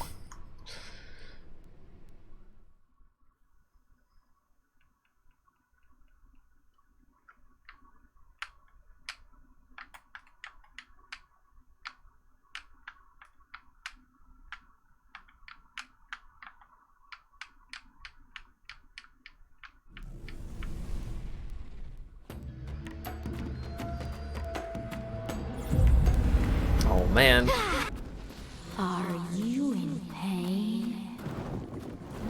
Really sad that all of the other worlds look the same. There's nothing here. Hurts, don't it? There's nothing here. Hurts, don't it? There's nothing here.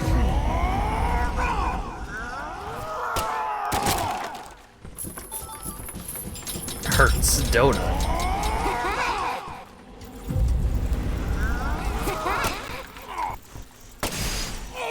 Hurts, don't it?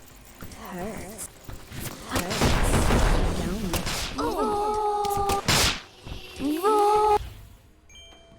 Oh my god. Yeah, it's definitely Patty's voice actor.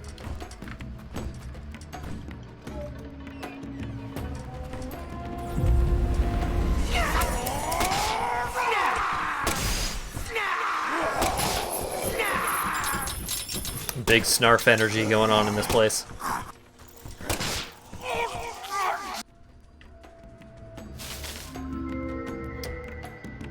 $60 hertz donut. Yeah.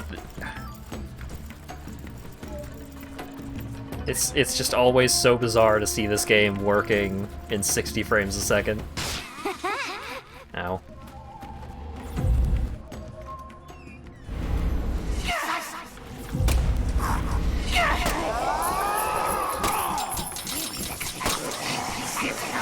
God, because of the explosive rounds, I can't actually hit them correctly.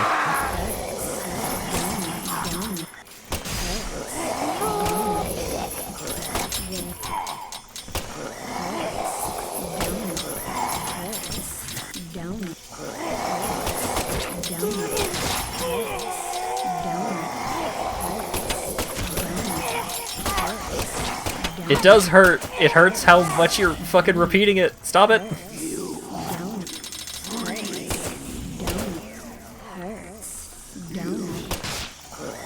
Shut up.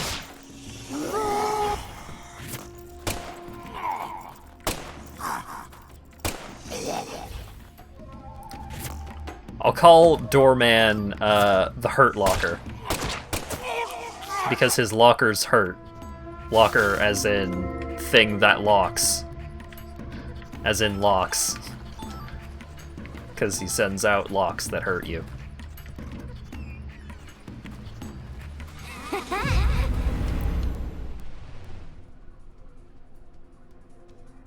God, the lady just jumping from the ceiling going, haha! So goofy.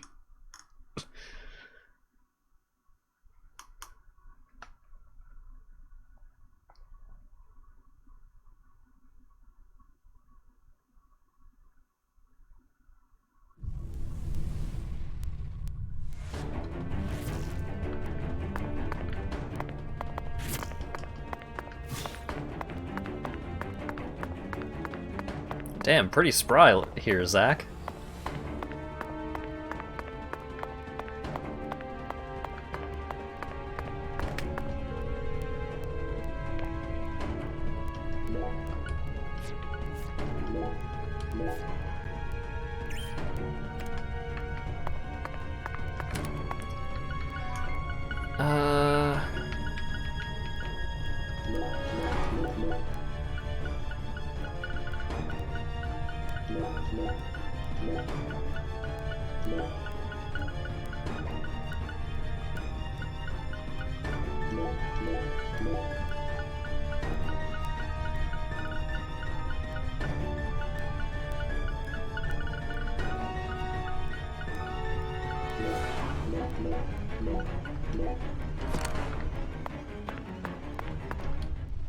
Old man yells at Premonition.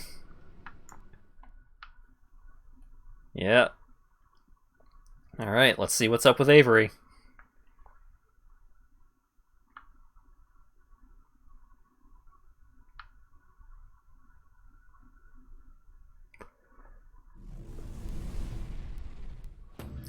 Oh, god damn it. I got tricked.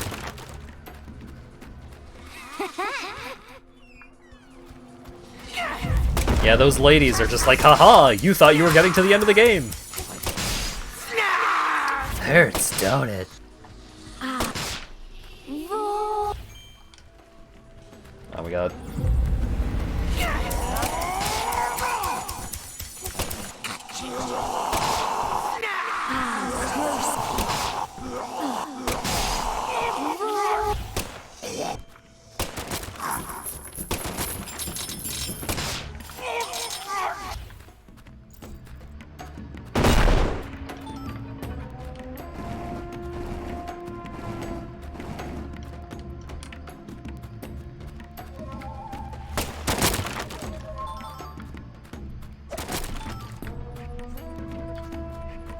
Cup of coffee in the big times.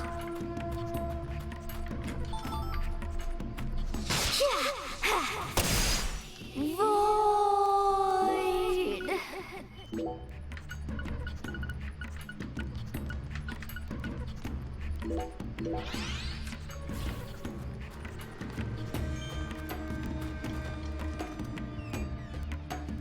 I got $10 for being very hurt. Okay, there we go.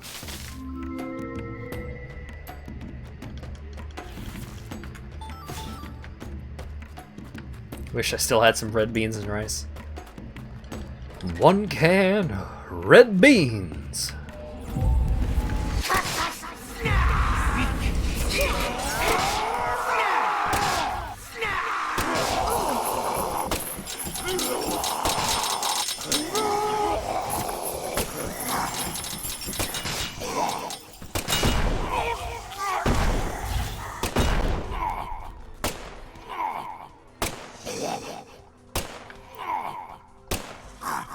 Ah.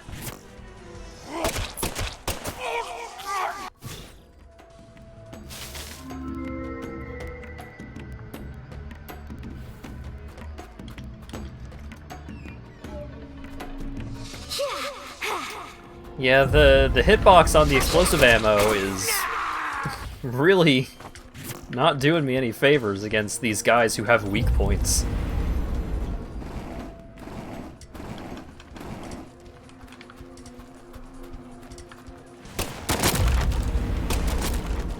Oh god, it was a dead end.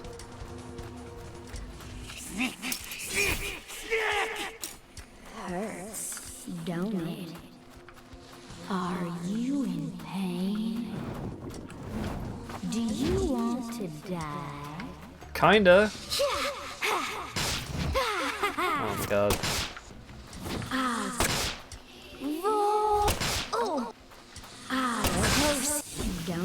What the fuck God, these audio clips. Stop.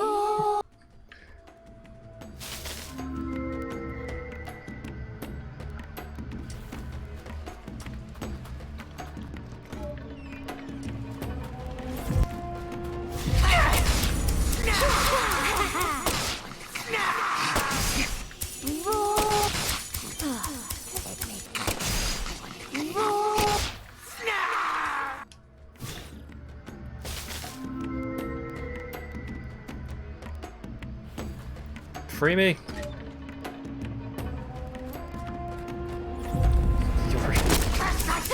Zach's got ladies falling all over him. Yeah, a little bit. Alright, I don't care. Let me by. I don't want to fight any more doormen than I have to.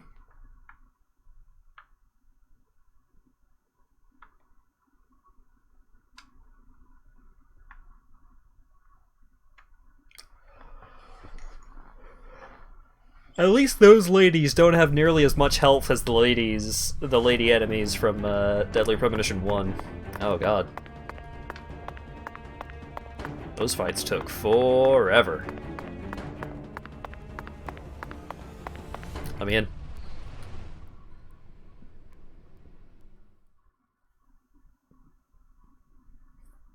Real fake doors. Did I skip a save? Maybe. I didn't see one by that elevator, and it's probably fine. I have a lot of healing. This is it, Luigi. I'll show you what.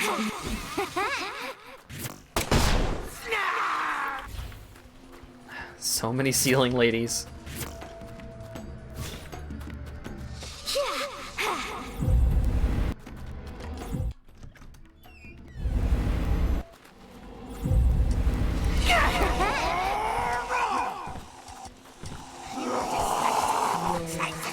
Why is there still more level? I don't know!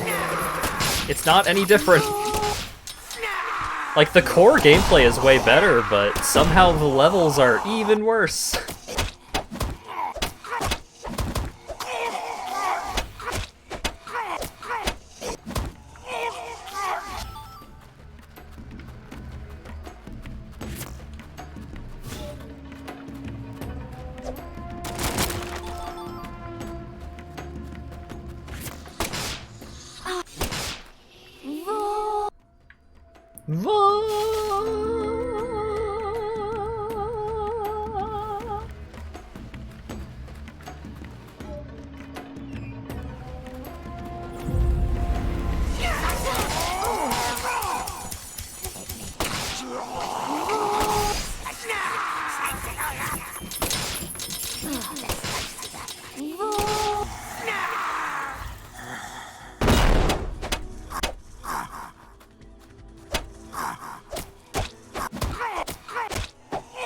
Yeah, get him! Get him, Zach! Give him the old 1-2. Just like that grandma.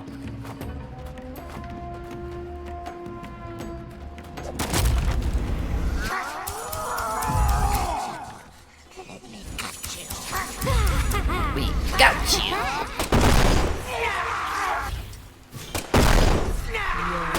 I'll show you.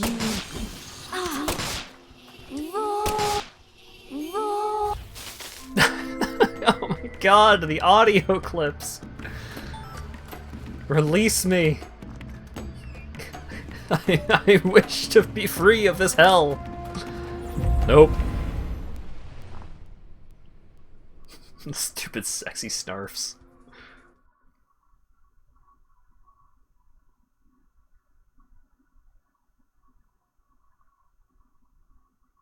Nothing at all. Nothing at all.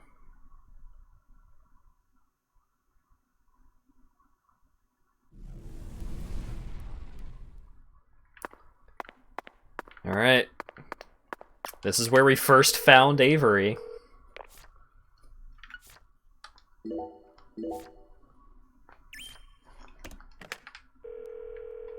Wait, no.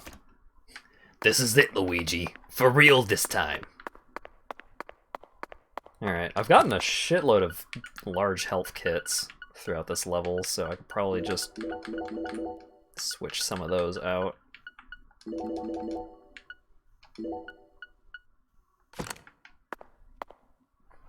Alright.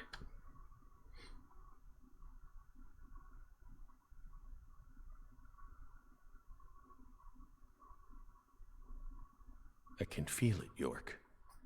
There's something in this room. What do you say we gather up some puzzle pieces for old time's sake?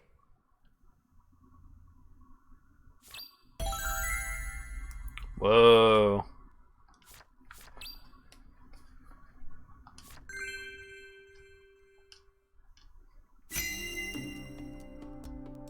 Kind of looks... alright. Yo, Avery, why you got boobs on your back?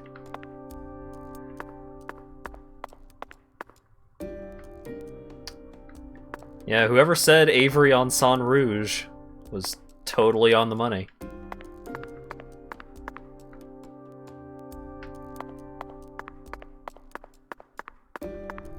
Any secrets? Oh. Oh, there's big secrets.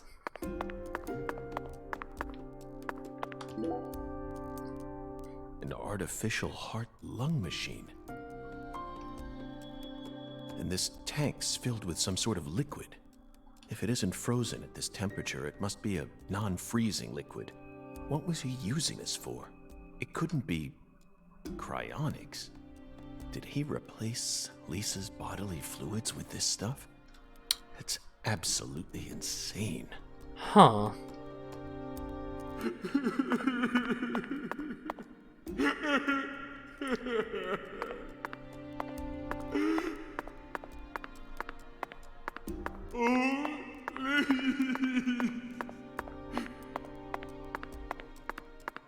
Pretty Lise.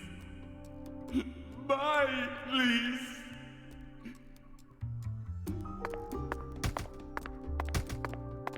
Why? Why did you die? Lise. Lise.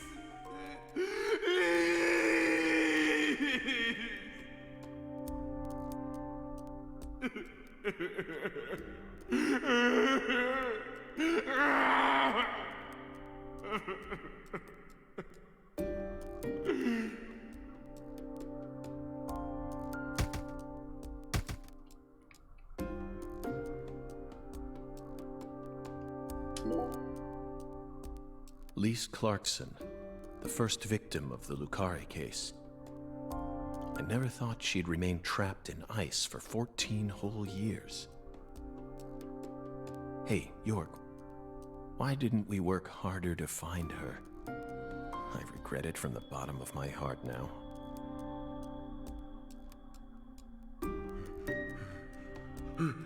Lise, this juice.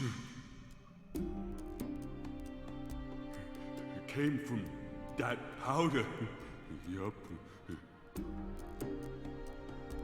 Gave me strength. I'll put it in Lisa's body. Yup. So Lisa stay pretty forever.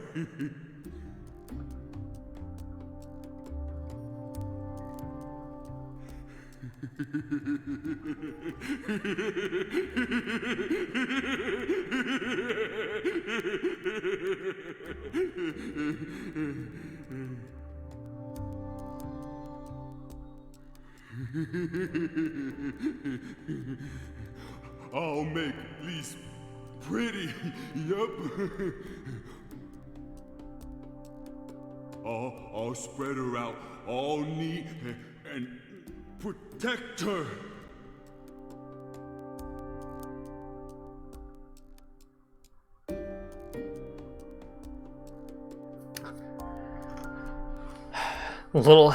It's a little uncomfortable. Yeah, I would say.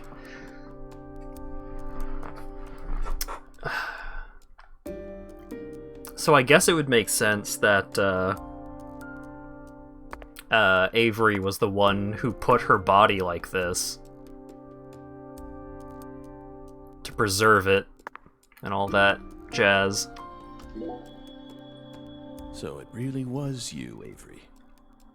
I finally found the 10-foot-tall giant. Lena once said that the red soul could enhance people's unique characteristics. In your case, it must have enhanced your physical characteristics. Personally, though, I don't think enhance is the right word here. This is simply a physical mutation caused by a drug overdose. Sassy as always, huh, Zach?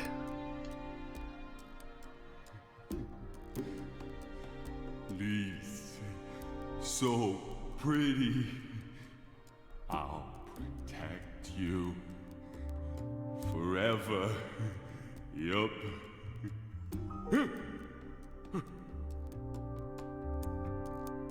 She's smiling at me.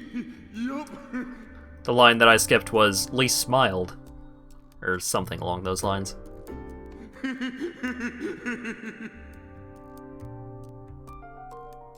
Lisa's smiling. She's smiling. No one ever comes here. Yup. I can hide Lisa here. This is for your sake, Lisa, so I can protect you. Yup.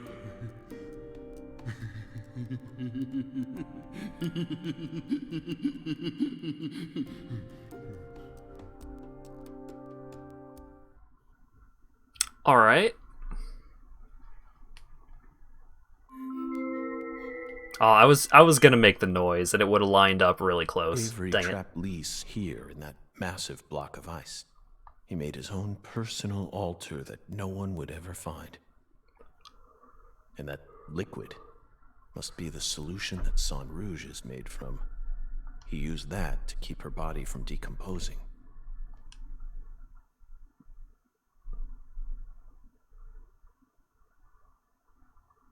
Oh, red seeds. I knew it, York. Our battle began the moment we first visited this town. Mm-hmm.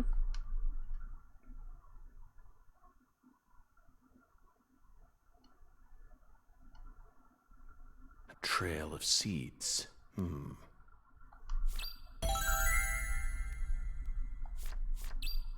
Red seeds. Follow the red seeds to find Avery.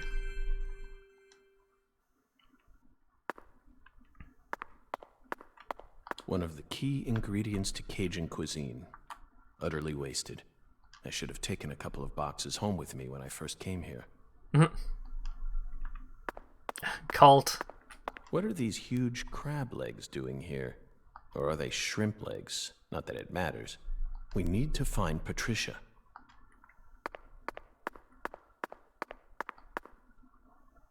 This is beyond freezer burn.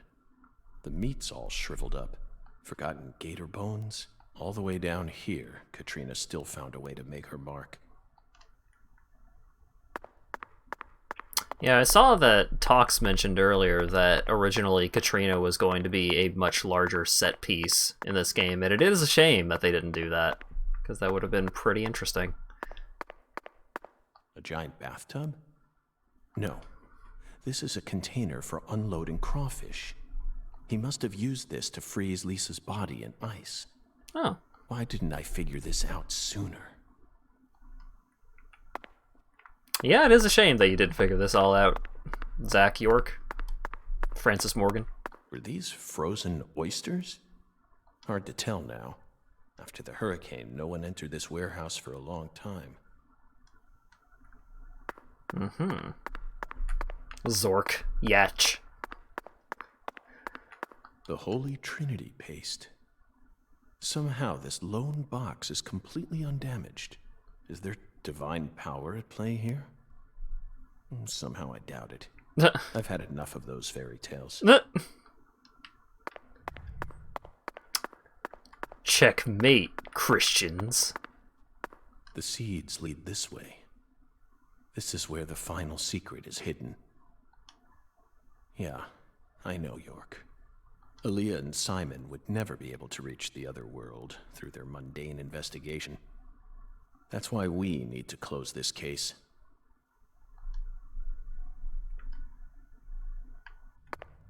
He's got a strong grip. Strong enough to crush a steel door. This must be the entrance to the Smarty Pants scientist's lab. Oh. Uh-oh.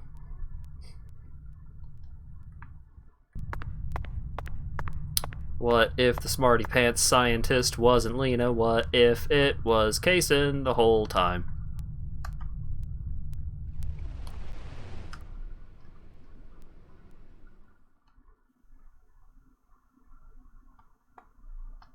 Because Kaysen also developed the gas that fucked up Greenvale during the Raincoat Killer incident. What if it was the chef at Franklin's kitchen? Oh no! Only a genius could make pizza that big. God fucking damn it! I don't care! No!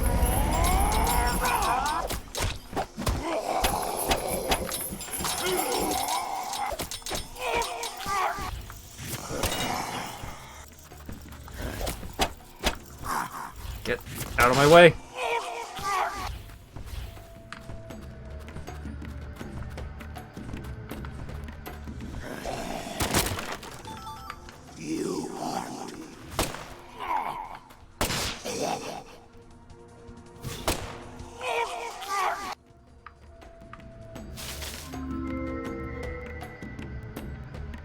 Free me.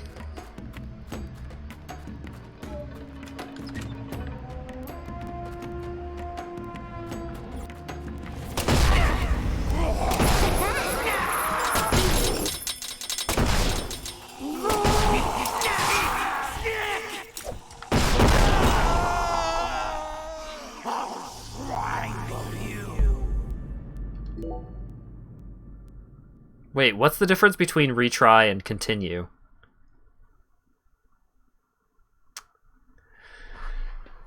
But yeah, it queued up my melee attack, and I was completely surrounded by the exploding spiders, despite the fact that the spiders aren't supposed to explode when the host is dead. Ah. He's got a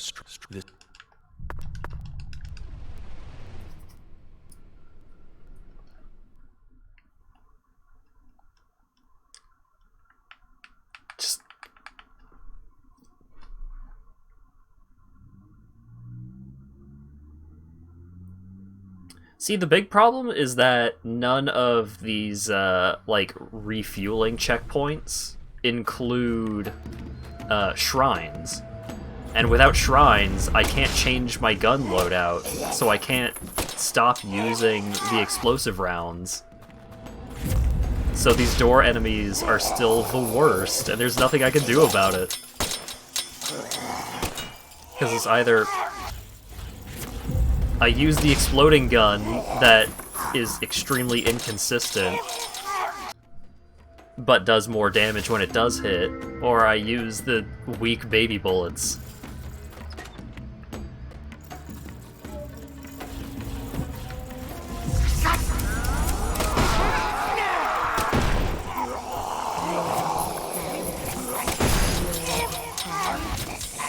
your house. You can't Oh, thank God.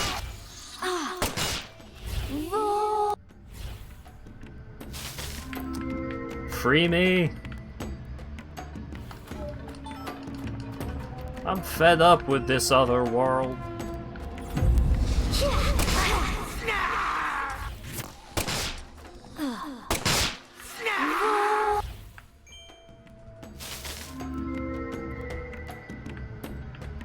I mean, the gameplay is way better than Deadly Premonition 1, but low bar.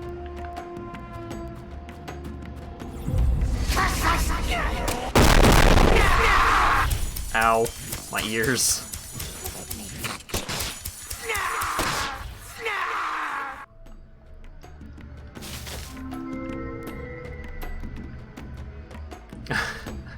Yeah, loud lag explosion. The crash your game trap. Oh god. I would have been very upset. Oh god, stop it with the doormans.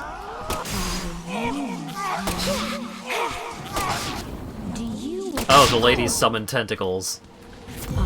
The weird BDSM lady enemies summon tentacles. Good to know.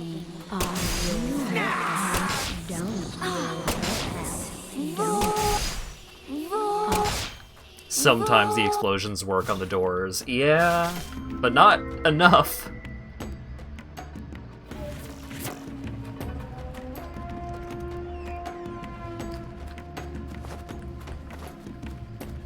Let me out, let me out, let me out.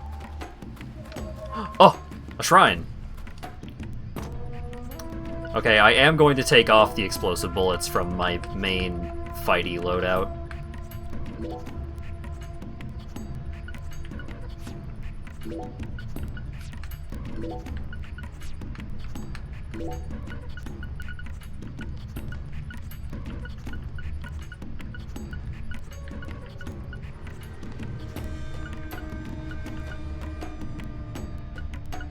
Firing speed, chamber size, venom. Give me some reload speed. How about that? Or no, give me firing speed. Oh wait.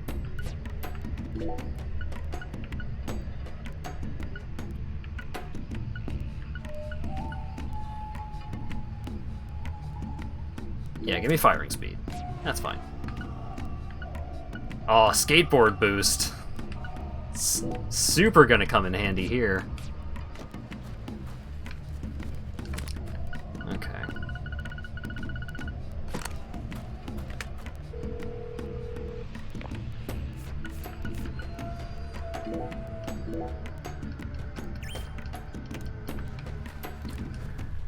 Is it actually final boss time? Is this it, Luigi?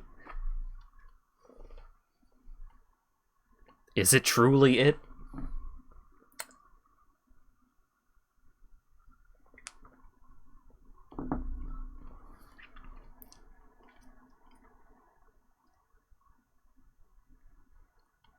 This is it, Truigi. Okay, finally. Finally.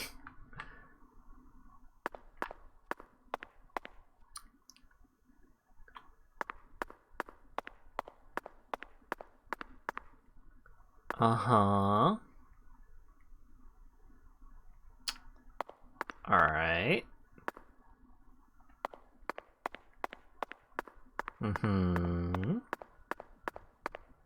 Big ol' canisters of the red juice.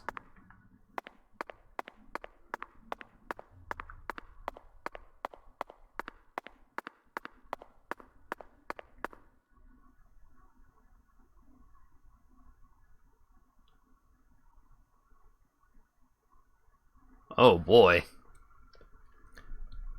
Avery Smith.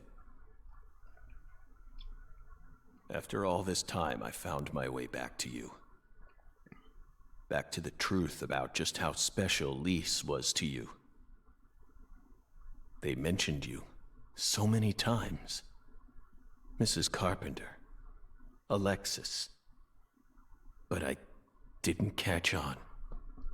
I completely glossed over the monstrous karma you've accumulated. You met the goddess together with Professor R's red soul, and you obeyed them, just as the goddess ordered. But then, the goddess died. You lost everything, and you went out of control. So, Professor R decided to give you something special. Lisa's body. You didn't steal the body. She gave it to you, didn't she?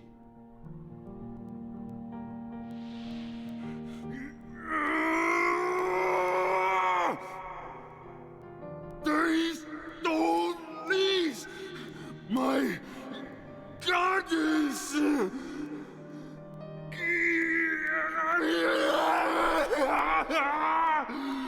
No goddess! No Lise! So sad! Hate being alone. Makes me sad. I'm sad. It's really hard not to think about the Goblins comic.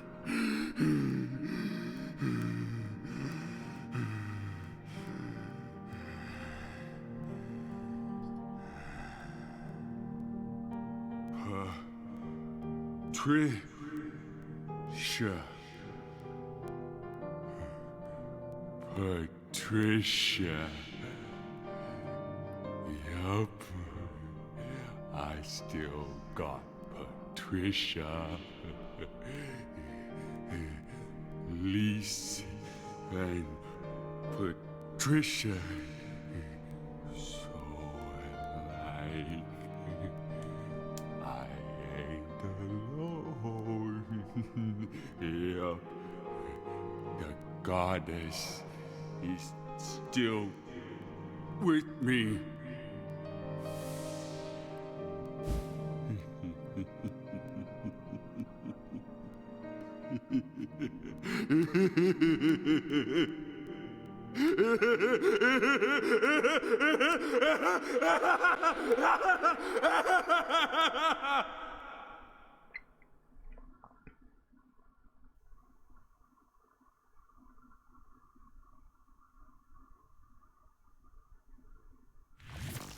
Yeah. Where's Patricia?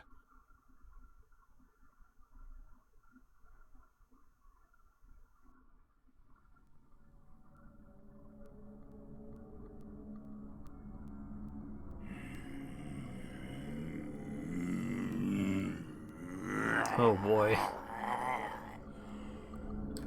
It's not too late for you, Avery. Turn yourself in. Stop now, and I'll even testify for you.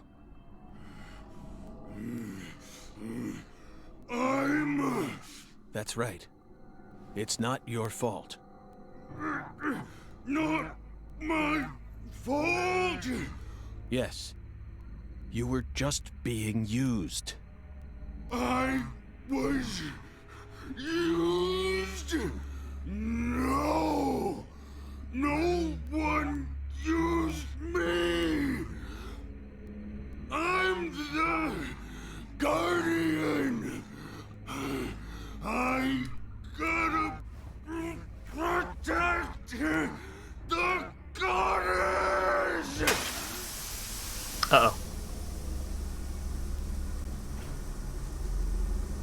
She's mine!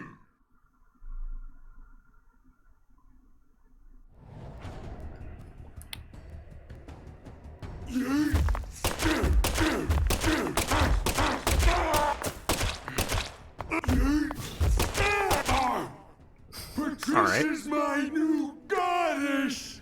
My new lease! New goddess! Give me power! Ah. I got it! The hell is that? I'm not a smarty pants, so I don't know. Huh. Alright, time for phase 2.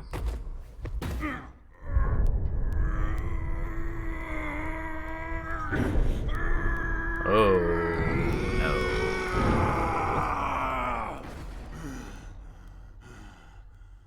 Hey, Patty.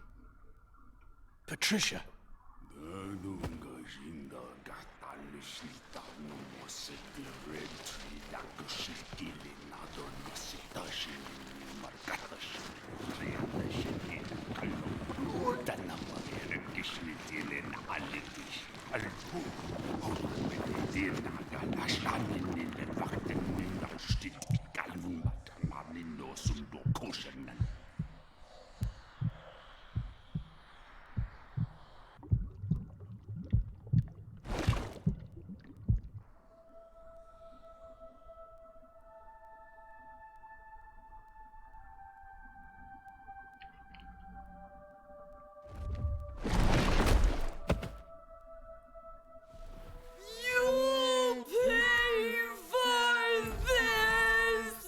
Avery.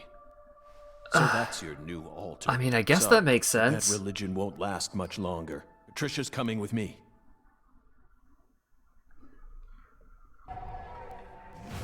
Wait, is he... He's fucking huge!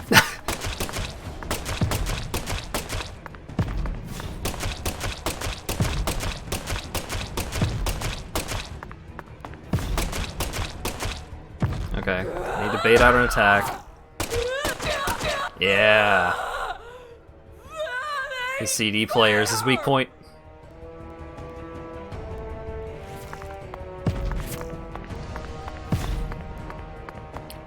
Hey, what are you doing?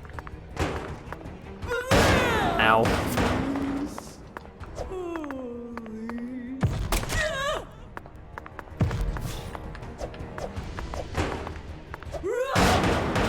God, that sidestep is so bad. Melee attack me.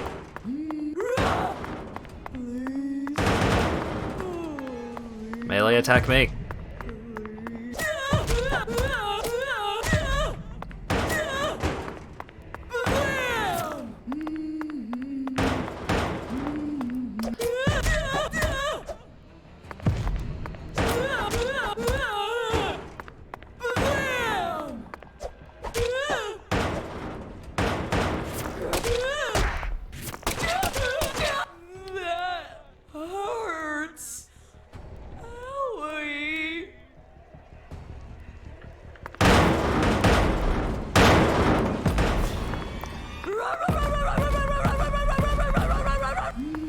Uh-huh.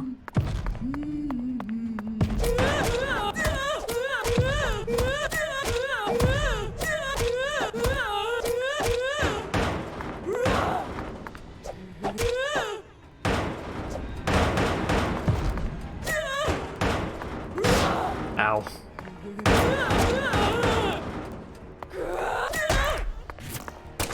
Gotcha! Disaster aversion bonus!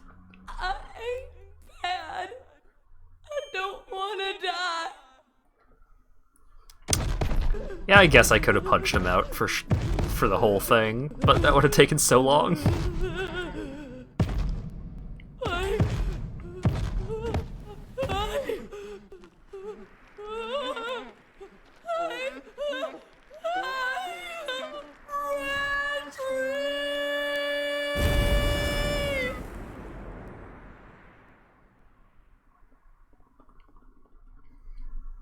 That very large child just exploded. Also, I'm going to restart the captioner real quick. Testing, 1, 2. Alright. Oh, I'm hurt.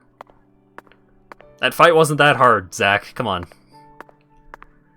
Get it together.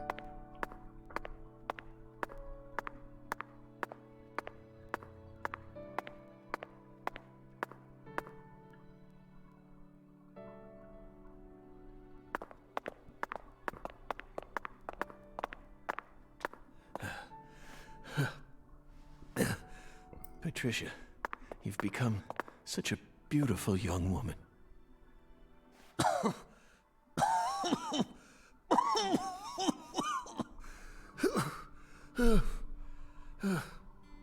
Oh, that's bad.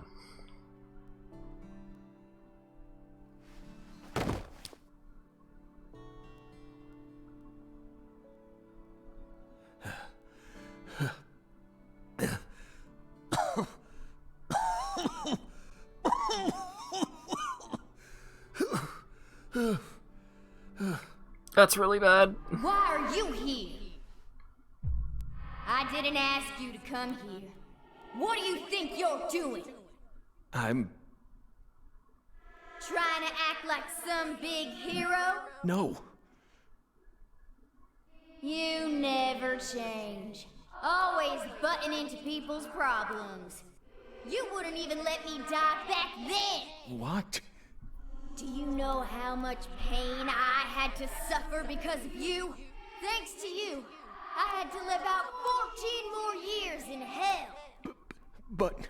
Who do you think you are anyway? You should have just let me die! I could never do that. I could never just stand there and let you die. Never. Never.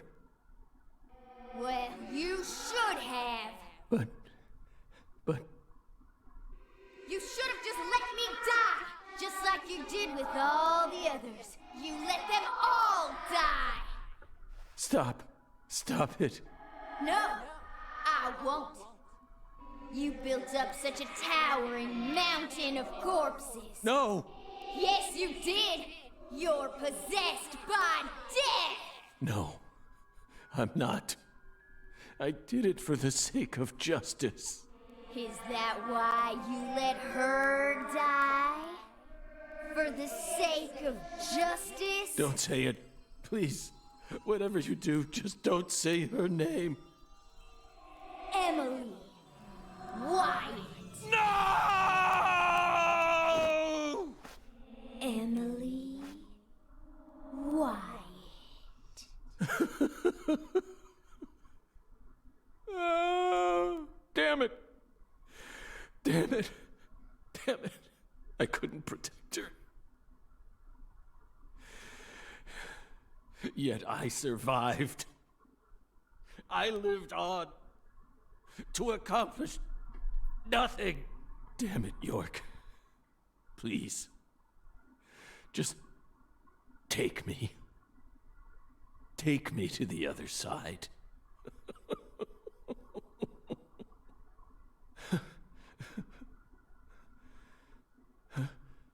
York? No. It's me, Zach. You son of a bitch. Oh, don't give me that look, Zach. I'm awful sorry I'm not York. But I can still save you. I could even take you over to the other side, if that's what you really want. Come on, give me your hand, old buddy. I'll lead you to where you need to go. Just like a lighthouse that guides ships through the dark, abyssal night. What? No. I don't wanna.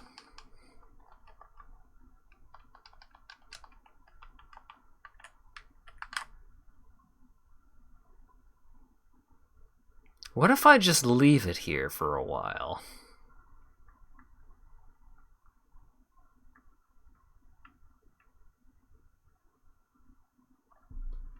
I'll give it some time. It's gotta be a jape, yeah. But yeah, Swery definitely chose particular demographics for the antagonists. So far as my understanding goes, there's a reason for that. And it's not because of, like, depicting these kinds of people as evil. It's his attempt to emphasize how evil the controlling force is, because this controlling force, its whole thing is that it preys upon the weak. It preys upon people who are like it preys upon people who have these problems that are like okay, the other two aside, Galena specifically. So preying upon Galena because she was abused, she was bullied, she was taken advantage of. So they were seeking some sort of agency. They were seeking some sort of power of their own, not realizing that they were relinquishing all control to someone else. Emotional instability, right. It's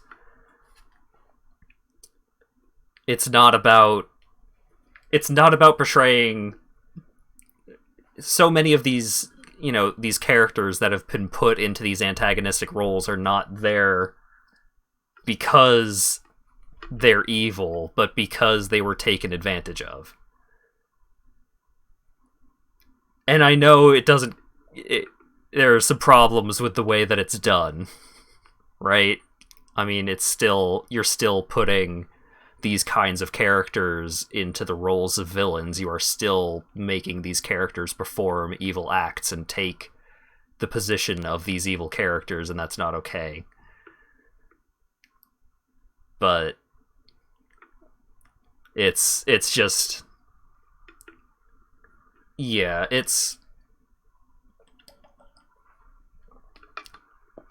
I believe it is done with genuine intentions. And it's just,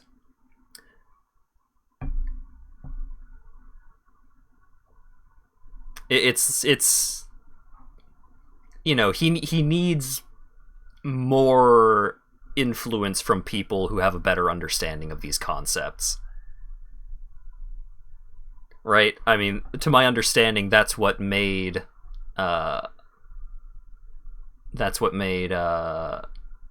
other game, the body horror puzzle game.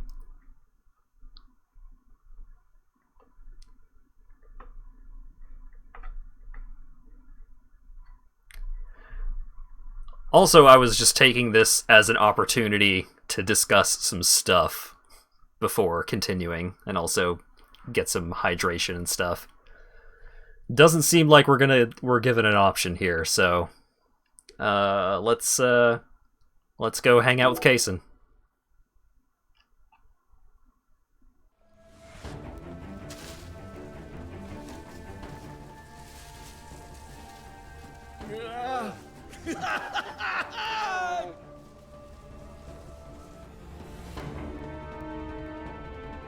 Oh, hey.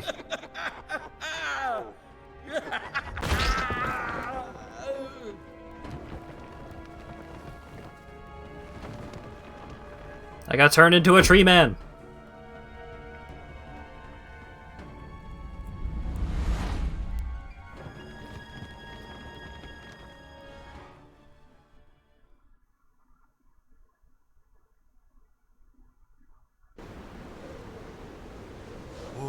Welcome, Zack, to the Red World. You become such a fine monster. Lena and George could never hold a candle to you. They really disappointed me, especially Lena.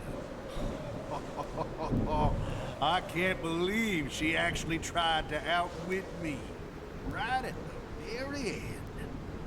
See, my plan was to have Patricia die, then let Candy and Melvin survive. The goddess of fertility and her hubby, the Great King, working together to turn the entire South into the Red Kingdom. Yet right at the last minute, who appeared but York? That little rat. He saved Patricia. Then both the goddess of fertility and the Great King died. That pathetic little journal she left behind made all my hard work go to waste. But Zack, I see now that you are well worth all the years of hard work I put into you. The results are truly marvelous. Like the finest bourbon, matured after long years of patience. By the way, did my letters make you cry? Oh. Don't tell me. You actually thought Patricia said all these? Come on now.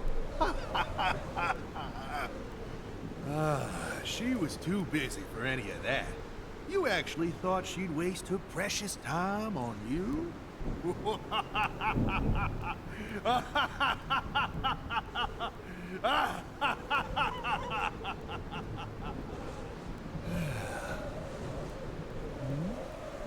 What's wrong? Can't hear me anymore? Well, that's fine by me, Zach. Especially now that York's out of the picture. No one can stop us anymore. Now, hurry up and destroy Patricia. Make flowers for me. Blood, red, flowers.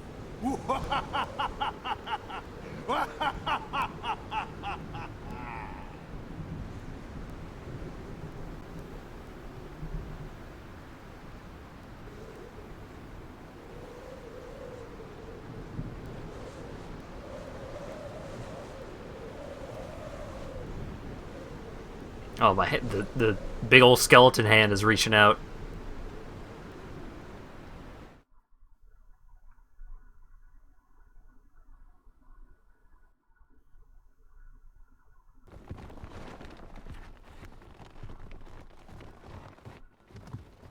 Stop right there!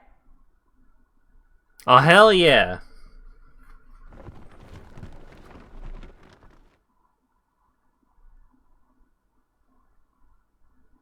Is that you, Morgan?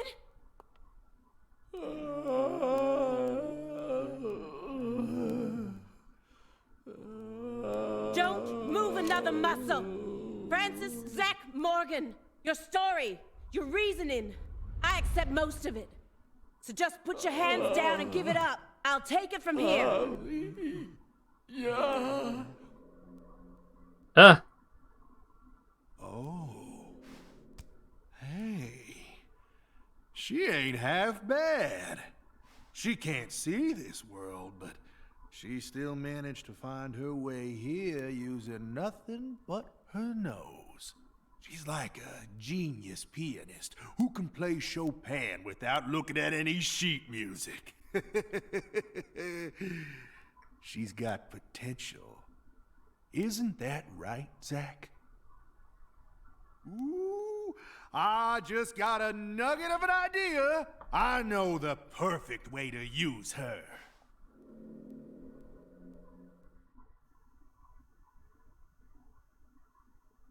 Case in. Inspection start.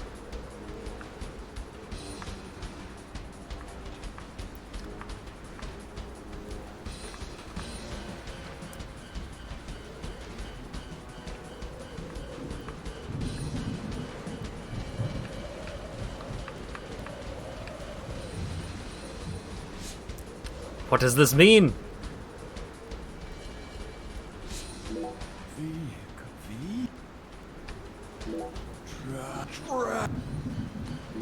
So no.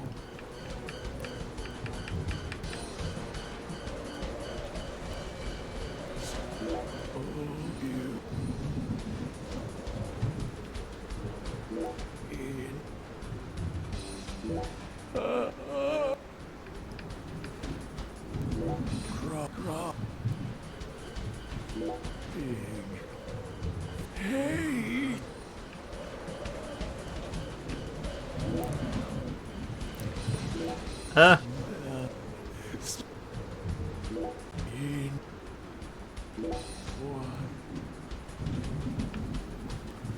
The time limit means we just get groans. Yeah.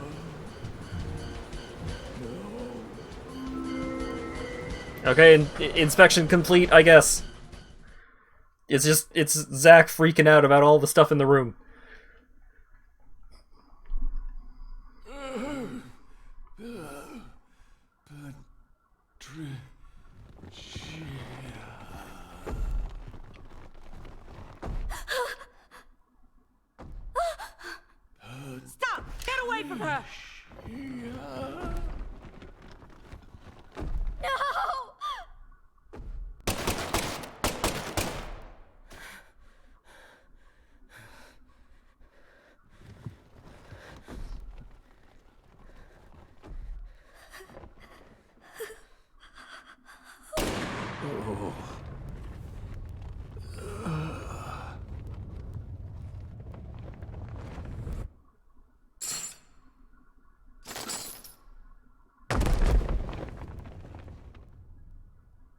Wait, what? You're Zach? Special Agent Zach?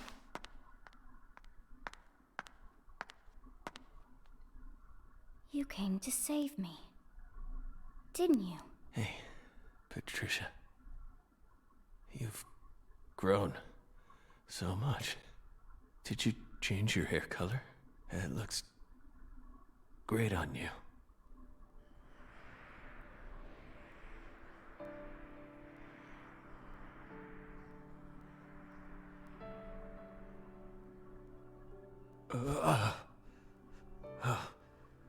Good. Good. Looks like I made it. Zach! Tricia. I don't have much time left. I'm just glad I got to see how much you've grown before it all ends. What are you saying? Don't be stupid. Don't worry. When I die, so will this tragedy. I always knew it would. He and I are two sides of the same coin. We've always been one in the same. If I disappear, so will he. You don't need to worry. Patricia, you can be happy now. No, you're not allowed to do that. The contract's still in effect. Here, look at this. Was this all a big lie? I promised to protect you from all the evil in our world. You need to uphold the contract. Zach, you saved my life. You're the only reason I'm alive right now. That one time when I wouldn't stop crying, remember what you said? Our world is filled with pain. Evil, violence, betrayal, jealousy, lies. Unseen despair is always waiting for a chance to paralyze us. Sometimes you might feel like you'd be better off dead. But you can't give up. Never forget. Your life is your own. Those words freed me from the chains of my destiny. If it weren't for you, I would have died a long time ago. Please, Zach, I still need this contract. Please keep protecting me. Morgan! Get away from her! Oh. Wait, you're misunderstanding. Get away before I count to 3, or I'll shoot! You fucker. No! Listen to me! 2! 3! No!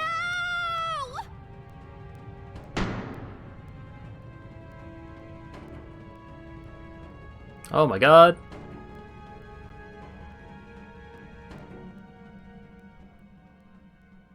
Patricia!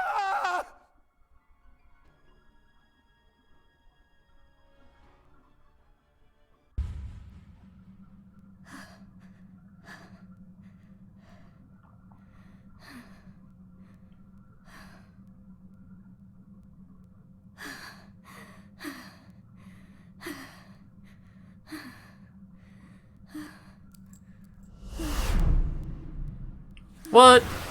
What? What? Can't be. Is this a miracle? What? Oh, God. Oh my god! I don't even know what to say. You've become quite the crybaby since I last saw you, Zach. Yes! Hi there.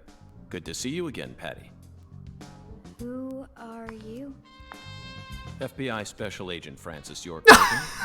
Please, call me York. That's what everyone calls me. Agent York? You're with the FBI? Just like Zach? Yes, that's right. I'm Zach, and Zach is me.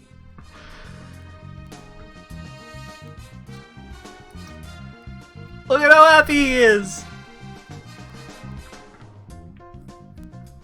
York was the stand all along!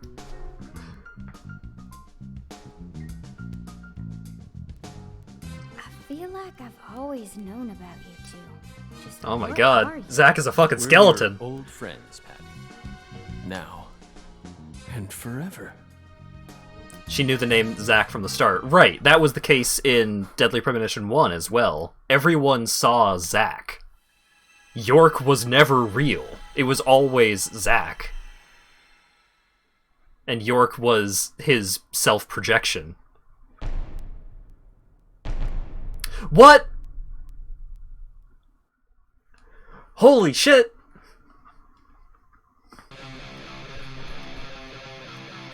Aim carefully, sister. Freeze! Aim carefully. I'm warning you. God, Kaysen is such a Patricia fucker. Clarkson, I'm here to save you. My stand cured cancer. It sure did. Wait, I need a heal. Oh my god, the keyboard.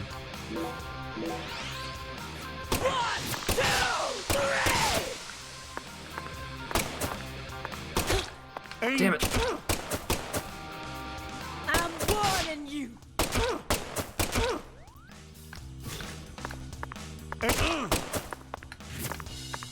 Kaysen looks like that video from Metal Gear Solid 5 where they replaced all of the seagulls with Sahelanthropus. Execution! Resist. How? Yeah, fuck you, Kaysen. All my power. I like counting to 3 and shooting on each number. Oh god, she's charging up! Whoa! The counter!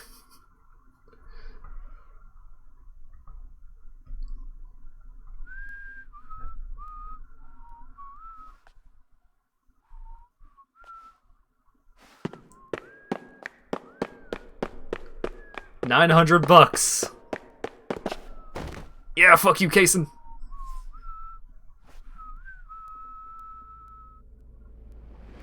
Whoa! Oh my god! This is just the end of part 5.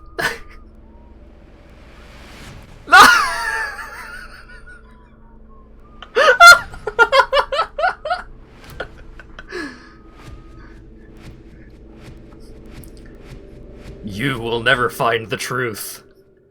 Such is the power of Francis York Morgan Requiem.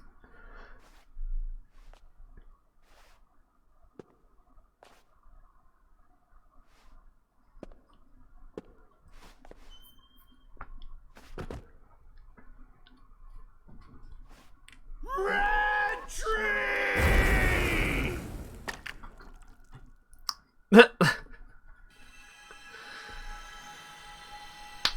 Oh my god. Zack! Hey, Zack! Wake up! Zack! No! You can't die here! Please, Zack! York, please! Save Zack! I know you can save him! Death is inevitable, Patricia. It descends upon us all equally. All life dies in the end, and no one can change that.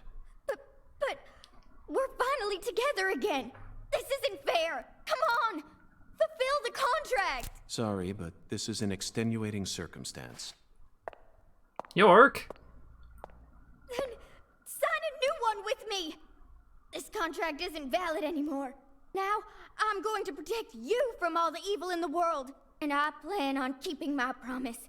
So you're not allowed to die before I do. Go on. Sign the contract! Come on, sign it! Now!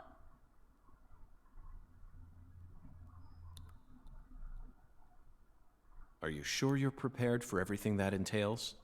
You can only break the rules once.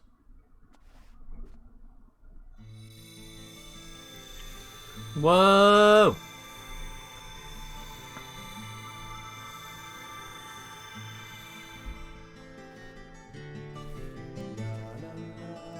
Oh my god, it's playing Greenvale!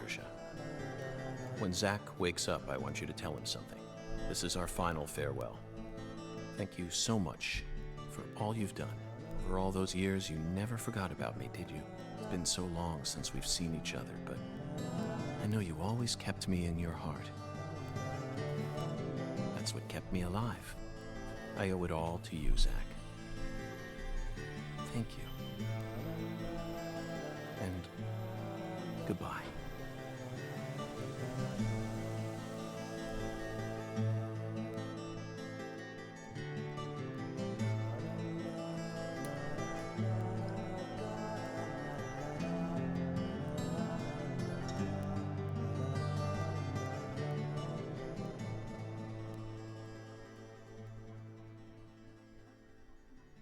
Oh my god.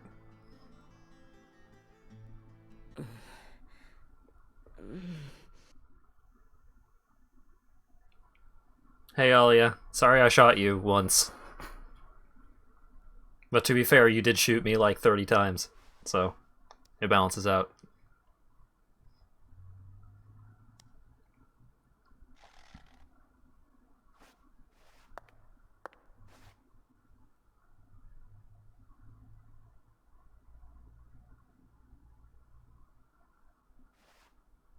Thank you. Thank you, York. Thank you. Thank you.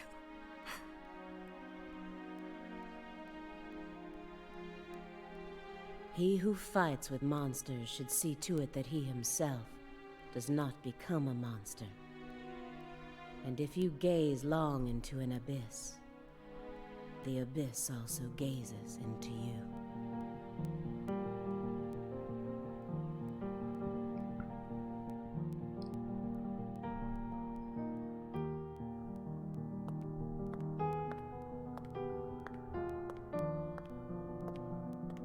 Whoa.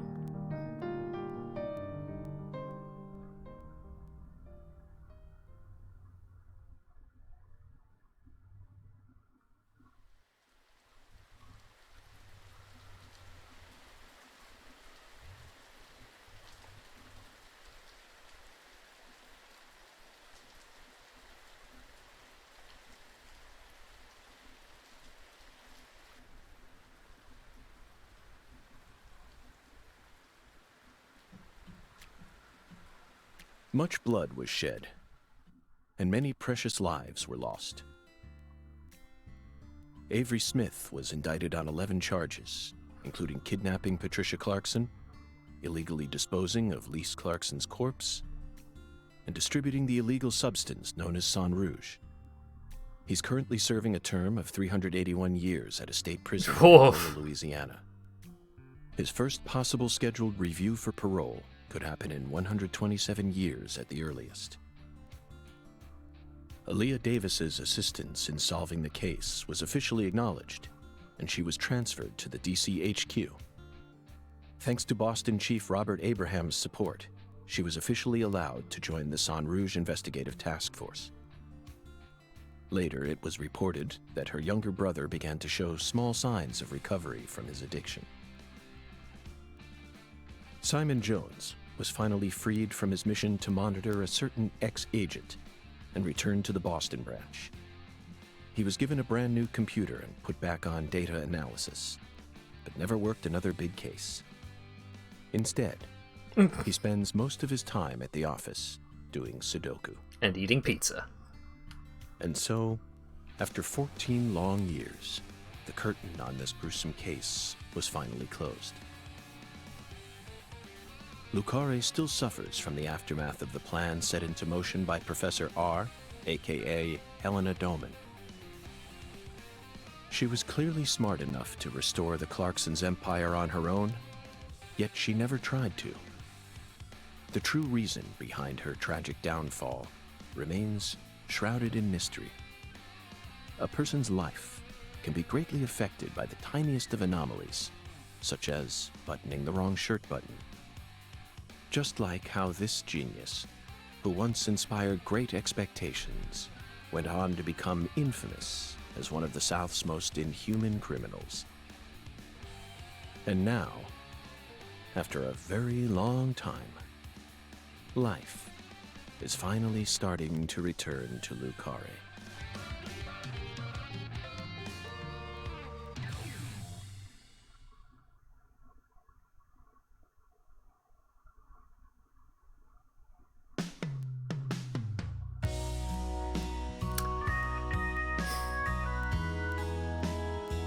Feels like there's gonna be some sort of post-credits stinger, but wowie zowie. That was a hell of a roller coaster there at the end.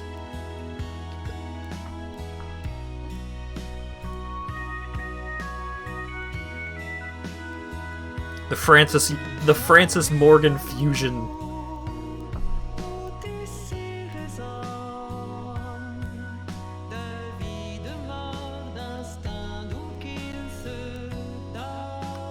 Thanks, Jeff Kramer.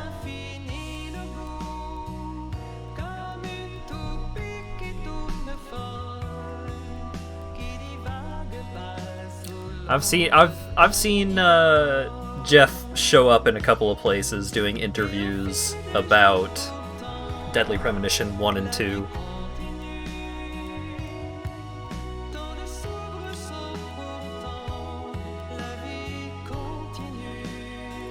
In Deadly Premonition 3, you play as Kaysen. Oh no!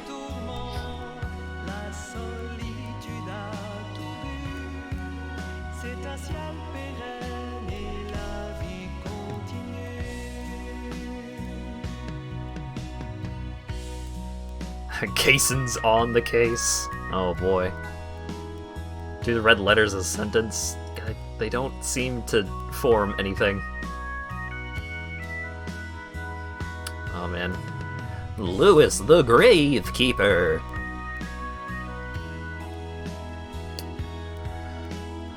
Boy howdy, boy howdy. So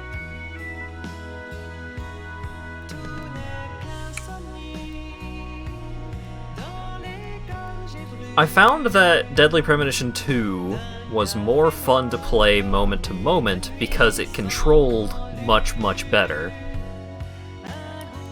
But overall, I think Deadly Premonition 1 may have been a better game. The side quests were a lot more involved and felt a lot... The side quests in 1 were way better. And, like, each of the Otherworld sections had an identity. Each of them had, like, their own thing going on. So, I would say, like, in terms of the core of the game, in terms of, like, playing through the game, I think in general I prefer Deadly Premonition 1. In terms of the story, it's a lot harder to say, because there were a lot of things that I did enjoy about... I think I liked York and Zack. I think I generally liked the characterization of a lot of characters more in Deadly Premonition 2. But that's more so focused on the core cast. Deadly Premonition 1 had better side characters, like Keith, the whole Ingram family.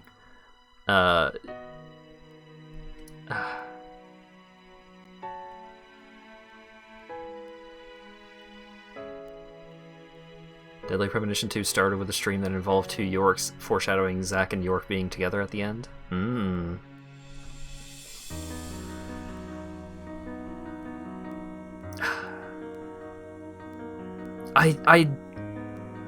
It's so hard to judge a game like Deadly Premonition 2, because overall I really liked it.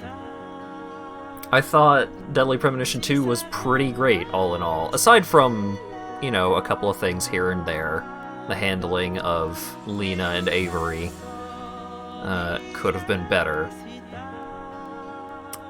But there were so many good moments in both of them.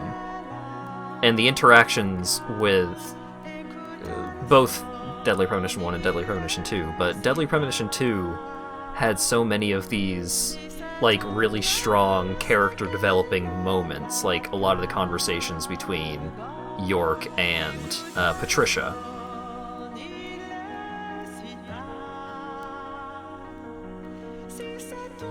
Don't feel like Deadly Premonition 1 needed a sequel, and as someone that watched both of them having no gameplay, handling inputs, you don't feel good after Deadly Premonition 2. Well, I mean, I'm not going to say you're wrong, but I am going to say that I thoroughly enjoyed Deadly Premonition 2. Yeah, like, the characters... I just loved so many of the characters in Deadly Premonition 2, but I also loved so many of the characters in Deadly Premonition 1.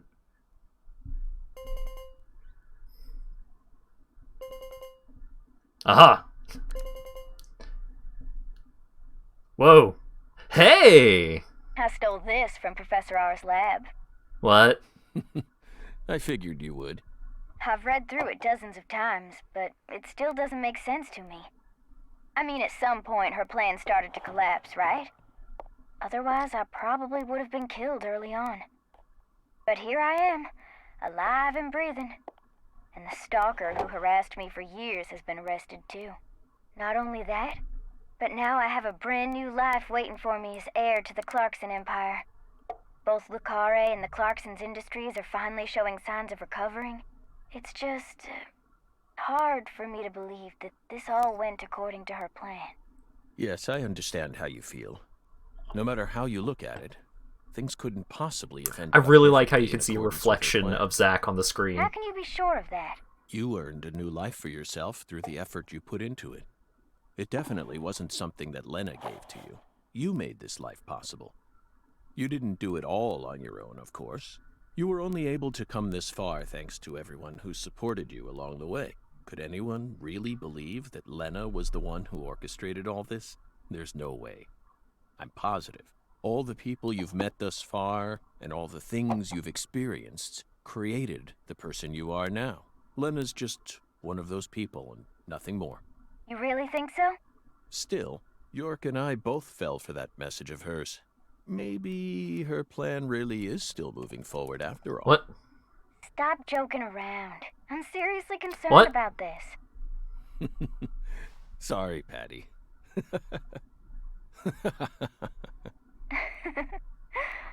What am I going to do with you, Zack?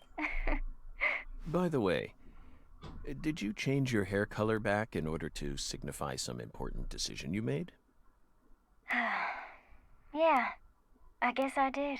After losing everything, I finally found my true self. So I've decided to accept everything that comes to me from this point on. I think that color looks great on you. Really? Thanks, Zack. I'll never give up. I'm determined to overcome my cursed blood, whatever it takes. And you will. That's why York chose you to be his assistant, you know. He always knew you had it in you. Wow, he really thought that highly of me? Suddenly I feel really motivated now. This is crazy. I don't even know what I should get started with first. Now that's the Patricia Clarkson I know. Oh, I got it. I want to go and get one of Alexis's chocolate sundaes. Not a bad idea. They are to die for. Yeah, they're like the deadly premonition of ice cream. What the fuck is this? Well, so long, Zack. I'll come visit you next summer. Louisiana summers are just too hot for me to handle. You're always welcome here. Bye now. Deadly Premonition, lol.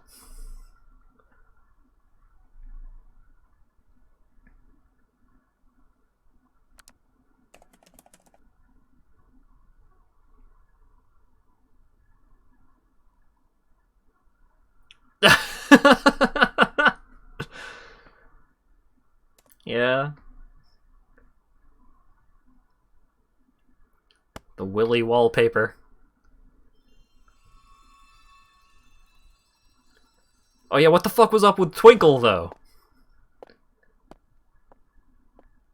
Feels like today is going to be another wonderful day. Now, time for some coffee. No matter what the plan is, coffee should always come first. Isn't that right, Emily?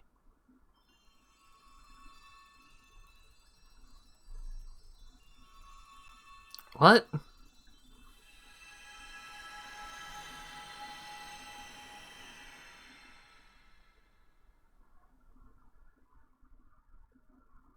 Oh, he uses fairy to come back to life. I see.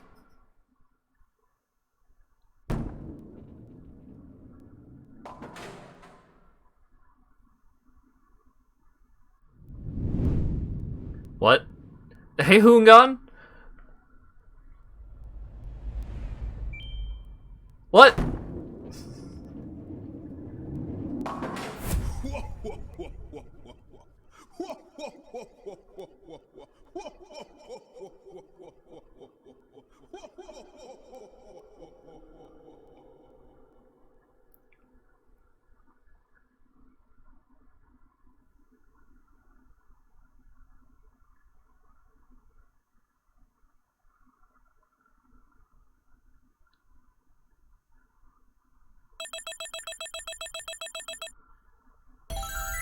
I got an S rank on that one, though. So everything's okay. No penalties.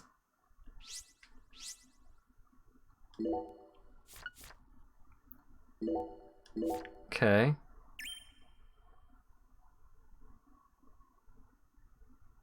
Anything else? Aww. The photo of cured Zach and Patricia.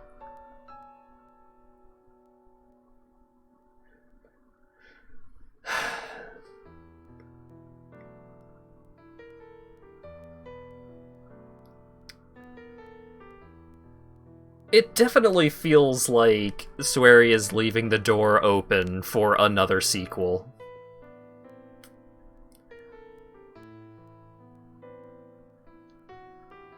That was Deadly Premonition 2, yeah. I mean, you fucking better believe I am picking up Deadly Premonition 3, if that becomes a thing. That's a lot of half-smoked doobies.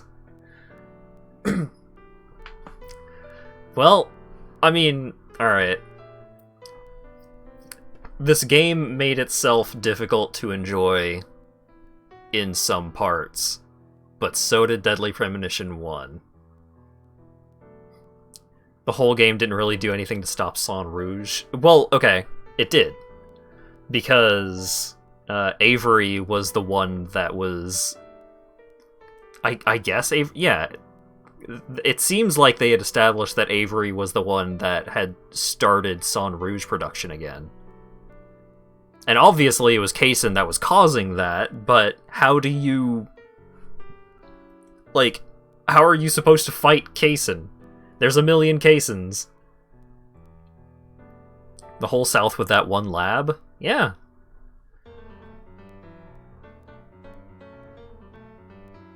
I don't think Swery knows how drugs works.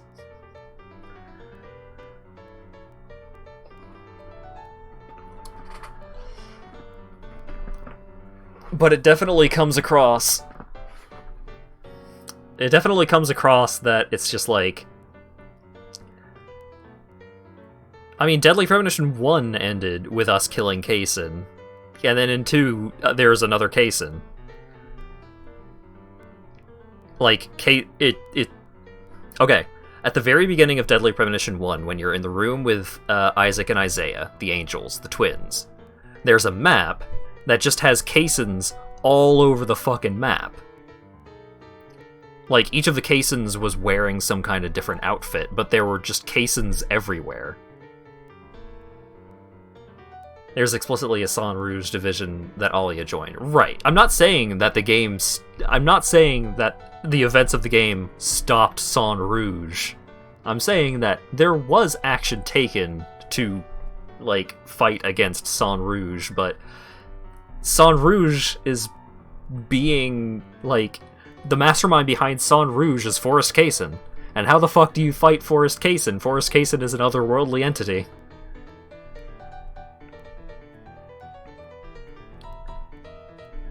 So it feels like if there is a Deadly Premonition 3, it is going to star Alia.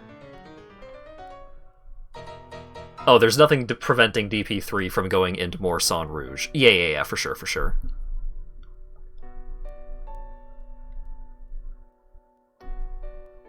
Yeah, no hand-waving required. I mean, with the way that Kaysen as an entity works, there's not really any hand-waving required anyways, but they can definitely hit the ground running a lot better.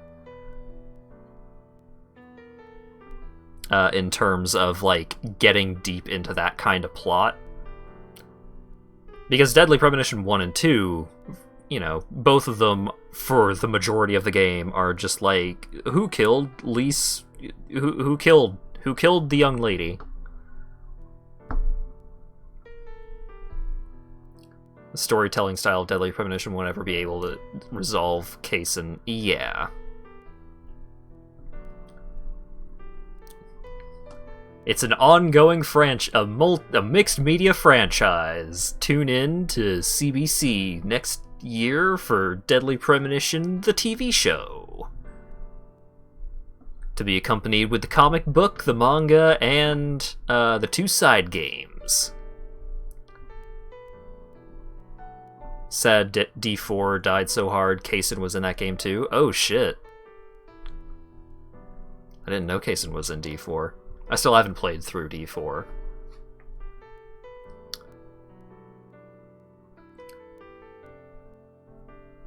But it could be...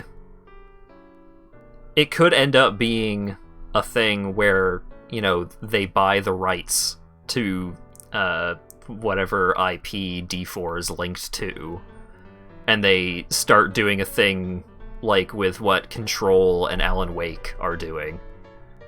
Kaysen is in every sweary game. Oh yeah, that's true. Yeah. But if it's the same Kaysen...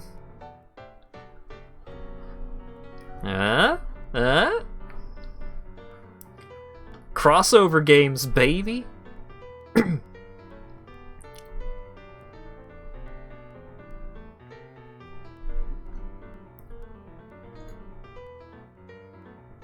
Wish you didn't have tech issues. Aw, that's unfortunate.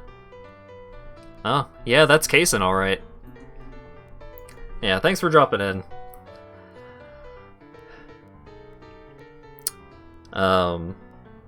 Yeah, I know both Deadly Premonition games are going to be far from anyone's, you know...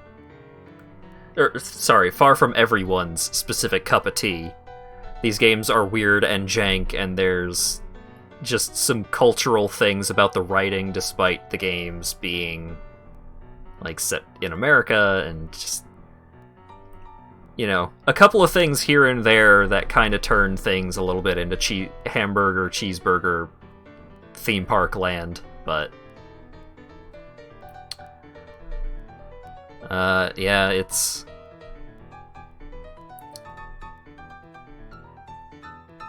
I mean... It's just something about the Deadly Premonition games. I just love them so much. Flaws and all, I just can't resist the Siren's Call of extremely genuine Japanese man trying his very hardest to make Twin Peaks again. York would probably like Mahjong. Yeah, maybe. Deadly Premonition games are 5 out of 10s from flipping between 10 out of 10 and 1 out of 10 instead of from being consistently average. Yeah. I would 110% agree with that definition. Like, overall, the game averages out, but the high points are so high. Just like, a fucking... Zack summons his stand and then sends Diavolo Kaysen to the fucking Shadow Realm.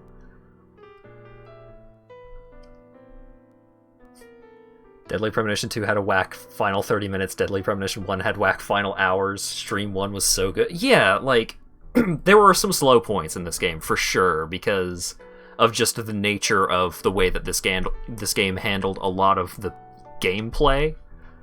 Low points are the ones that you had to play, right. And I think Deadly Premonition 2, despite moving York around and, like, shooting, like, the controls were infinitely better. So much better, it is completely unbelievable how much better they are. But in terms of the things that you play through, generally, not the story that you experience, but the gameplay sections that you play through, Deadly Premonition 1 was generally more consistent. The side quests were generally better, and there wasn't, like, here, go kill fucking 60 of each basic type of animal that you find in the game. And that's your side quest. Hope you liked it. I didn't. I didn't like that side quest, Melvin. I'm sorry. But then you also had some of the side quests where it was, talking to Chuck about woodpeckers, and then York being huge creep, and Chuck's just like, alright, you know what, fuck this, I don't want to talk to you anymore. And then you've got Granny Bowling swearing up a fucking storm.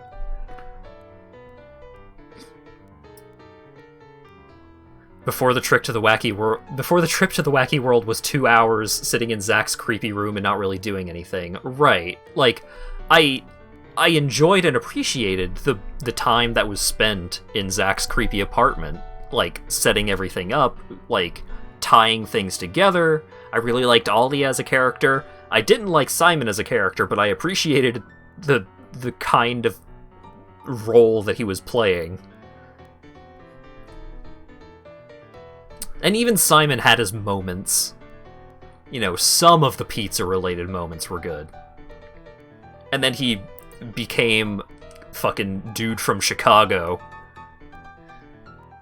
Pizza will never betray you. It's true. But yeah, it is not a game that I would recommend anyone play. Right? Like, if you're really interested in it, sure, buy it, support Swery, play through it. Sure, that's fine. But it's not going to be like Control. Control is a game that I would actively recommend. Control is a game like, you should play Control. Like, I texted my sister because I was just like, I need to recommend Control to someone that hasn't already been recommended it. And I'm like, perfect, my sister. My sister likes video games, but she's not, like, super deep into video game culture. So, hey, I got this set of games for you. Alan Wake and Control. Play Alan Wake first, go through the DLC, and then play through the Control. And I have no problem recommending someone play through that. Just like, Control is a fucking awesome, super cool, extremely fun game to play through. Deadly Premonition 2 is not an entirely fun game to play through, but it has an extreme amount of charm. It's not the same kind of charm that you would find from just like an incredibly well-made game, like Hades. Deadly Premonition 2 does not have the same kind of charm that Hades does. But I don't feel as though I loved Deadly Premonition or Deadly Premonition 2 any less than I loved Hades, despite all of its flaws. It just had a very particular charm to it. So, I mean, I hope that everyone enjoyed going on this journey together, even if some people, didn't really enjoy how it resolved, or didn't enjoy that one stream that was just like 5 hours of killing random wildlife. I didn't particularly enjoy that part either, but there's just so much there, and so much of it is lovable, and that, for me, balances out the parts that were not lovable.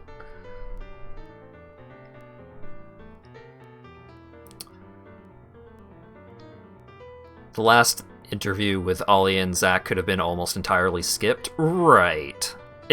that last section in the apartment kind of just served to tie up or like kind of set everything that wasn't already resolved into motion. And you could have done a lot.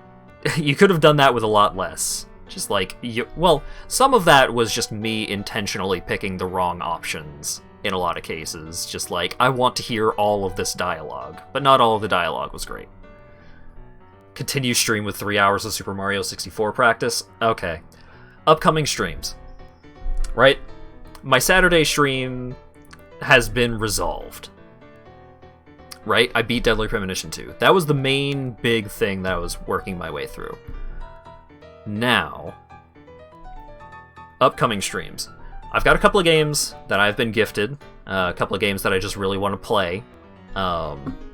Freedom Fighters is on the to-do list. Untitled Goose Game is on the to-do list.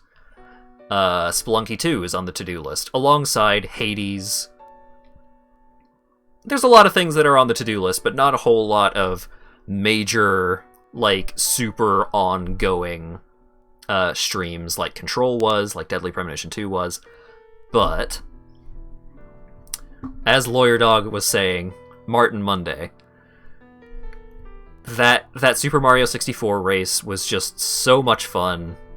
Got so many new folks coming in to enjoy it, and like just playing Super Mario 64 was a hell of a lot of fun on its own, but also playing Super Mario 64 with Lawyer Dog and Lycotrope, that was an extremely good time. So, they want a rematch. Lawyer Dog and Lycotrope want a Super Mario 64 120-star race rematch. That's not going to be this Monday. That's too soon. But what I may do for this coming Monday stream is I may stream some 120-star practice. That might be something that I do. Right? I'm not saying 100% that's going to happen, but I'm saying that might be something that I do. That may be something that just pops up here and there until the rematch does come up, because I am going to get some practice in. It'll take longer than the 120-star stream. Yeah, well. 1 star. Yeah, that clipping into Bowser 2 is just fucked up. I'm not gonna do that. Okay. So, that may be something that's upcoming. Other than that, streams for a while are going to be a little more one-off kind of natured. I mean, Hades, despite being a run-based game, does have this overarching plot to play through, and that's why I'm holding off on Hades until next week. But clipping into Bowser 2 is 0 star, that would be a whole week. Oh, right, yeah, skipping Dire Dire Docks. Anyways. So, that's... The general plan is... Freedom Fighters is probably going to come up. Untitled Goose Game is probably going to come up in the near future. Probably going to keep with the same schedule. Monday, Tuesday, Thursday, Saturday. I may switch Wednesday out for Saturday and just do like a 4-day-in-a-row streaming schedule. I don't know. We'll feel that out. But yeah, a lot of things that are kind of just being thrown at the wall for the time being, because there's also more co-op streams that I'd like to do, more multiplayer streams that I'd like to do. If I have any big plans, I'll try and let you guys know in advance. So if there's something upcoming that you really want to tune into, I'll make sure you are informed. But other than that, I think that just about covers everything. Thanks again to everyone for showing up and hanging out and chatting and all that stuff. This was a whole hell of a lot of fun. Looking forward to whatever weird bullshit Swery does next. And hopefully I will see you guys on Monday. Yeah. Let me get music going. Different music. Alright. Thanks, guys.